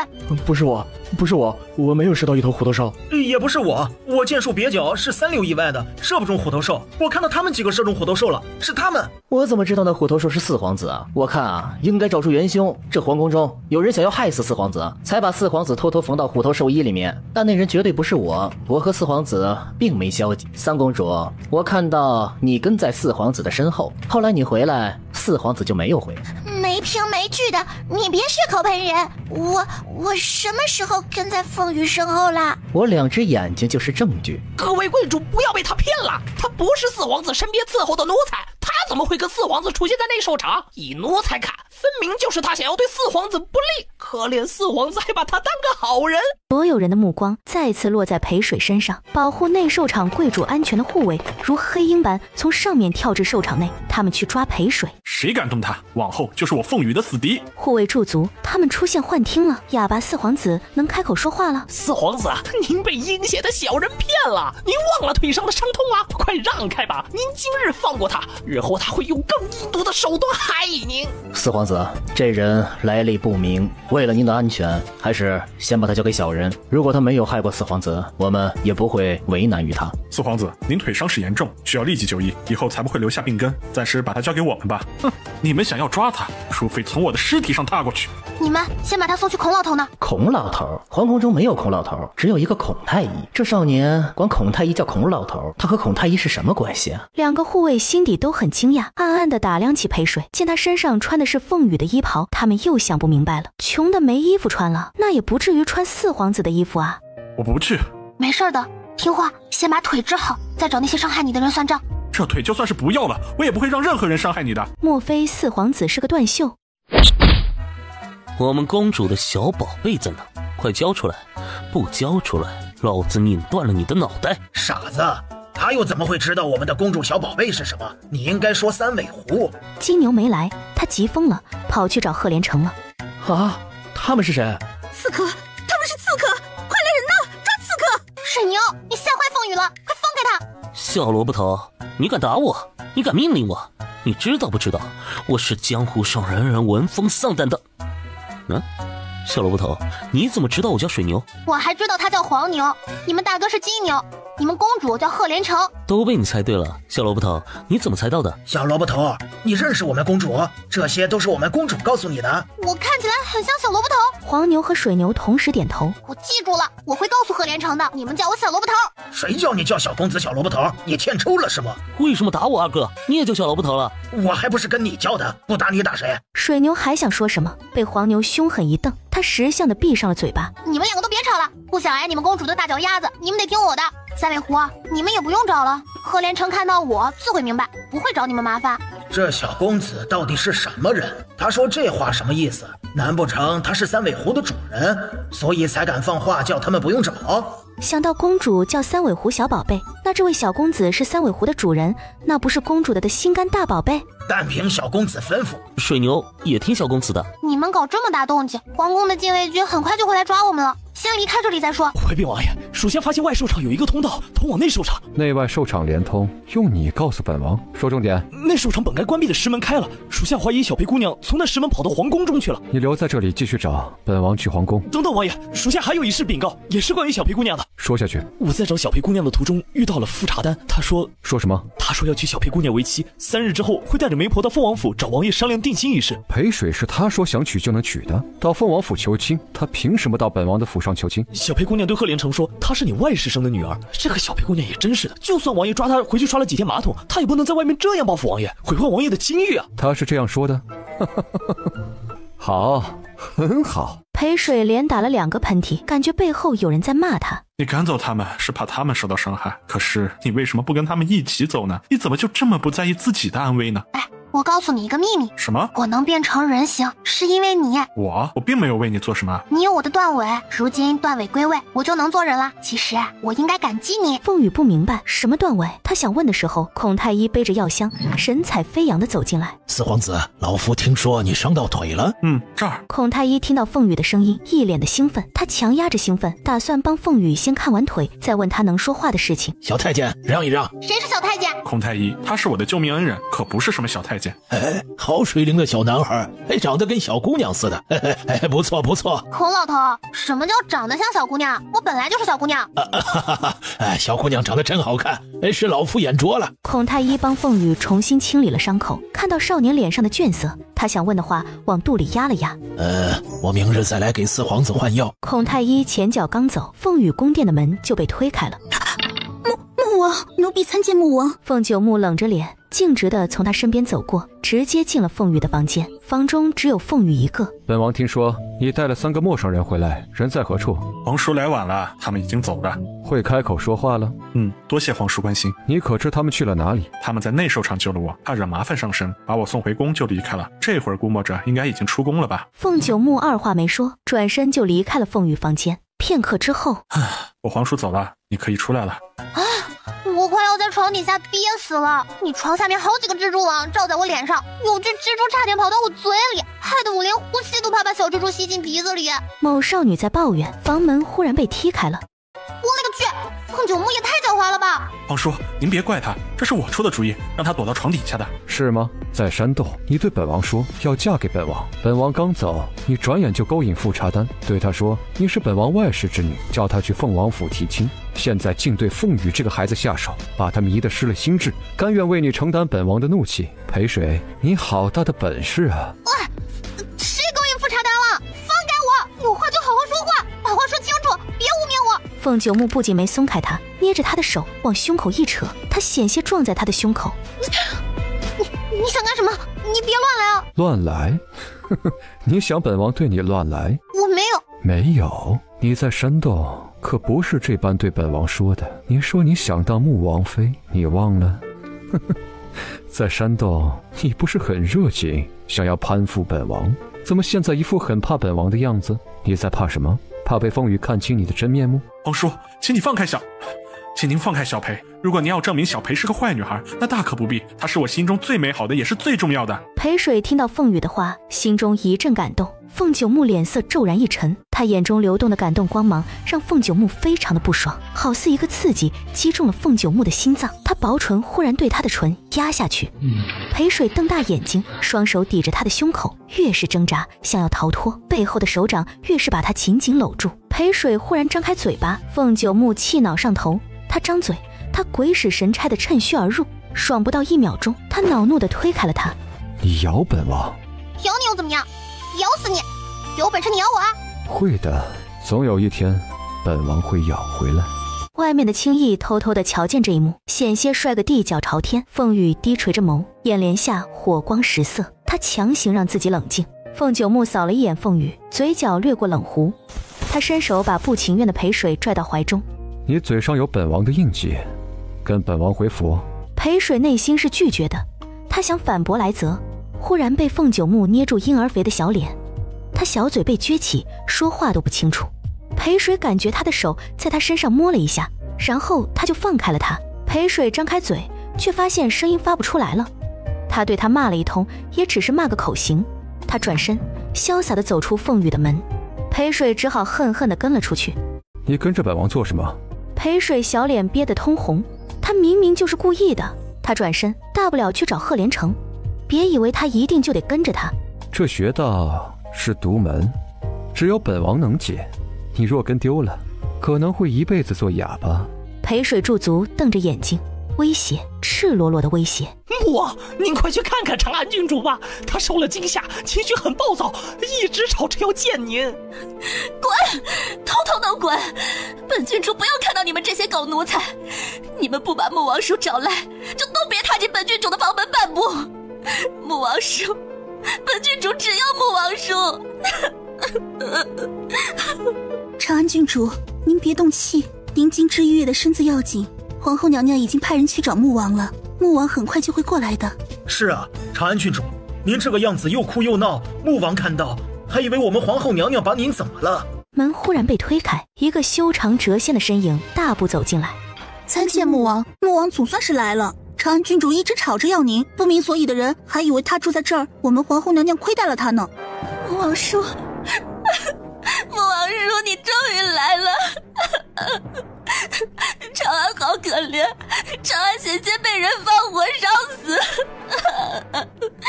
凤九木走到床边，长安郡主忽然伸手抱住他的腰肢，伏在他怀中哭。裴水瞧见，眼皮子一跳，想过去把长安郡主从凤九木怀中推出去。他忍住了，如果他真这么做，不是叫凤九木笑话，他还真以为他想要攀龙附凤，当他的穆王妃。裴水摸了摸鼻子，心里感觉怪怪的，那种怪异来自一个叫不爽的情绪。放开！不要，长安不想放开，只有这样紧紧地抱着穆王叔，长安才会感觉到心安。穆王叔，您就让长安多抱一会儿吧。长安郡主话没说完，凤九木就忍不住推开他，捂着胸口，难受地在床边干呕。裴水傻了眼，凤九木这是什么毛病，洁癖到这种地步了？他亲他的时候不见这个样子啊。穆王叔，你怎么了？脸色怎么这么难看？你是不是有哪里不舒服呀？没颜色的狗奴才，没看到穆王如此难受吗？快去请太医啊！奴婢这就去。不用请太医，本王没事。穆王叔，你真的没事吗？穆王叔，长安差点在皇宫被人放火烧死，你要为长安做主呀！找到那个放火之人，把他千刀万剐，让他那么毒，想要害死长安。参见皇后娘娘。凤九木转身，离长安郡主床稍远了些，给皇后行礼。穆王不必多礼。皇后眼中闪过奇怪，她进宫这么久，穆王见到她从来都没行过礼，这是皇上的特赦，今儿发生了什么？皇后猜不到凤九木的心思，只有凤九木自己知道。她想离长安郡主远一点，她的味道残留在她的衣服上，凤九木恶心极了，想要立即沐浴，丢掉这身衣服才好。长安郡主在皇宫中发生的事，想必穆王也听说了，是本宫的失职，让长安郡主在皇宫中遇此劫难。本宫也在派人竭尽全力的查，但找不到丝毫证据能证明有人害长安郡主。依本郡主看，是皇后有意想要包庇害本郡主的人，才会用天灾来敷衍。如果不是有人处心积虑想要害本郡主，那些守夜的人到哪里去了？都死了吗？守夜的人，本宫也抓起来严刑拷问了一番，他们说什么都不知道。穆王叔，你看呢？就是有人要害本郡主，所以他们才会什么都不说。如果长安郡主信不过本宫，那本宫就把守夜的人交给穆王处置。也许守夜的人真的什么都不知道，就是杀了他们也没什么用啊。退一万步说，你长安郡主不是没事吗？即使你有事儿，那也是你自己惹来的麻烦，关守夜的什么事儿？难道守夜的该死？说完话，裴水一怔，他不是被凤九木封了哑穴，怎么能开口说话了？狗奴才，你敢这样对本郡主说话？张嘴！皇后皱眉，这样胆大包天的奴才，她还是第一次见，对身边的太监使了一个眼色。这里有轮到你说话的份儿，找死！裴水一闪，躲在凤九木背后。我说句话怎么了？你们说不过就要动手打人，什么毛病？还有狗奴才骂谁呢？我既没卖身给你长安郡主，也不是你长安郡主府上的奴，狗奴才凭什么骂我？穆王叔是何等的尊贵，这个狗奴才居然躲在穆王叔的身后，那脏手竟然放在穆王叔的背上。穆王叔的背是你一个狗奴才能碰的，狗奴才就是骂你。你们还愣着做什么？没看到他都骑到本郡主头上来了吗？给本郡主狠狠地打他，把他的嘴打烂！放肆！你还敢躲在穆王身后？给咱俩滚出来！长安郡主，你这话说的不对，我明明就站在穆王的背后，怎么就骑到你头上去了？你脑袋那么点大，怪我骑吗？我躲在穆王身后，穆王都没有意见，你有意见？你算老几啊？官位比穆王还大？哇，奴才绝不是他说的那样，奴才只是想把他从你身后逼出来。没眼力的东西！穆王带来的人，轮到你动手，跪下去！皇后娘娘，是您让奴才动手的，现在怎么都怪起奴才来了？穆王叔，他欺负我！长安郡主啊，你是不是有健忘症啊？刚才是你凶神恶煞的要掌我嘴巴，还要把我嘴巴打烂，你那么凶的欺负我，我都没说什么，怎么你恶人先告状，变成我欺负你了？长安郡主被气到吐血，所有的人都被吓了一跳。快去请太医！凤九木沉着脸，转头看着裴水。你少说两句。这也袒护得太明显了，皇后和所有人都惊呆了。长安郡主被气吐血，这要是换做别的奴才，早死了18次了。不等太医过来，长安郡主又瞪着眼睛，连喷了几口鲜血，昏死过去。凤九木拧着眉，非常担心。直到孔太医来了以后，说人可以救回来，凤九木眉心这才舒展开。他怎么被气得这么狠？以后肯定是要落下病根了。凤九木见裴水被他说了一句之后，就一直老老实实，没有再吭声半句。他应该是知道自己错了，再思过。长安性子一贯暴躁，沉不住气。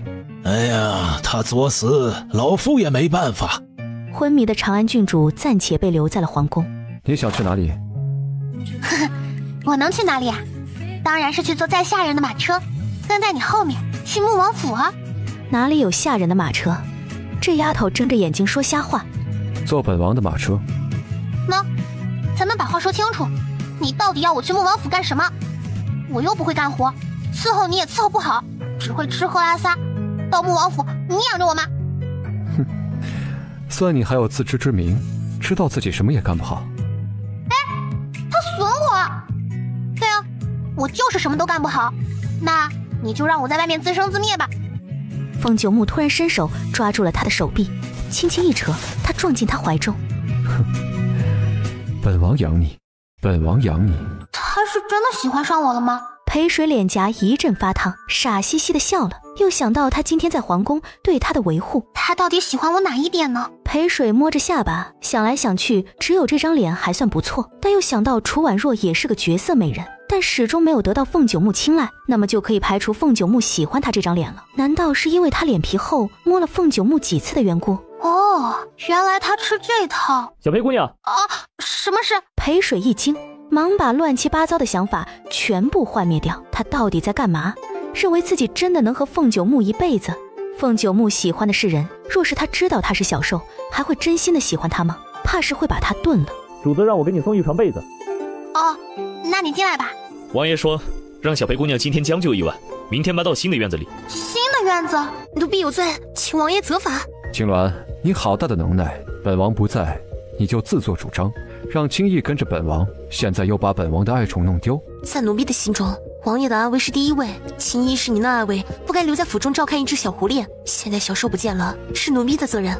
王爷要怪奴婢，打骂奴婢，奴婢全部都认。哼，这么说，还是本王错怪你了？你是因为关心本王，才擅作主张？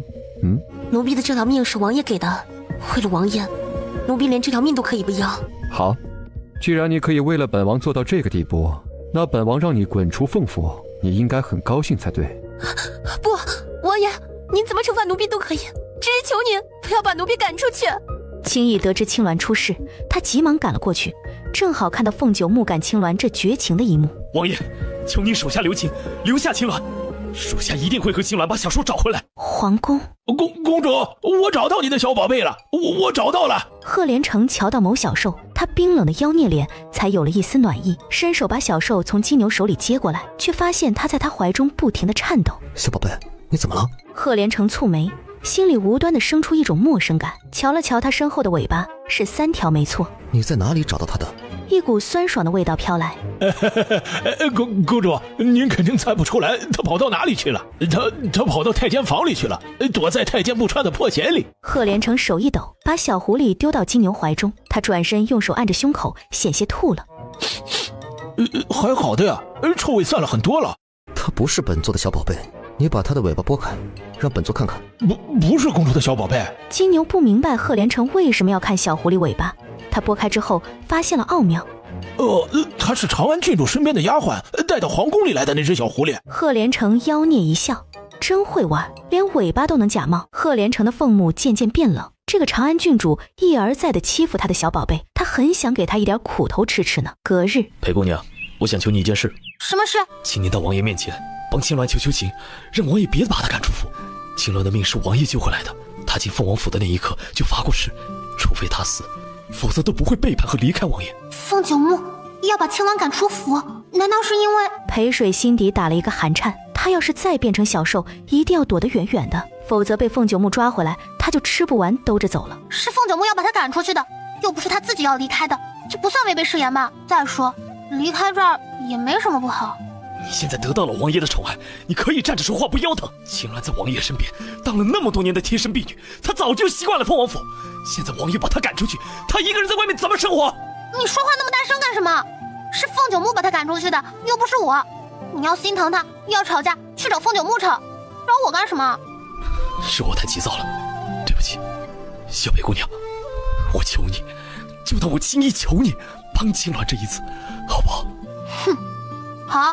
真的，但你记住，你欠我一次。这是我欠你的，如果你有用得到我的地方，只要我能办到，我死不辞。大约1个多时辰后，凤九木下朝，他刚走进书房，准备换下朝服，就看到裴水拎着一个茶壶，在他案桌上的茶杯里倒茶。你回来啦，请用茶。他接过茶杯，抿了一小口，毫无口感可言。还不错。王爷，你过来一点，我帮你换衣服。你不用做这些，叫下人做就可以。那怎么行？我可不想别的女人摸你的身体。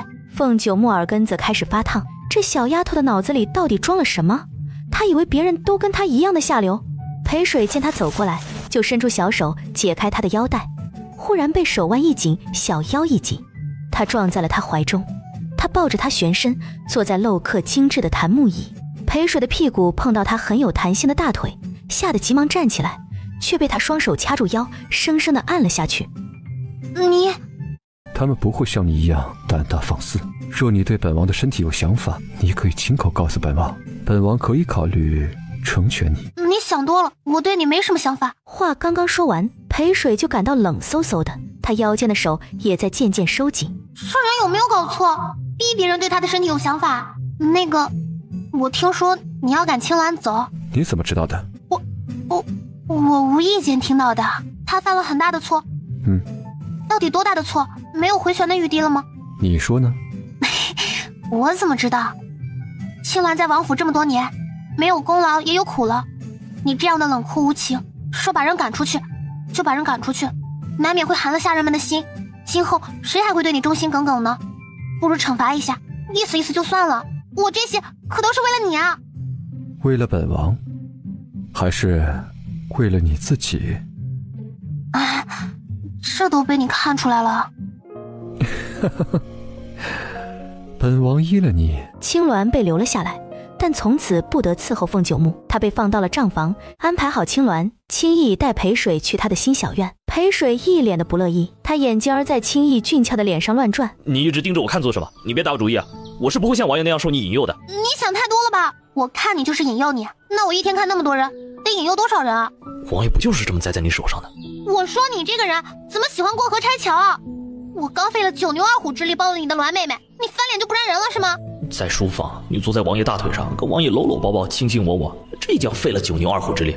9牛2虎的力量也太轻了。小裴姑娘，是我失言，你大人大量，不要与我计较。行了行了，道歉就好了，对我行这么大礼干嘛？我又不是古人，不吃你们这套。你不是古人，你是什么人？哼，我未来人。青易暗暗地翻了一个白眼，真不知道王爷怎么喜欢上裴水这种性子的小丫头。对了，你对青鸾那么好，你是不是对人家有意思啊？你别乱说，没有的事。哼，脸都这么红了还说没有？喜欢就大大方方的承认呗。你为青鸾做了这么多，傻子都看出来了。是吗？傻子都看出来了。青鸾心中已经有了喜欢的人。裴水啊了一声，看到青逸失落的眼神，他闭上了嘴巴，没有继续问下去。一段默默付出的深情得不到回报，是一件很伤人的事。那丫头到底在干什么？天天白天睡觉，她晚上去做贼了吗？倒没做贼，她夜里好像在写书。写书？送1万两银子到她房中。1万两银子，这么多？王爷需要这么多银子，是有什么重要的东西要买吗？哪是买东西啊？王爷赏赐给小裴姑娘的。赏赐给裴水？裴水不过是个奴婢，王爷怎么会赏赐这么多银子给一个奴婢呢？是啊，王爷几天没看到她，得知她每晚都在写书，一怒之下赏赐了1万两银子给她。王爷也太惯着那丫头了，不想让她写书，直接去撕了便是。要叫那丫头知道王爷很生气，后果很严重。不要再说了。栾妹妹，你告诉我，那次到底是谁在王爷面前替我求的情？是裴水。为什么是他？为什么我不要他替我求情？他不过是个下贱会勾引主子的贱婢。对，他是贱婢，但是是王爷喜欢的贱婢。你清高是因为你对王爷使劲，王爷也不看上你，你只能清高。你骂我，连你都觉得我不如裴水？青鸾，你不是不如裴水。真的？是真的，只是每个人喜欢的不一样。王爷喜欢裴水，无论他是好是贱，王爷都喜欢那样子的他。我喜欢你，无论你是什么样子，我都喜欢你，这就是喜欢。裴水一觉醒来，被银灿灿的光芒闪瞎了眼睛。哇，天哪，我是在做梦吧？天上忽然掉下来这么多银子，你要不动，是真的，这是真的，我们发财了！门忽然被推开。你大半夜的跑我房里，想干什么？这些是王爷赏你的啊！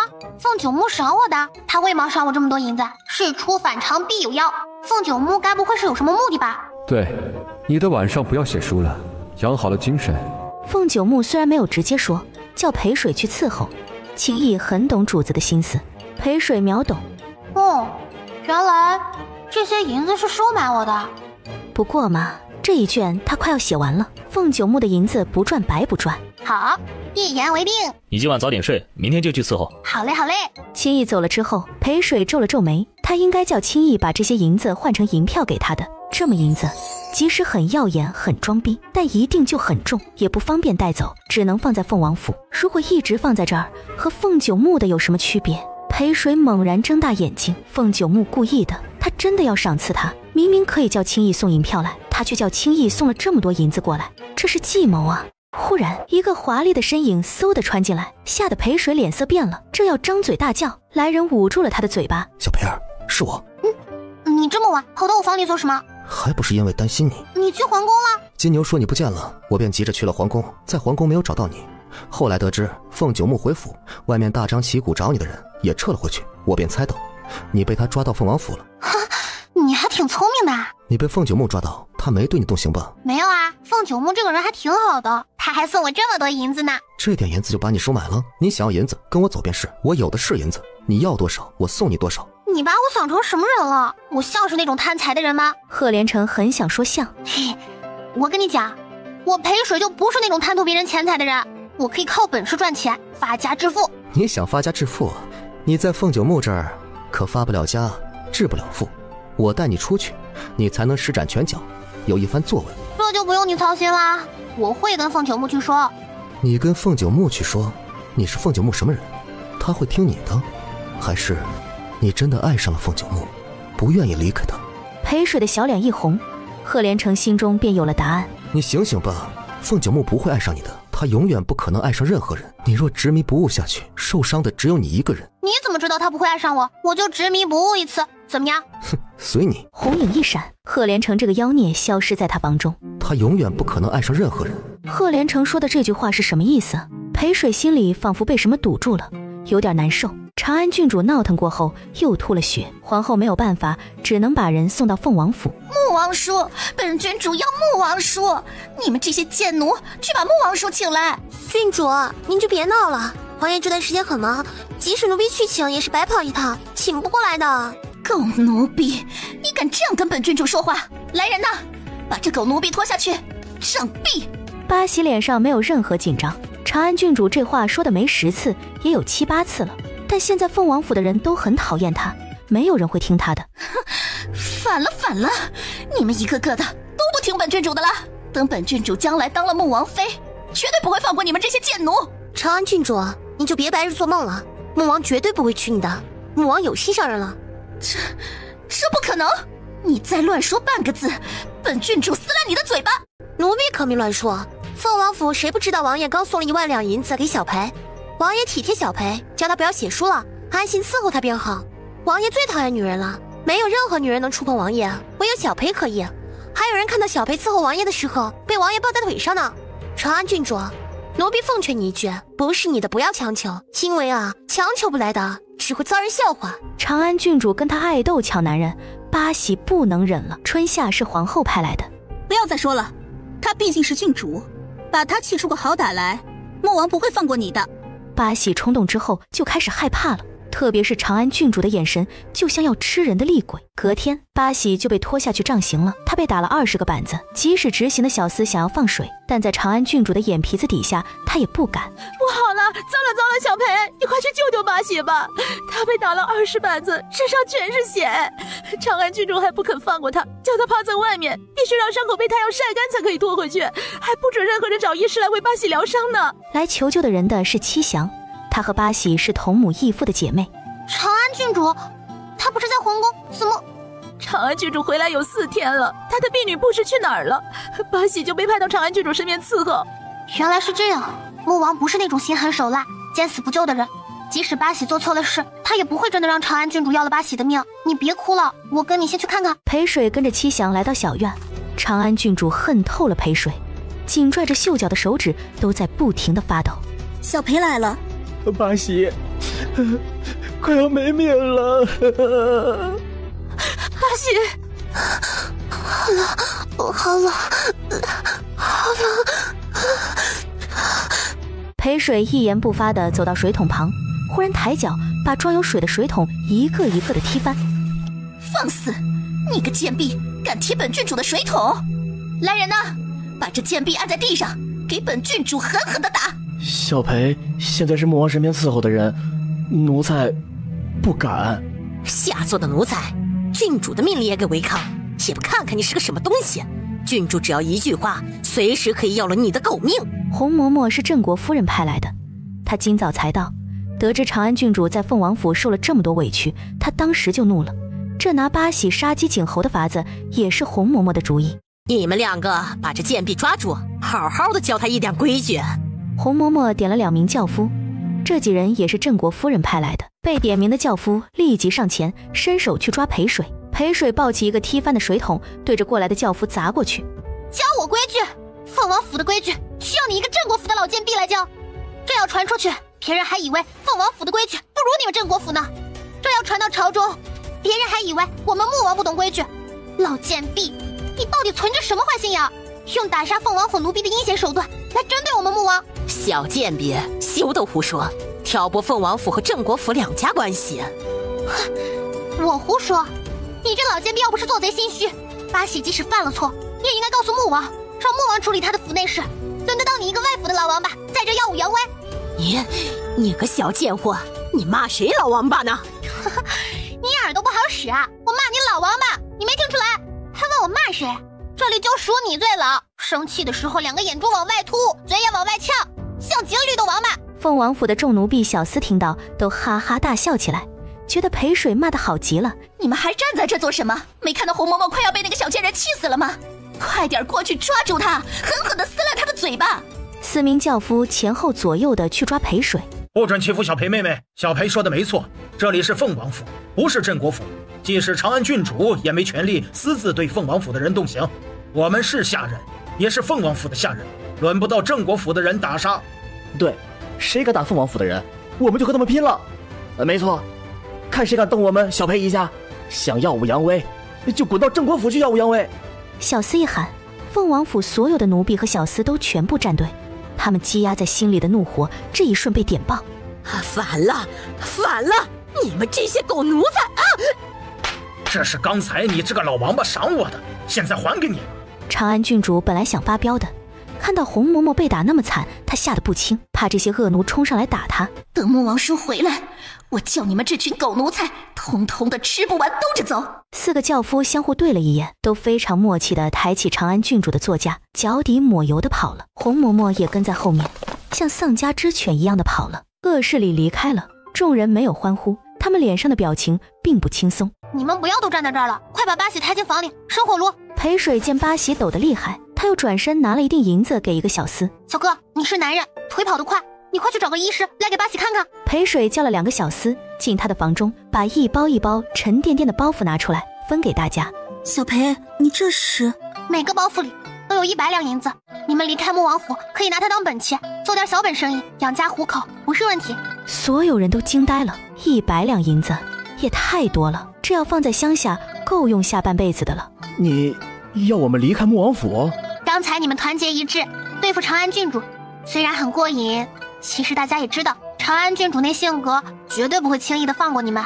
资本主义就是这样，权贵欺负穷人，与其在这里等着挨罚，不如拿了银子早点拍屁股走人。就算他长安郡主有天大的能耐，也不可能把你们都抓回来。可是这些银两都是穆王赏赐给你的，你把他们分给我们，穆王找你麻烦，你怎么交代啊？是啊，这银两我们不能要。对，我也不要。小裴说的不无道理，不如我们一起走吧。走什么走？吴三，我看你就是贪财，别忘了小裴妹妹对我们的好，处处为我们着想。别说我们拿了她的银子，她不能离开，即使不拿她的银子，王爷有那么容易放过她？你简直就是忘恩负义的小人！大家都别吵，听我说，现在不是意气用事的时候，你们也不用为我担心。穆王带我来凤王府，答应会对我好的，我做什么他都不会怪我的。小裴，你说的是真的？是真的。小厮和丫鬟都给裴水跪下了，红着眼睛感激裴水。他们拿着银子离开了，有2个小厮和3个丫鬟没有走。你们怎么还不走？我真的没事，不用担心我。小裴，我汤刃想跟随你。红袖想跟随你。雷锋想跟随你。我天山和静默都想跟随你。忽然，八喜的房门被打开了，一道坚定的声音传来：还有我，七祥。你们真的想跟随我？我也只是凤王府的一个丫鬟。如果你们认为我将来可能成为穆王妃，要在我身上下赌注，那么你们可能赌错了，我不会成为穆王妃的。你误会了，我汤刃想要跟随你，不是因为希望你被穆王看中，而是认为你重情重义，你值得跟随。红袖也是如此，只要你说一句，我们一起走，那么我们便是一起离开凤王府，绝对没有半点留恋。对，我们都听小裴的。好，既然你们这么信任我，那我就不再推辞了。你们放心，裴水绝不会亏待你们，会带你们一起发家致富，走上人生巅峰。穆王，您救救我们家郡主吧，她快没命了。凤九木蹙眉来到青兰院。禀穆王，长安郡主的身体很不好，她之前肺部受伤还未痊愈，又被气得吐了血，现在又受到了很大的刺激，怕是活不过3年了。穆王叔，长安现在没有用了，连你府上的奴才都不把我放在眼里。今天要不是洪妈妈和他们拼命护着长安，长安就被你府上的恶奴给打死了。穆王，您看，若不是老奴护住及时，老奴脸上的伤现在就会在郡主的脸上。我可怜的郡主啊！镇国将军在世的时候，您是镇国府的千金明珠，如今镇国将军去世了，您到了穆王府上，却被一群奴才欺负成这个样子。我还有什么脸把您带去见镇国夫人？我不如死了算了。他忽然对着一个柱子冲过去，一个轿夫从后面抱住了他。娘，您别难过伤心，穆王来了，他会为我们郡主做主的。凤九木面色阴沉的叫青义把府中所有的下人全部叫出来，等候盘问。青义办完这事，回到青兰院。王爷，可以盘问了。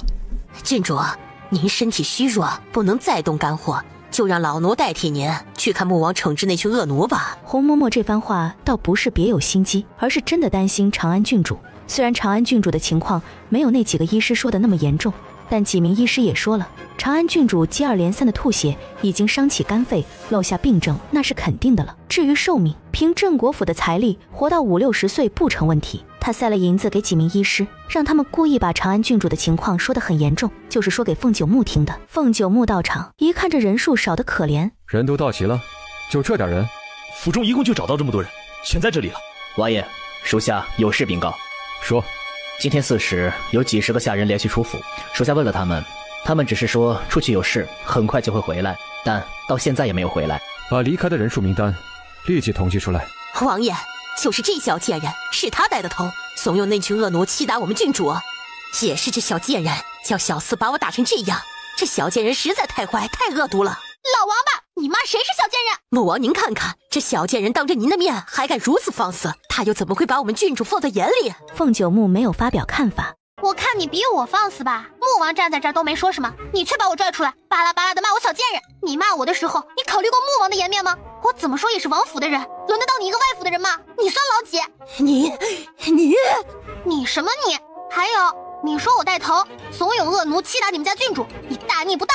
凤王府的家奴是恶奴，穆王是什么？不就是恶主？好你个老王八，敢骂我们穆王是恶主，你该当何罪？这样也可以？青鸾表情很难看，他觉得裴水在强词夺理。青鸾又看了看凤九木，发现他表情不像刚到这儿时的冷峻，眼中似闪着若有若无的笑。青鸾的心脏骤然又是狠狠的一疼。小裴说的没错，我们是凤王府的家奴，怎么也轮不到你郑国府的人来打杀。对，明明是你们长安郡主把巴喜打得快要死了，又不让人起疑心，还要活活暴晒巴喜。小裴是看不过去，来救巴喜一条命，你们反而恶人先告状，天理何在？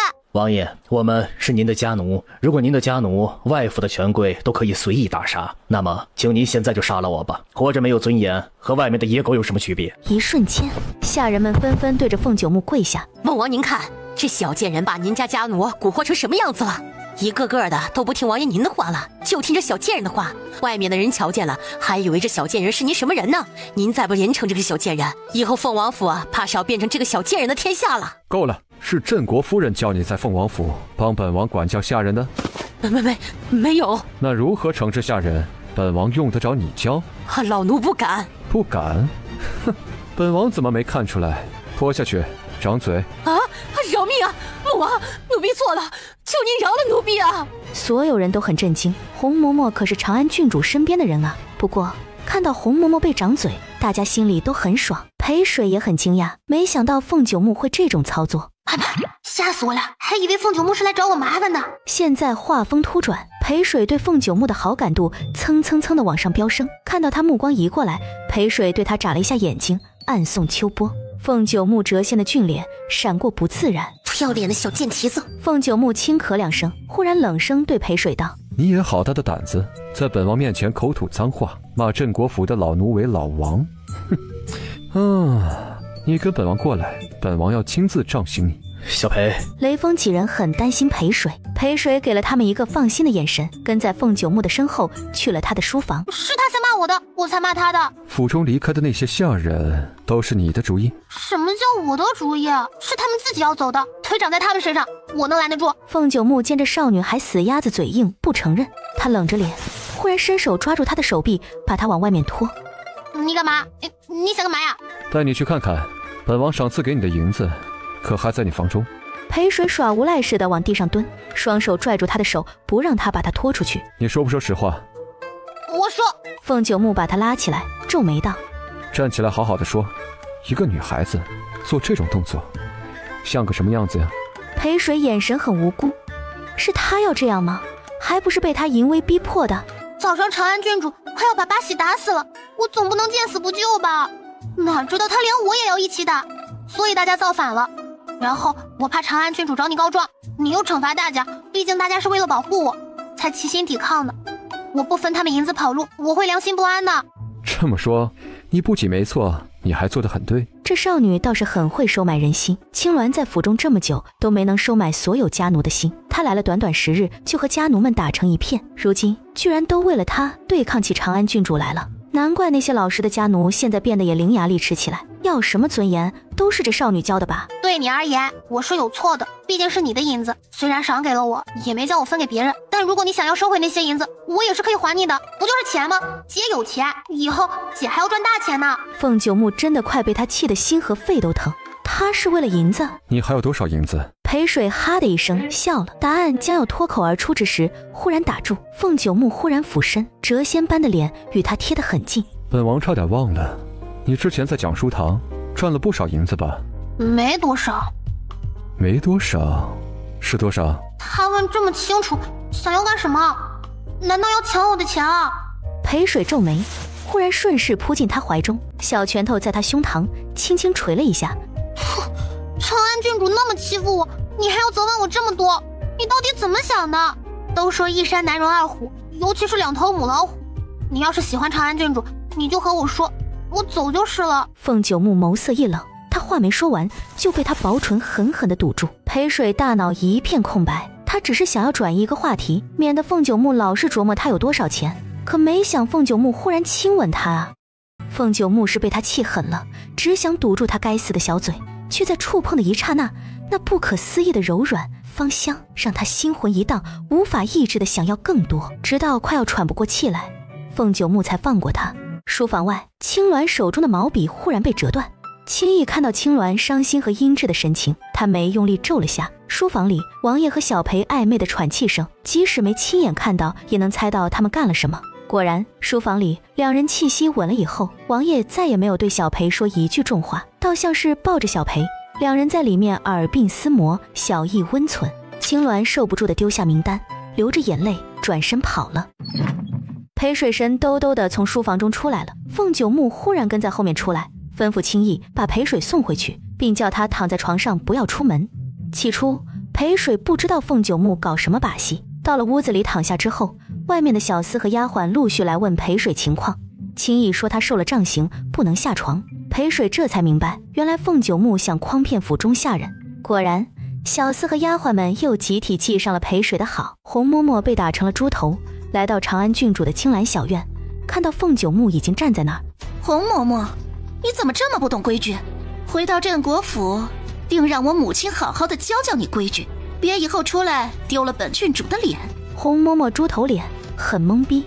她被打得这么惨了，长安郡主没有半点同情，还要责罚她，一定是穆王在长安郡主面前说了什么。红嬷嬷吓得浑身发抖，她感觉自己被穆王记恨上了。片刻之后，一辆豪华的马车来到青兰院，4个轿夫把长安郡主抬上了豪华的马车。长安郡主一脸的不愿意，但凤九木谪仙的脸非常冷，她只要咬着唇上了马车。郡主，穆王跟您说了什么？该死的下贱婆子，害穆王说那么讨厌本郡主，本郡主恨死你了！郡主，老奴做错了什么？老奴做的一切都是为了您啊！您不能提起穆王的片面之词就不好了，郡主又吐血昏迷了。红嬷嬷听到长安郡主又吐血昏迷，她吓得浑身发抖。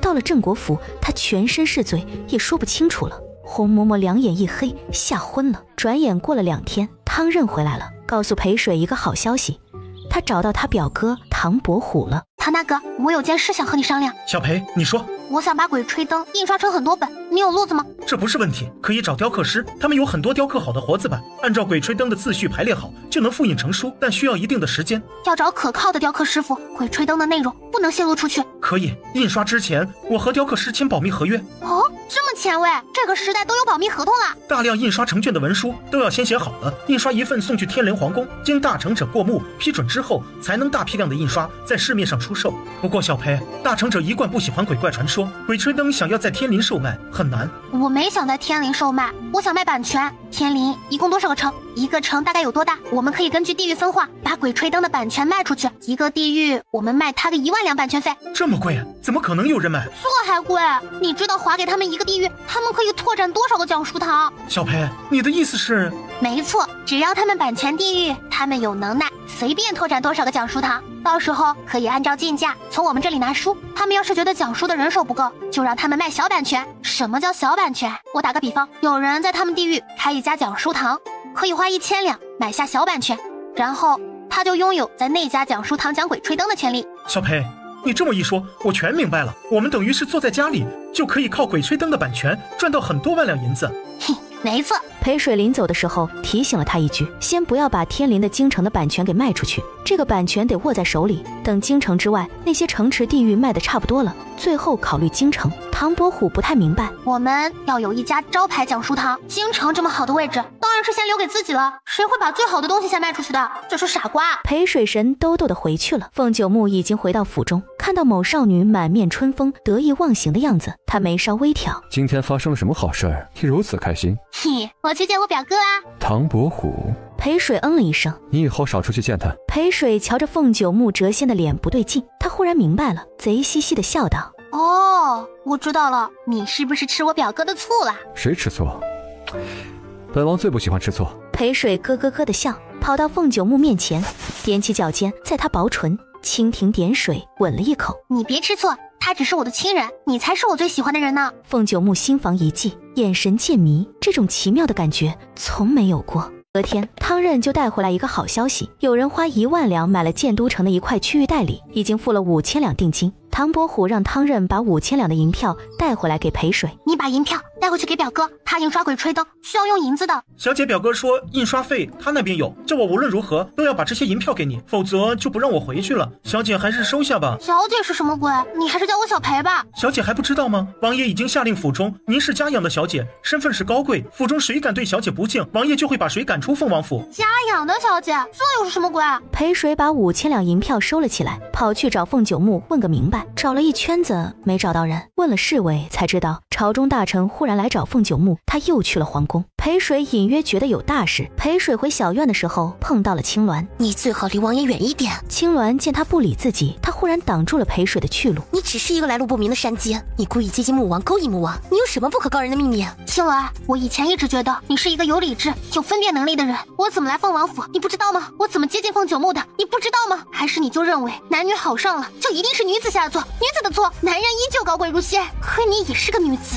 第一次呢，你出现在穆王的床上，全身光赤，我看你是早有预谋。就是你看到的那样，我说纯属意外，你也不会信，你非要扯个阴谋论。那我问你，谁会傻到凤九木不在府中，还到他房里去投怀送抱的？也许那日你并不知道穆王不在府中，随你怎么想。凤九木把我带进王府，他不让我离开，我离开就是给自己找麻烦。你来骂我，找我吵也没用，你不如去想办法让凤九木相信你，把我赶出王府的好。你别得意，早晚有一天我会让王爷看到你的狐狸尾巴。你怎么知道我是狐狸？你终于承认自己是狐狸精了。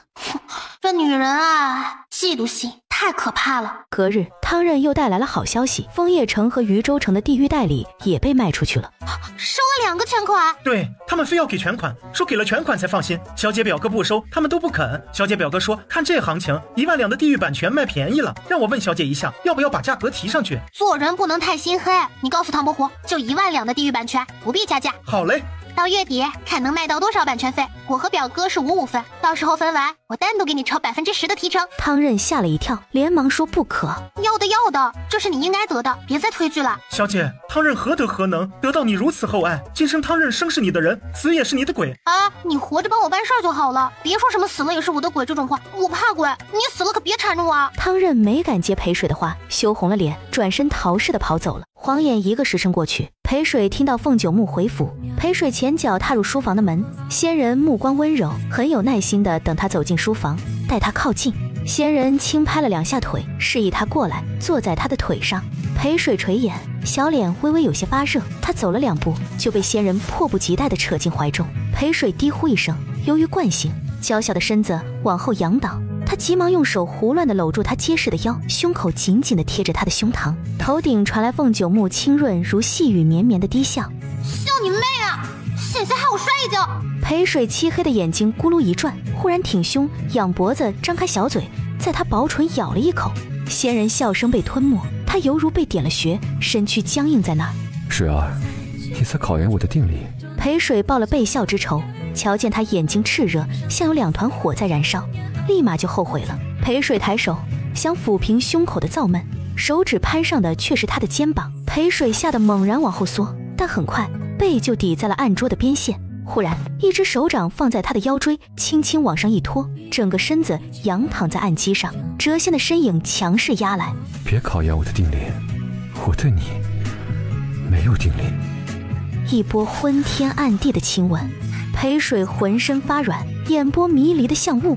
直到他结束这个吻，裴水大口地喘着气。凤九木看了他娇美动人的小脸一眼，是多么的惹人怜爱，甚至产生了不该有的兽性想法。凤九木身体起了反应，他眸色忽然冷了下去，抿着薄唇，一声不吭地转身走出书房。轻易看到凤九木谪仙的脸，满是春风拂面、桃花盛开的醉人美景。不用说，他已经想到王爷刚才在书房干了啥好事。凤九木忽然蹙了眉，脸色发白地捂住薄唇。他拿开手，轻易看到他手心里触目惊心的鲜红。王爷，您的病。凤九木抬手阻止了轻易后面想说的话。小姐累了，别让任何人打扰他。等会儿小姐出来问起本王，就说本王有事出去了。凤九木身影消失，青鸾的身影出现了。王爷的旧疾又犯了，你不去守护王爷泡仙池，竟在这里守着这个贱人！青翼脸色一变，拉着青鸾的手臂，想把他拉远一点再说。王爷都快没命了，你还怕他听到我们说的话？我非要说给他听，王爷旧疾不能近女色，否则就会急发身亡。他要是为了王爷好，就该离王爷远远的。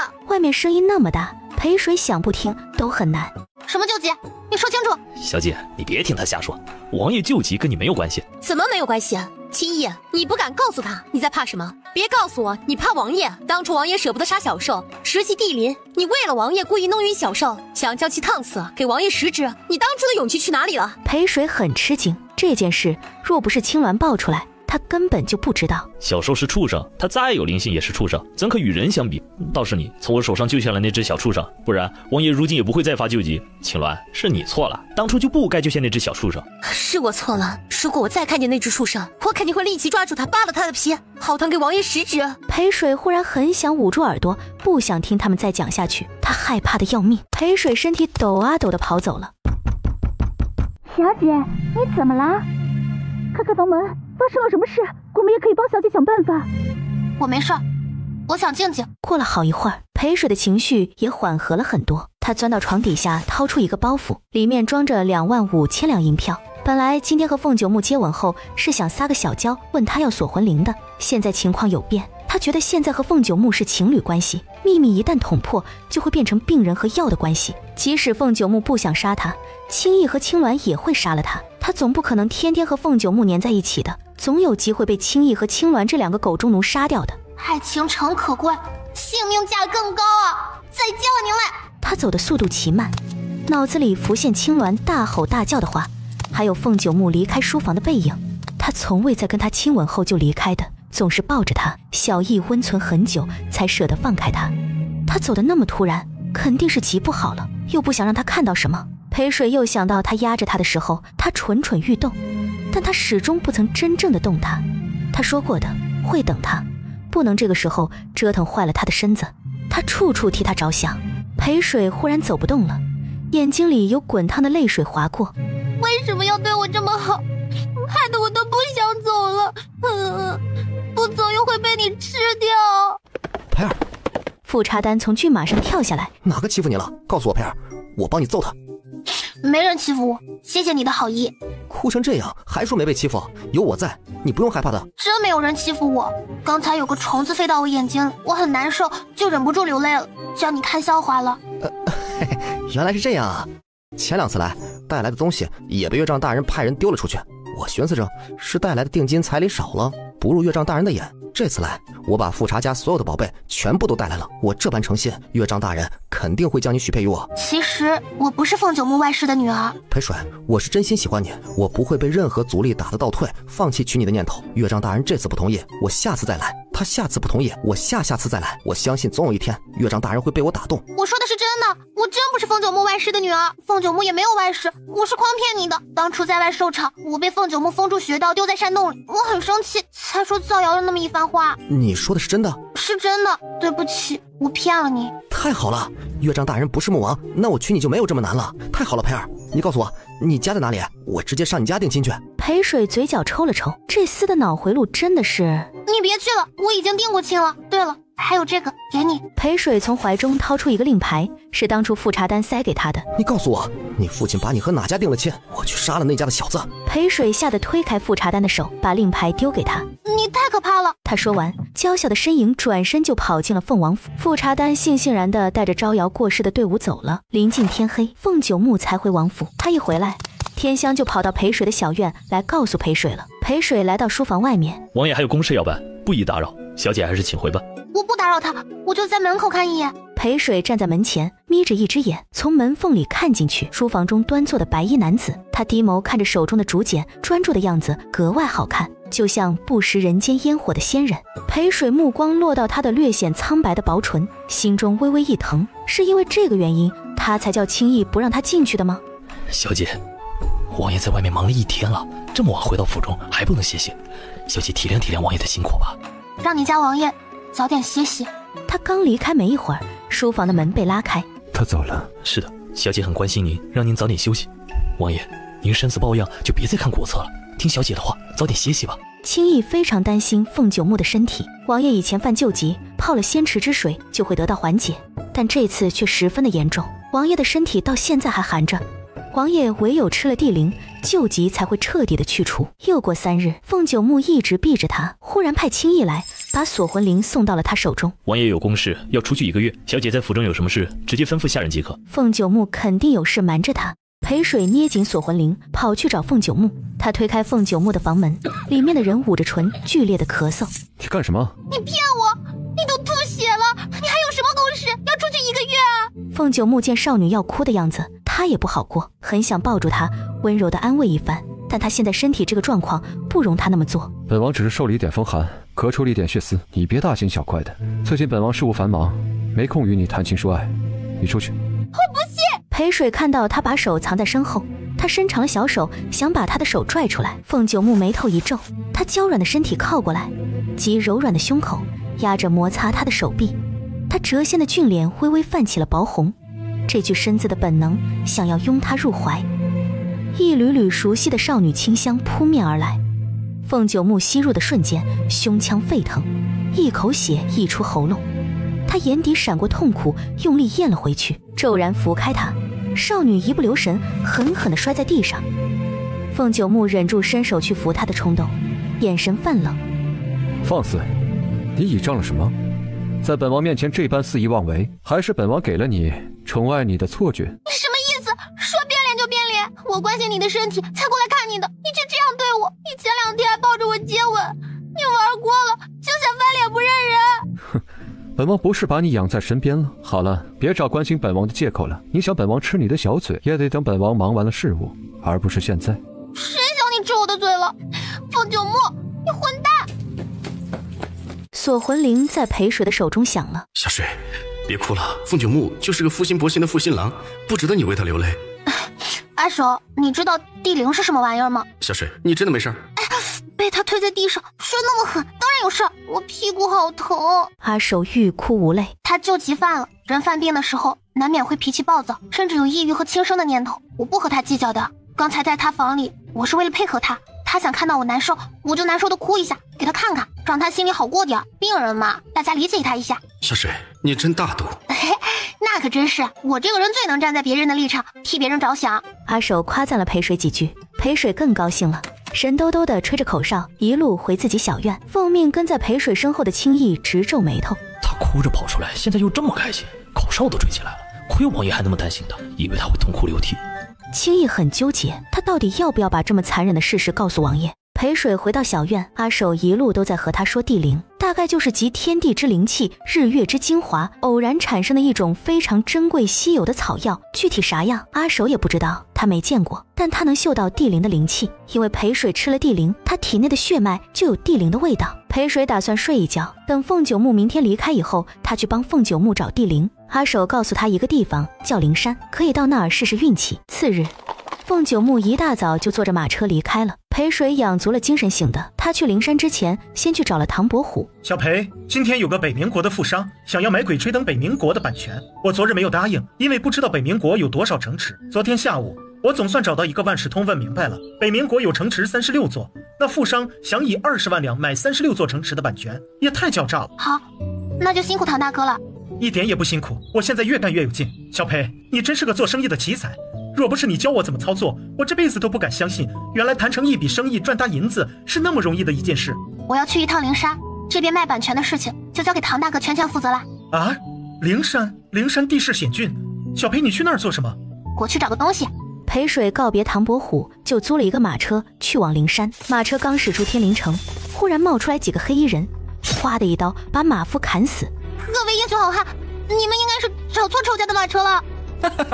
没找错，就是你姓裴的贱人。我操，他叫他们英雄好汉，他骂他姓裴的贱人，叔能忍，婶不能忍。你才是贱人，对，你全家都是贱人，我呸！你他妈的，老子杀了你这个小贱人！黑衣人一刀砍下去，眼前的人忽然就不见了，他身子一个踉跄，可不知道怎么回事，他手中的刀忽然翻了一个面，刀刃对着他。他倒在地上，嘴里喷着鲜血，很不能瞑目。众黑衣人一脸懵逼。老大，你怎么想不开要自杀呀？众黑衣人抱团痛哭。你们这么不舍他，那就去地府陪他上路吧。众黑衣人吓得脸色一变，纷纷拿刀剑。刚拿到手上，他们的手不受控制地朝身边的黑衣人肚子上捅去。所有人的行为在一瞬间产生，他们死的神同步。裴水在千米之外，他不知道这边发生的骇人一幕。阿手，你怎么不带我跑远一点？他们追上来了，我就惨了。不会的，他们已经死了。什么？死了？他们想杀你，我就送他们去阴曹地府。这段时间，我的魂力越来越强大。小水，等我从锁魂岭里出来，这个世上再也没有人敢欺负你。谁欺负我，我会欺负回来的。阿手，你答应我，别乱杀人。吾没乱杀人，吾杀的人都是该死的人。小水，是你让吾魂灵苏醒，我要报答你。谁欺负你就是欺负吾，你也不用怕。等吾出来，这个世上还没有谁能成为吾的对手。裴水听他吹牛逼，没人是你对手，你能被封印在锁魂岭。马车毁了，马夫也死了，他只能返回去，到天灵城内再租一辆马车。忽然，一个挂着大红灯笼、非常招摇骚气的马车缓缓驶出天灵城门。这马车怎么长得跟鹤连城一样骚气？车中主人似乎听到了他的吐槽。嗨，小阿水，你要去哪儿啊？我捎你一程。不用啦，不顺路。你都没说你要去哪儿，你怎么知道不顺路呢？小阿水，你要去哪儿啊？真不顺路，再见。裴水转身跑进了城门，他又租了一辆马车，马车没跑一会儿就停了下来。师傅，马车怎么不走了？外面没有声音，他下马车一看，除了那匹低头吃草的马，车夫不知去向。一辆骚气的马车在隔壁。你的车夫把你丢下跑路了？要不要考虑坐我的马车？我捎你一程。他敢肯定，他的车夫一定是被鹤连城这个妖孽给收买跑的。不用，我有马车。裴水很生气，不看鹤连城小人嘴脸，转身就钻进了车厢。我好心捎你，你不要，那就算了，我何必热脸贴人家冷屁股？唉，这路两边靠林子，夜里会有野兽出没，我可不想在这儿过夜，怪吓人的。走吧。裴水咚咚咚地从车厢跑下来，看到鹤连城的马车真的走了，他连忙喊着追上去。等我呀，鹤连城！前面骚气的马车停了下来。小水，你不是不需要我捎你吗？追我马车做什么呢？裴水很想一拳打在他妖孽的脸上，把他打得满地找牙。他本来是不怕的，他吓他有野兽出没。南菩萨，我怕，你捎我一程。裴水爬上鹤连城的马车。让块地啊！你都占了一大半车厢，我怎么休息？鹤连城被他挤得怪难受的，挪了挪身体，侧过来面对着他。见他盘着腿坐下来，他忽然伸手把他拉得躺在身边。裴水被吓到。你想干什么？身材干瘪，无2两肉，本官见的美人比你身材丰腴多了，用得着对你这难以下咽的丫头动心思？裴水皱眉，低头瞅了瞅胸脯，又挺了挺。鹤连城眼瞎，说他身材干瘪，无2两肉。他的动作落到鹤连城眼中，他差点看直了眼。鹤连城赶紧移开目光，捂住鼻子，怕鼻血喷出来。别挺了，再挺也还是那样。哼，你大概是眼瞎，我不和瞎子一般计较。唉，我去灵山，麻烦你把我捎到灵山去。行，我正好也去灵山。鹤连城没说谎，他是要去灵山，因为凤九木去了灵山，应该救急发了，需要地灵才能治病。鹤连城在白天看到凤九木，看他苍白的脸色就看出来了。裴水没有说话，闭上眼睛，片刻就传来打呼噜的声音。鹤连城一直看着他，眼神是嫌弃的，但看不够，他甚至想咬他的小嘴。我早晚会把你的心勾过来。去后山抓几只野鸡，射几只鸟雀，做的要像素食一样再把我埋在桂花树下的花雕酒拿出来，把酒煮热。好久没见九牧小友了，今晚我要和他促膝畅谈。方丈，出家人不能杀生，也不能喝酒。青灯大师拎起手指头，在小和尚脑门敲了一下。你个木鱼脑袋，老子女儿都生了，老子又不想成仙，有什么不能杀生的？还不能喝酒，老子活着还有什么意思啊？小和尚还想劝青灯大师，再不去，老子把你赶出去喂野狼。小和尚灰溜溜的去办了。阿弥陀佛，莫王光临寒寺，寒寺蓬荜生辉呀！青灯大师，王爷旧疾复发了，这几日一直在吐血。青灯大师很吃惊，不装腔作势了，直接过来捏住他的手腕。体内寒气怎么这么严重？地灵不是让你拿回去了，没给九牧小友吃下？地灵叫一只小狐狸给吃了，你就把那只小狐狸宰了，给九牧小友吃下呀，也是一样的。王爷宝贝着那只该死的忘恩负义的狐狸呢。青灯大师没听到青翼答话，他让青翼把凤九牧扶到房里，先镀了1个时辰的九阳真气，压住凤九牧体内的寒气。青灯大师出来，脸色很疲惫，仿佛用力过度。青灯大师，我家王爷他怎么样了？暂时压住了寒气，你赶快带人去找地灵。有劳青灯大师照顾我家王爷。会照顾好的，你快先去吧。青翼走后，一道脆生生的少女声音响起：爹爹。哎呀，叫我主持或是青灯大师，你怎么就记不住？你本来就是我爹爹。阿渊，我的好阿渊，你爹爹是主持，身不由己的，你在外边不要叫我爹爹，私下里叫好不好？青灯大师见他没点头，就没让他开口，把他拖到房中。爹爹，你好大力，把阿渊手臂抓得好痛。哎呀，你一个女孩子家的，穿衣服能不能严实一点？别学你娘，总在外边露着一双腿给别人看。阿渊忽然看到床榻上躺着一个人。爹爹，他是谁啊？他好好看啊，像天上的仙人一样。你说话声音轻一点，你爹刚给他镀了九阳真气，你把他吵醒，这九阳真气就会失去一半的效果。爹爹，他到底是谁啊？他是你爹跟你说的九牧小友，奇异精绝。哎呀，这个世上只有他才是你爹爹的对手。嘿，他真好看。渊儿，你可别打他的主意，他不是你能动心思的人。为什么？娘说碰到喜欢的男人就要得到他，娘得到了爹爹，我为什么就不能得到我喜欢的？他体内有着寒冰破之毒，你碰了他，他就死了。你想给一个死人生孩子？裴水在马车中醒来，感觉腰间重重的。裴水转眸一看，吓了一跳，他和他靠得非常近，就好像他抱着他睡了一夜似的。贺连成被他叫声吵醒，你一大早醒来叫什么？裴水已经坐起来了，小脚在他胸口踢了一下。你还踢我？谁叫你昨天晚上搂着我睡觉，占我便宜？我搂你睡觉了吗？我怎么不知道？你有什么便宜好占啊？全身上下都是骨头。裴水气得磨牙，想一脚踹在他脸上，怎么破？你再瞪我，我就咬你脚趾头。你咬啊，我2天没洗脚啦，又脏又臭，我看你怎么咬得下口。他话说完，表情就僵住了。贺连成，你变态啊！我2天没洗脚，你也咬得下去？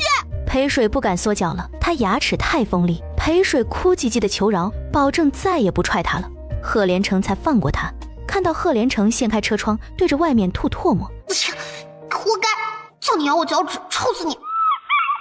到了灵山，裴水也用不着贺连成了，打算和他分道扬镳。随你了，我正好也要找一些稀有的草药，大概要在这里住上一段时日。一辆马车带你睡太拥挤了，你走了正好，我睡得舒服些。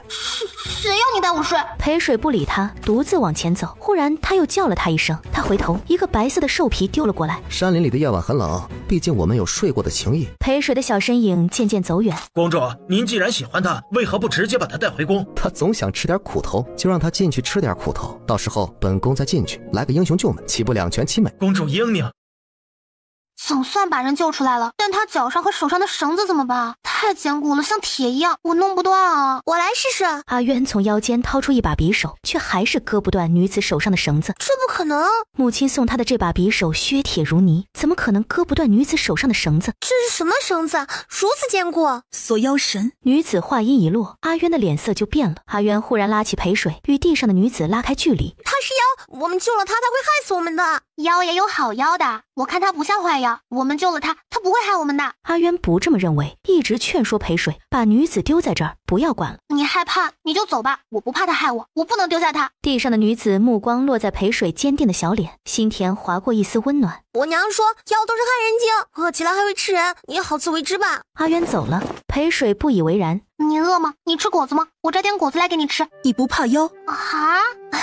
不怕，你看上去不可怕，倒是那些抓你的人比妖魔鬼怪还要可怕。六叶啊，名字。怕六叶躺在地上被路过的野兽发现，当成了食物。他把六叶背上了树，又把白色的羊毛毯盖在他的身上。你躺在这不要动，我去摘果子。六叶看了看裴水，发现他听到自己名字，表情没有任何异常。六叶眸色微深，他是真不知道还是假不知道。大约过了半个时辰，裴水摘了一兜果子回来了。你来这里也是为了七祥瑞兽？我来这儿是为了找一味灵药。六叶没再说话。裴水快要睡着的时候，貌似听到六叶低笑了一声。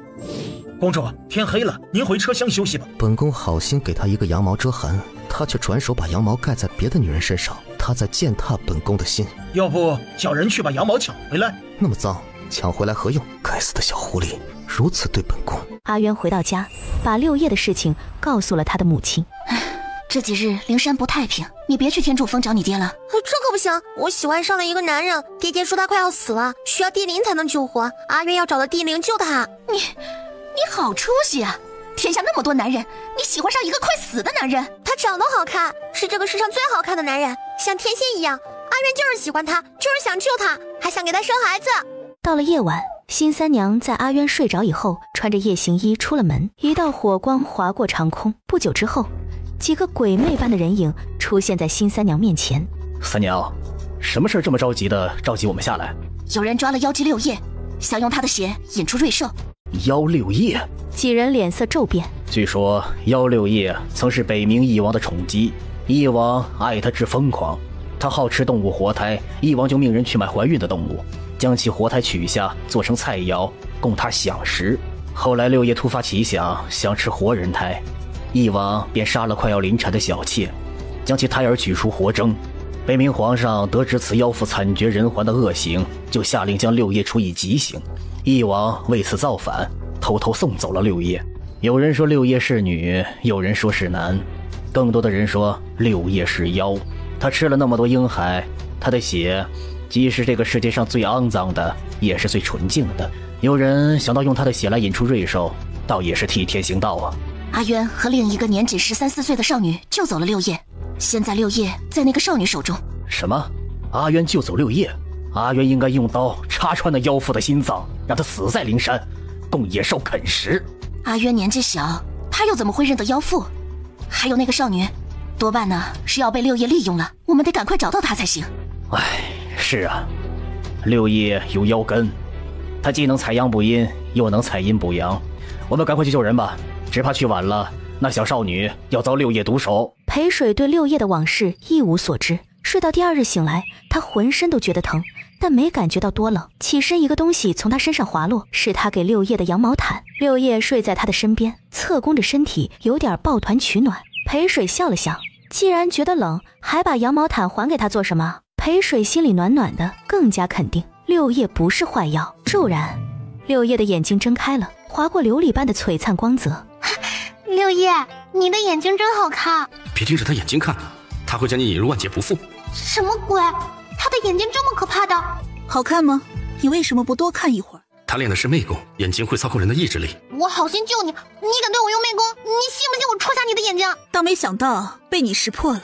裴水哼了一声，站起来，拍拍屁股，打算走人。六叶见他真的生气了，走的背影连头都不回，他眉心越蹙越深。他舍得丢下他走，瑞兽不想要了。六叶被裴水救走的那会儿是挺感激裴水的，但后来他又想裴水没有任何目的的救他。裴水和昨天那个女子吵架，多半是做戏给他看，想要得到他更深的信任。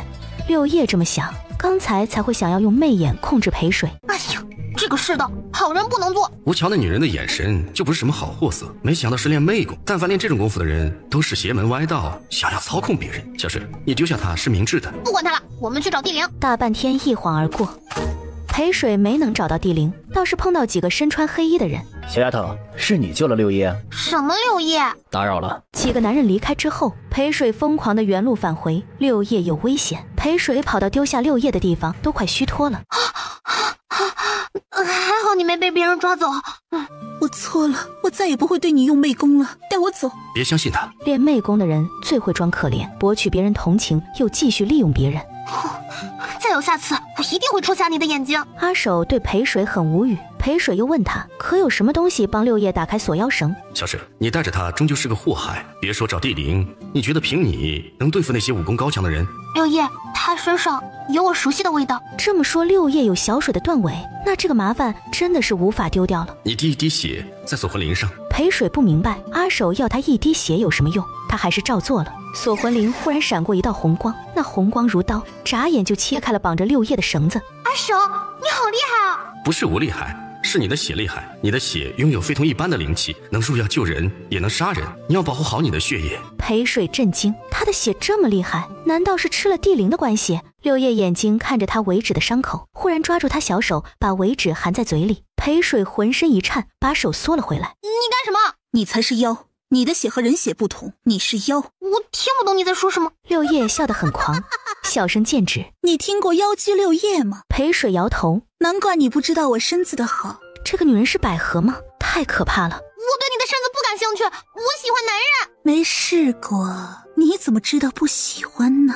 我看你身上的伤也好的差不多了，就此别过吧。如果靠百合来得到断尾，那么这个断尾他宁可不要。裴水要走，六叶拦住了他的去路。奴家还没好呢，主君就要丢下奴家。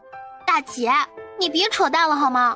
我对女人真的没兴趣，你这样叫我不是败坏我的名声吗？叫我以后怎么嫁人啊？那奴家叫你什么？我叫裴水。裴水，奴家夜夜可暖床，可裴水，你想怎么糟蹋奴家都可以。大姐，我姓裴，名水。一阵带着杀气的冷风吹来，六叶忽然从裴水身上直起身子，妖媚的眼睛骤然冷视着出现的几人。几人正是昨天强行为六叶喝血痴心的人。妖夜，跑不掉了吧？乖乖的束手就擒，还是想要我们再抓你一次？你可要想好，这次抓到你身上就不止3刀那么简单了。我们也只是想抓住瑞兽，不是真的想害你性命。只要你肯配合我们又何必对你动用锁妖绳？对，你配合我们，你喜欢吃女人肚子里的婴孩，我们抓到瑞兽，我就弄死一个大肚子，把孩子挖出来给你吃。六叶起初还没动气，听到杨伟的话，他眼中爆射出恨意，他身影忽然闪到杨伟面前。我喜欢吃婴孩？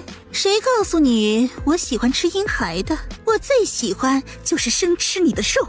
杨伟看着他古井般的琉璃眸，仿佛另一番花花世界。六叶的声音听在他耳中，仿佛是情人的软绵细语。你想吃我的肉啊？好啊，给你吃，我的小心肝。杨伟，你醒醒，别被妖妇迷惑。几人同时拔剑攻击六叶，六叶掐住杨伟的喉咙，在他脸颊咬下一块血淋淋的肉。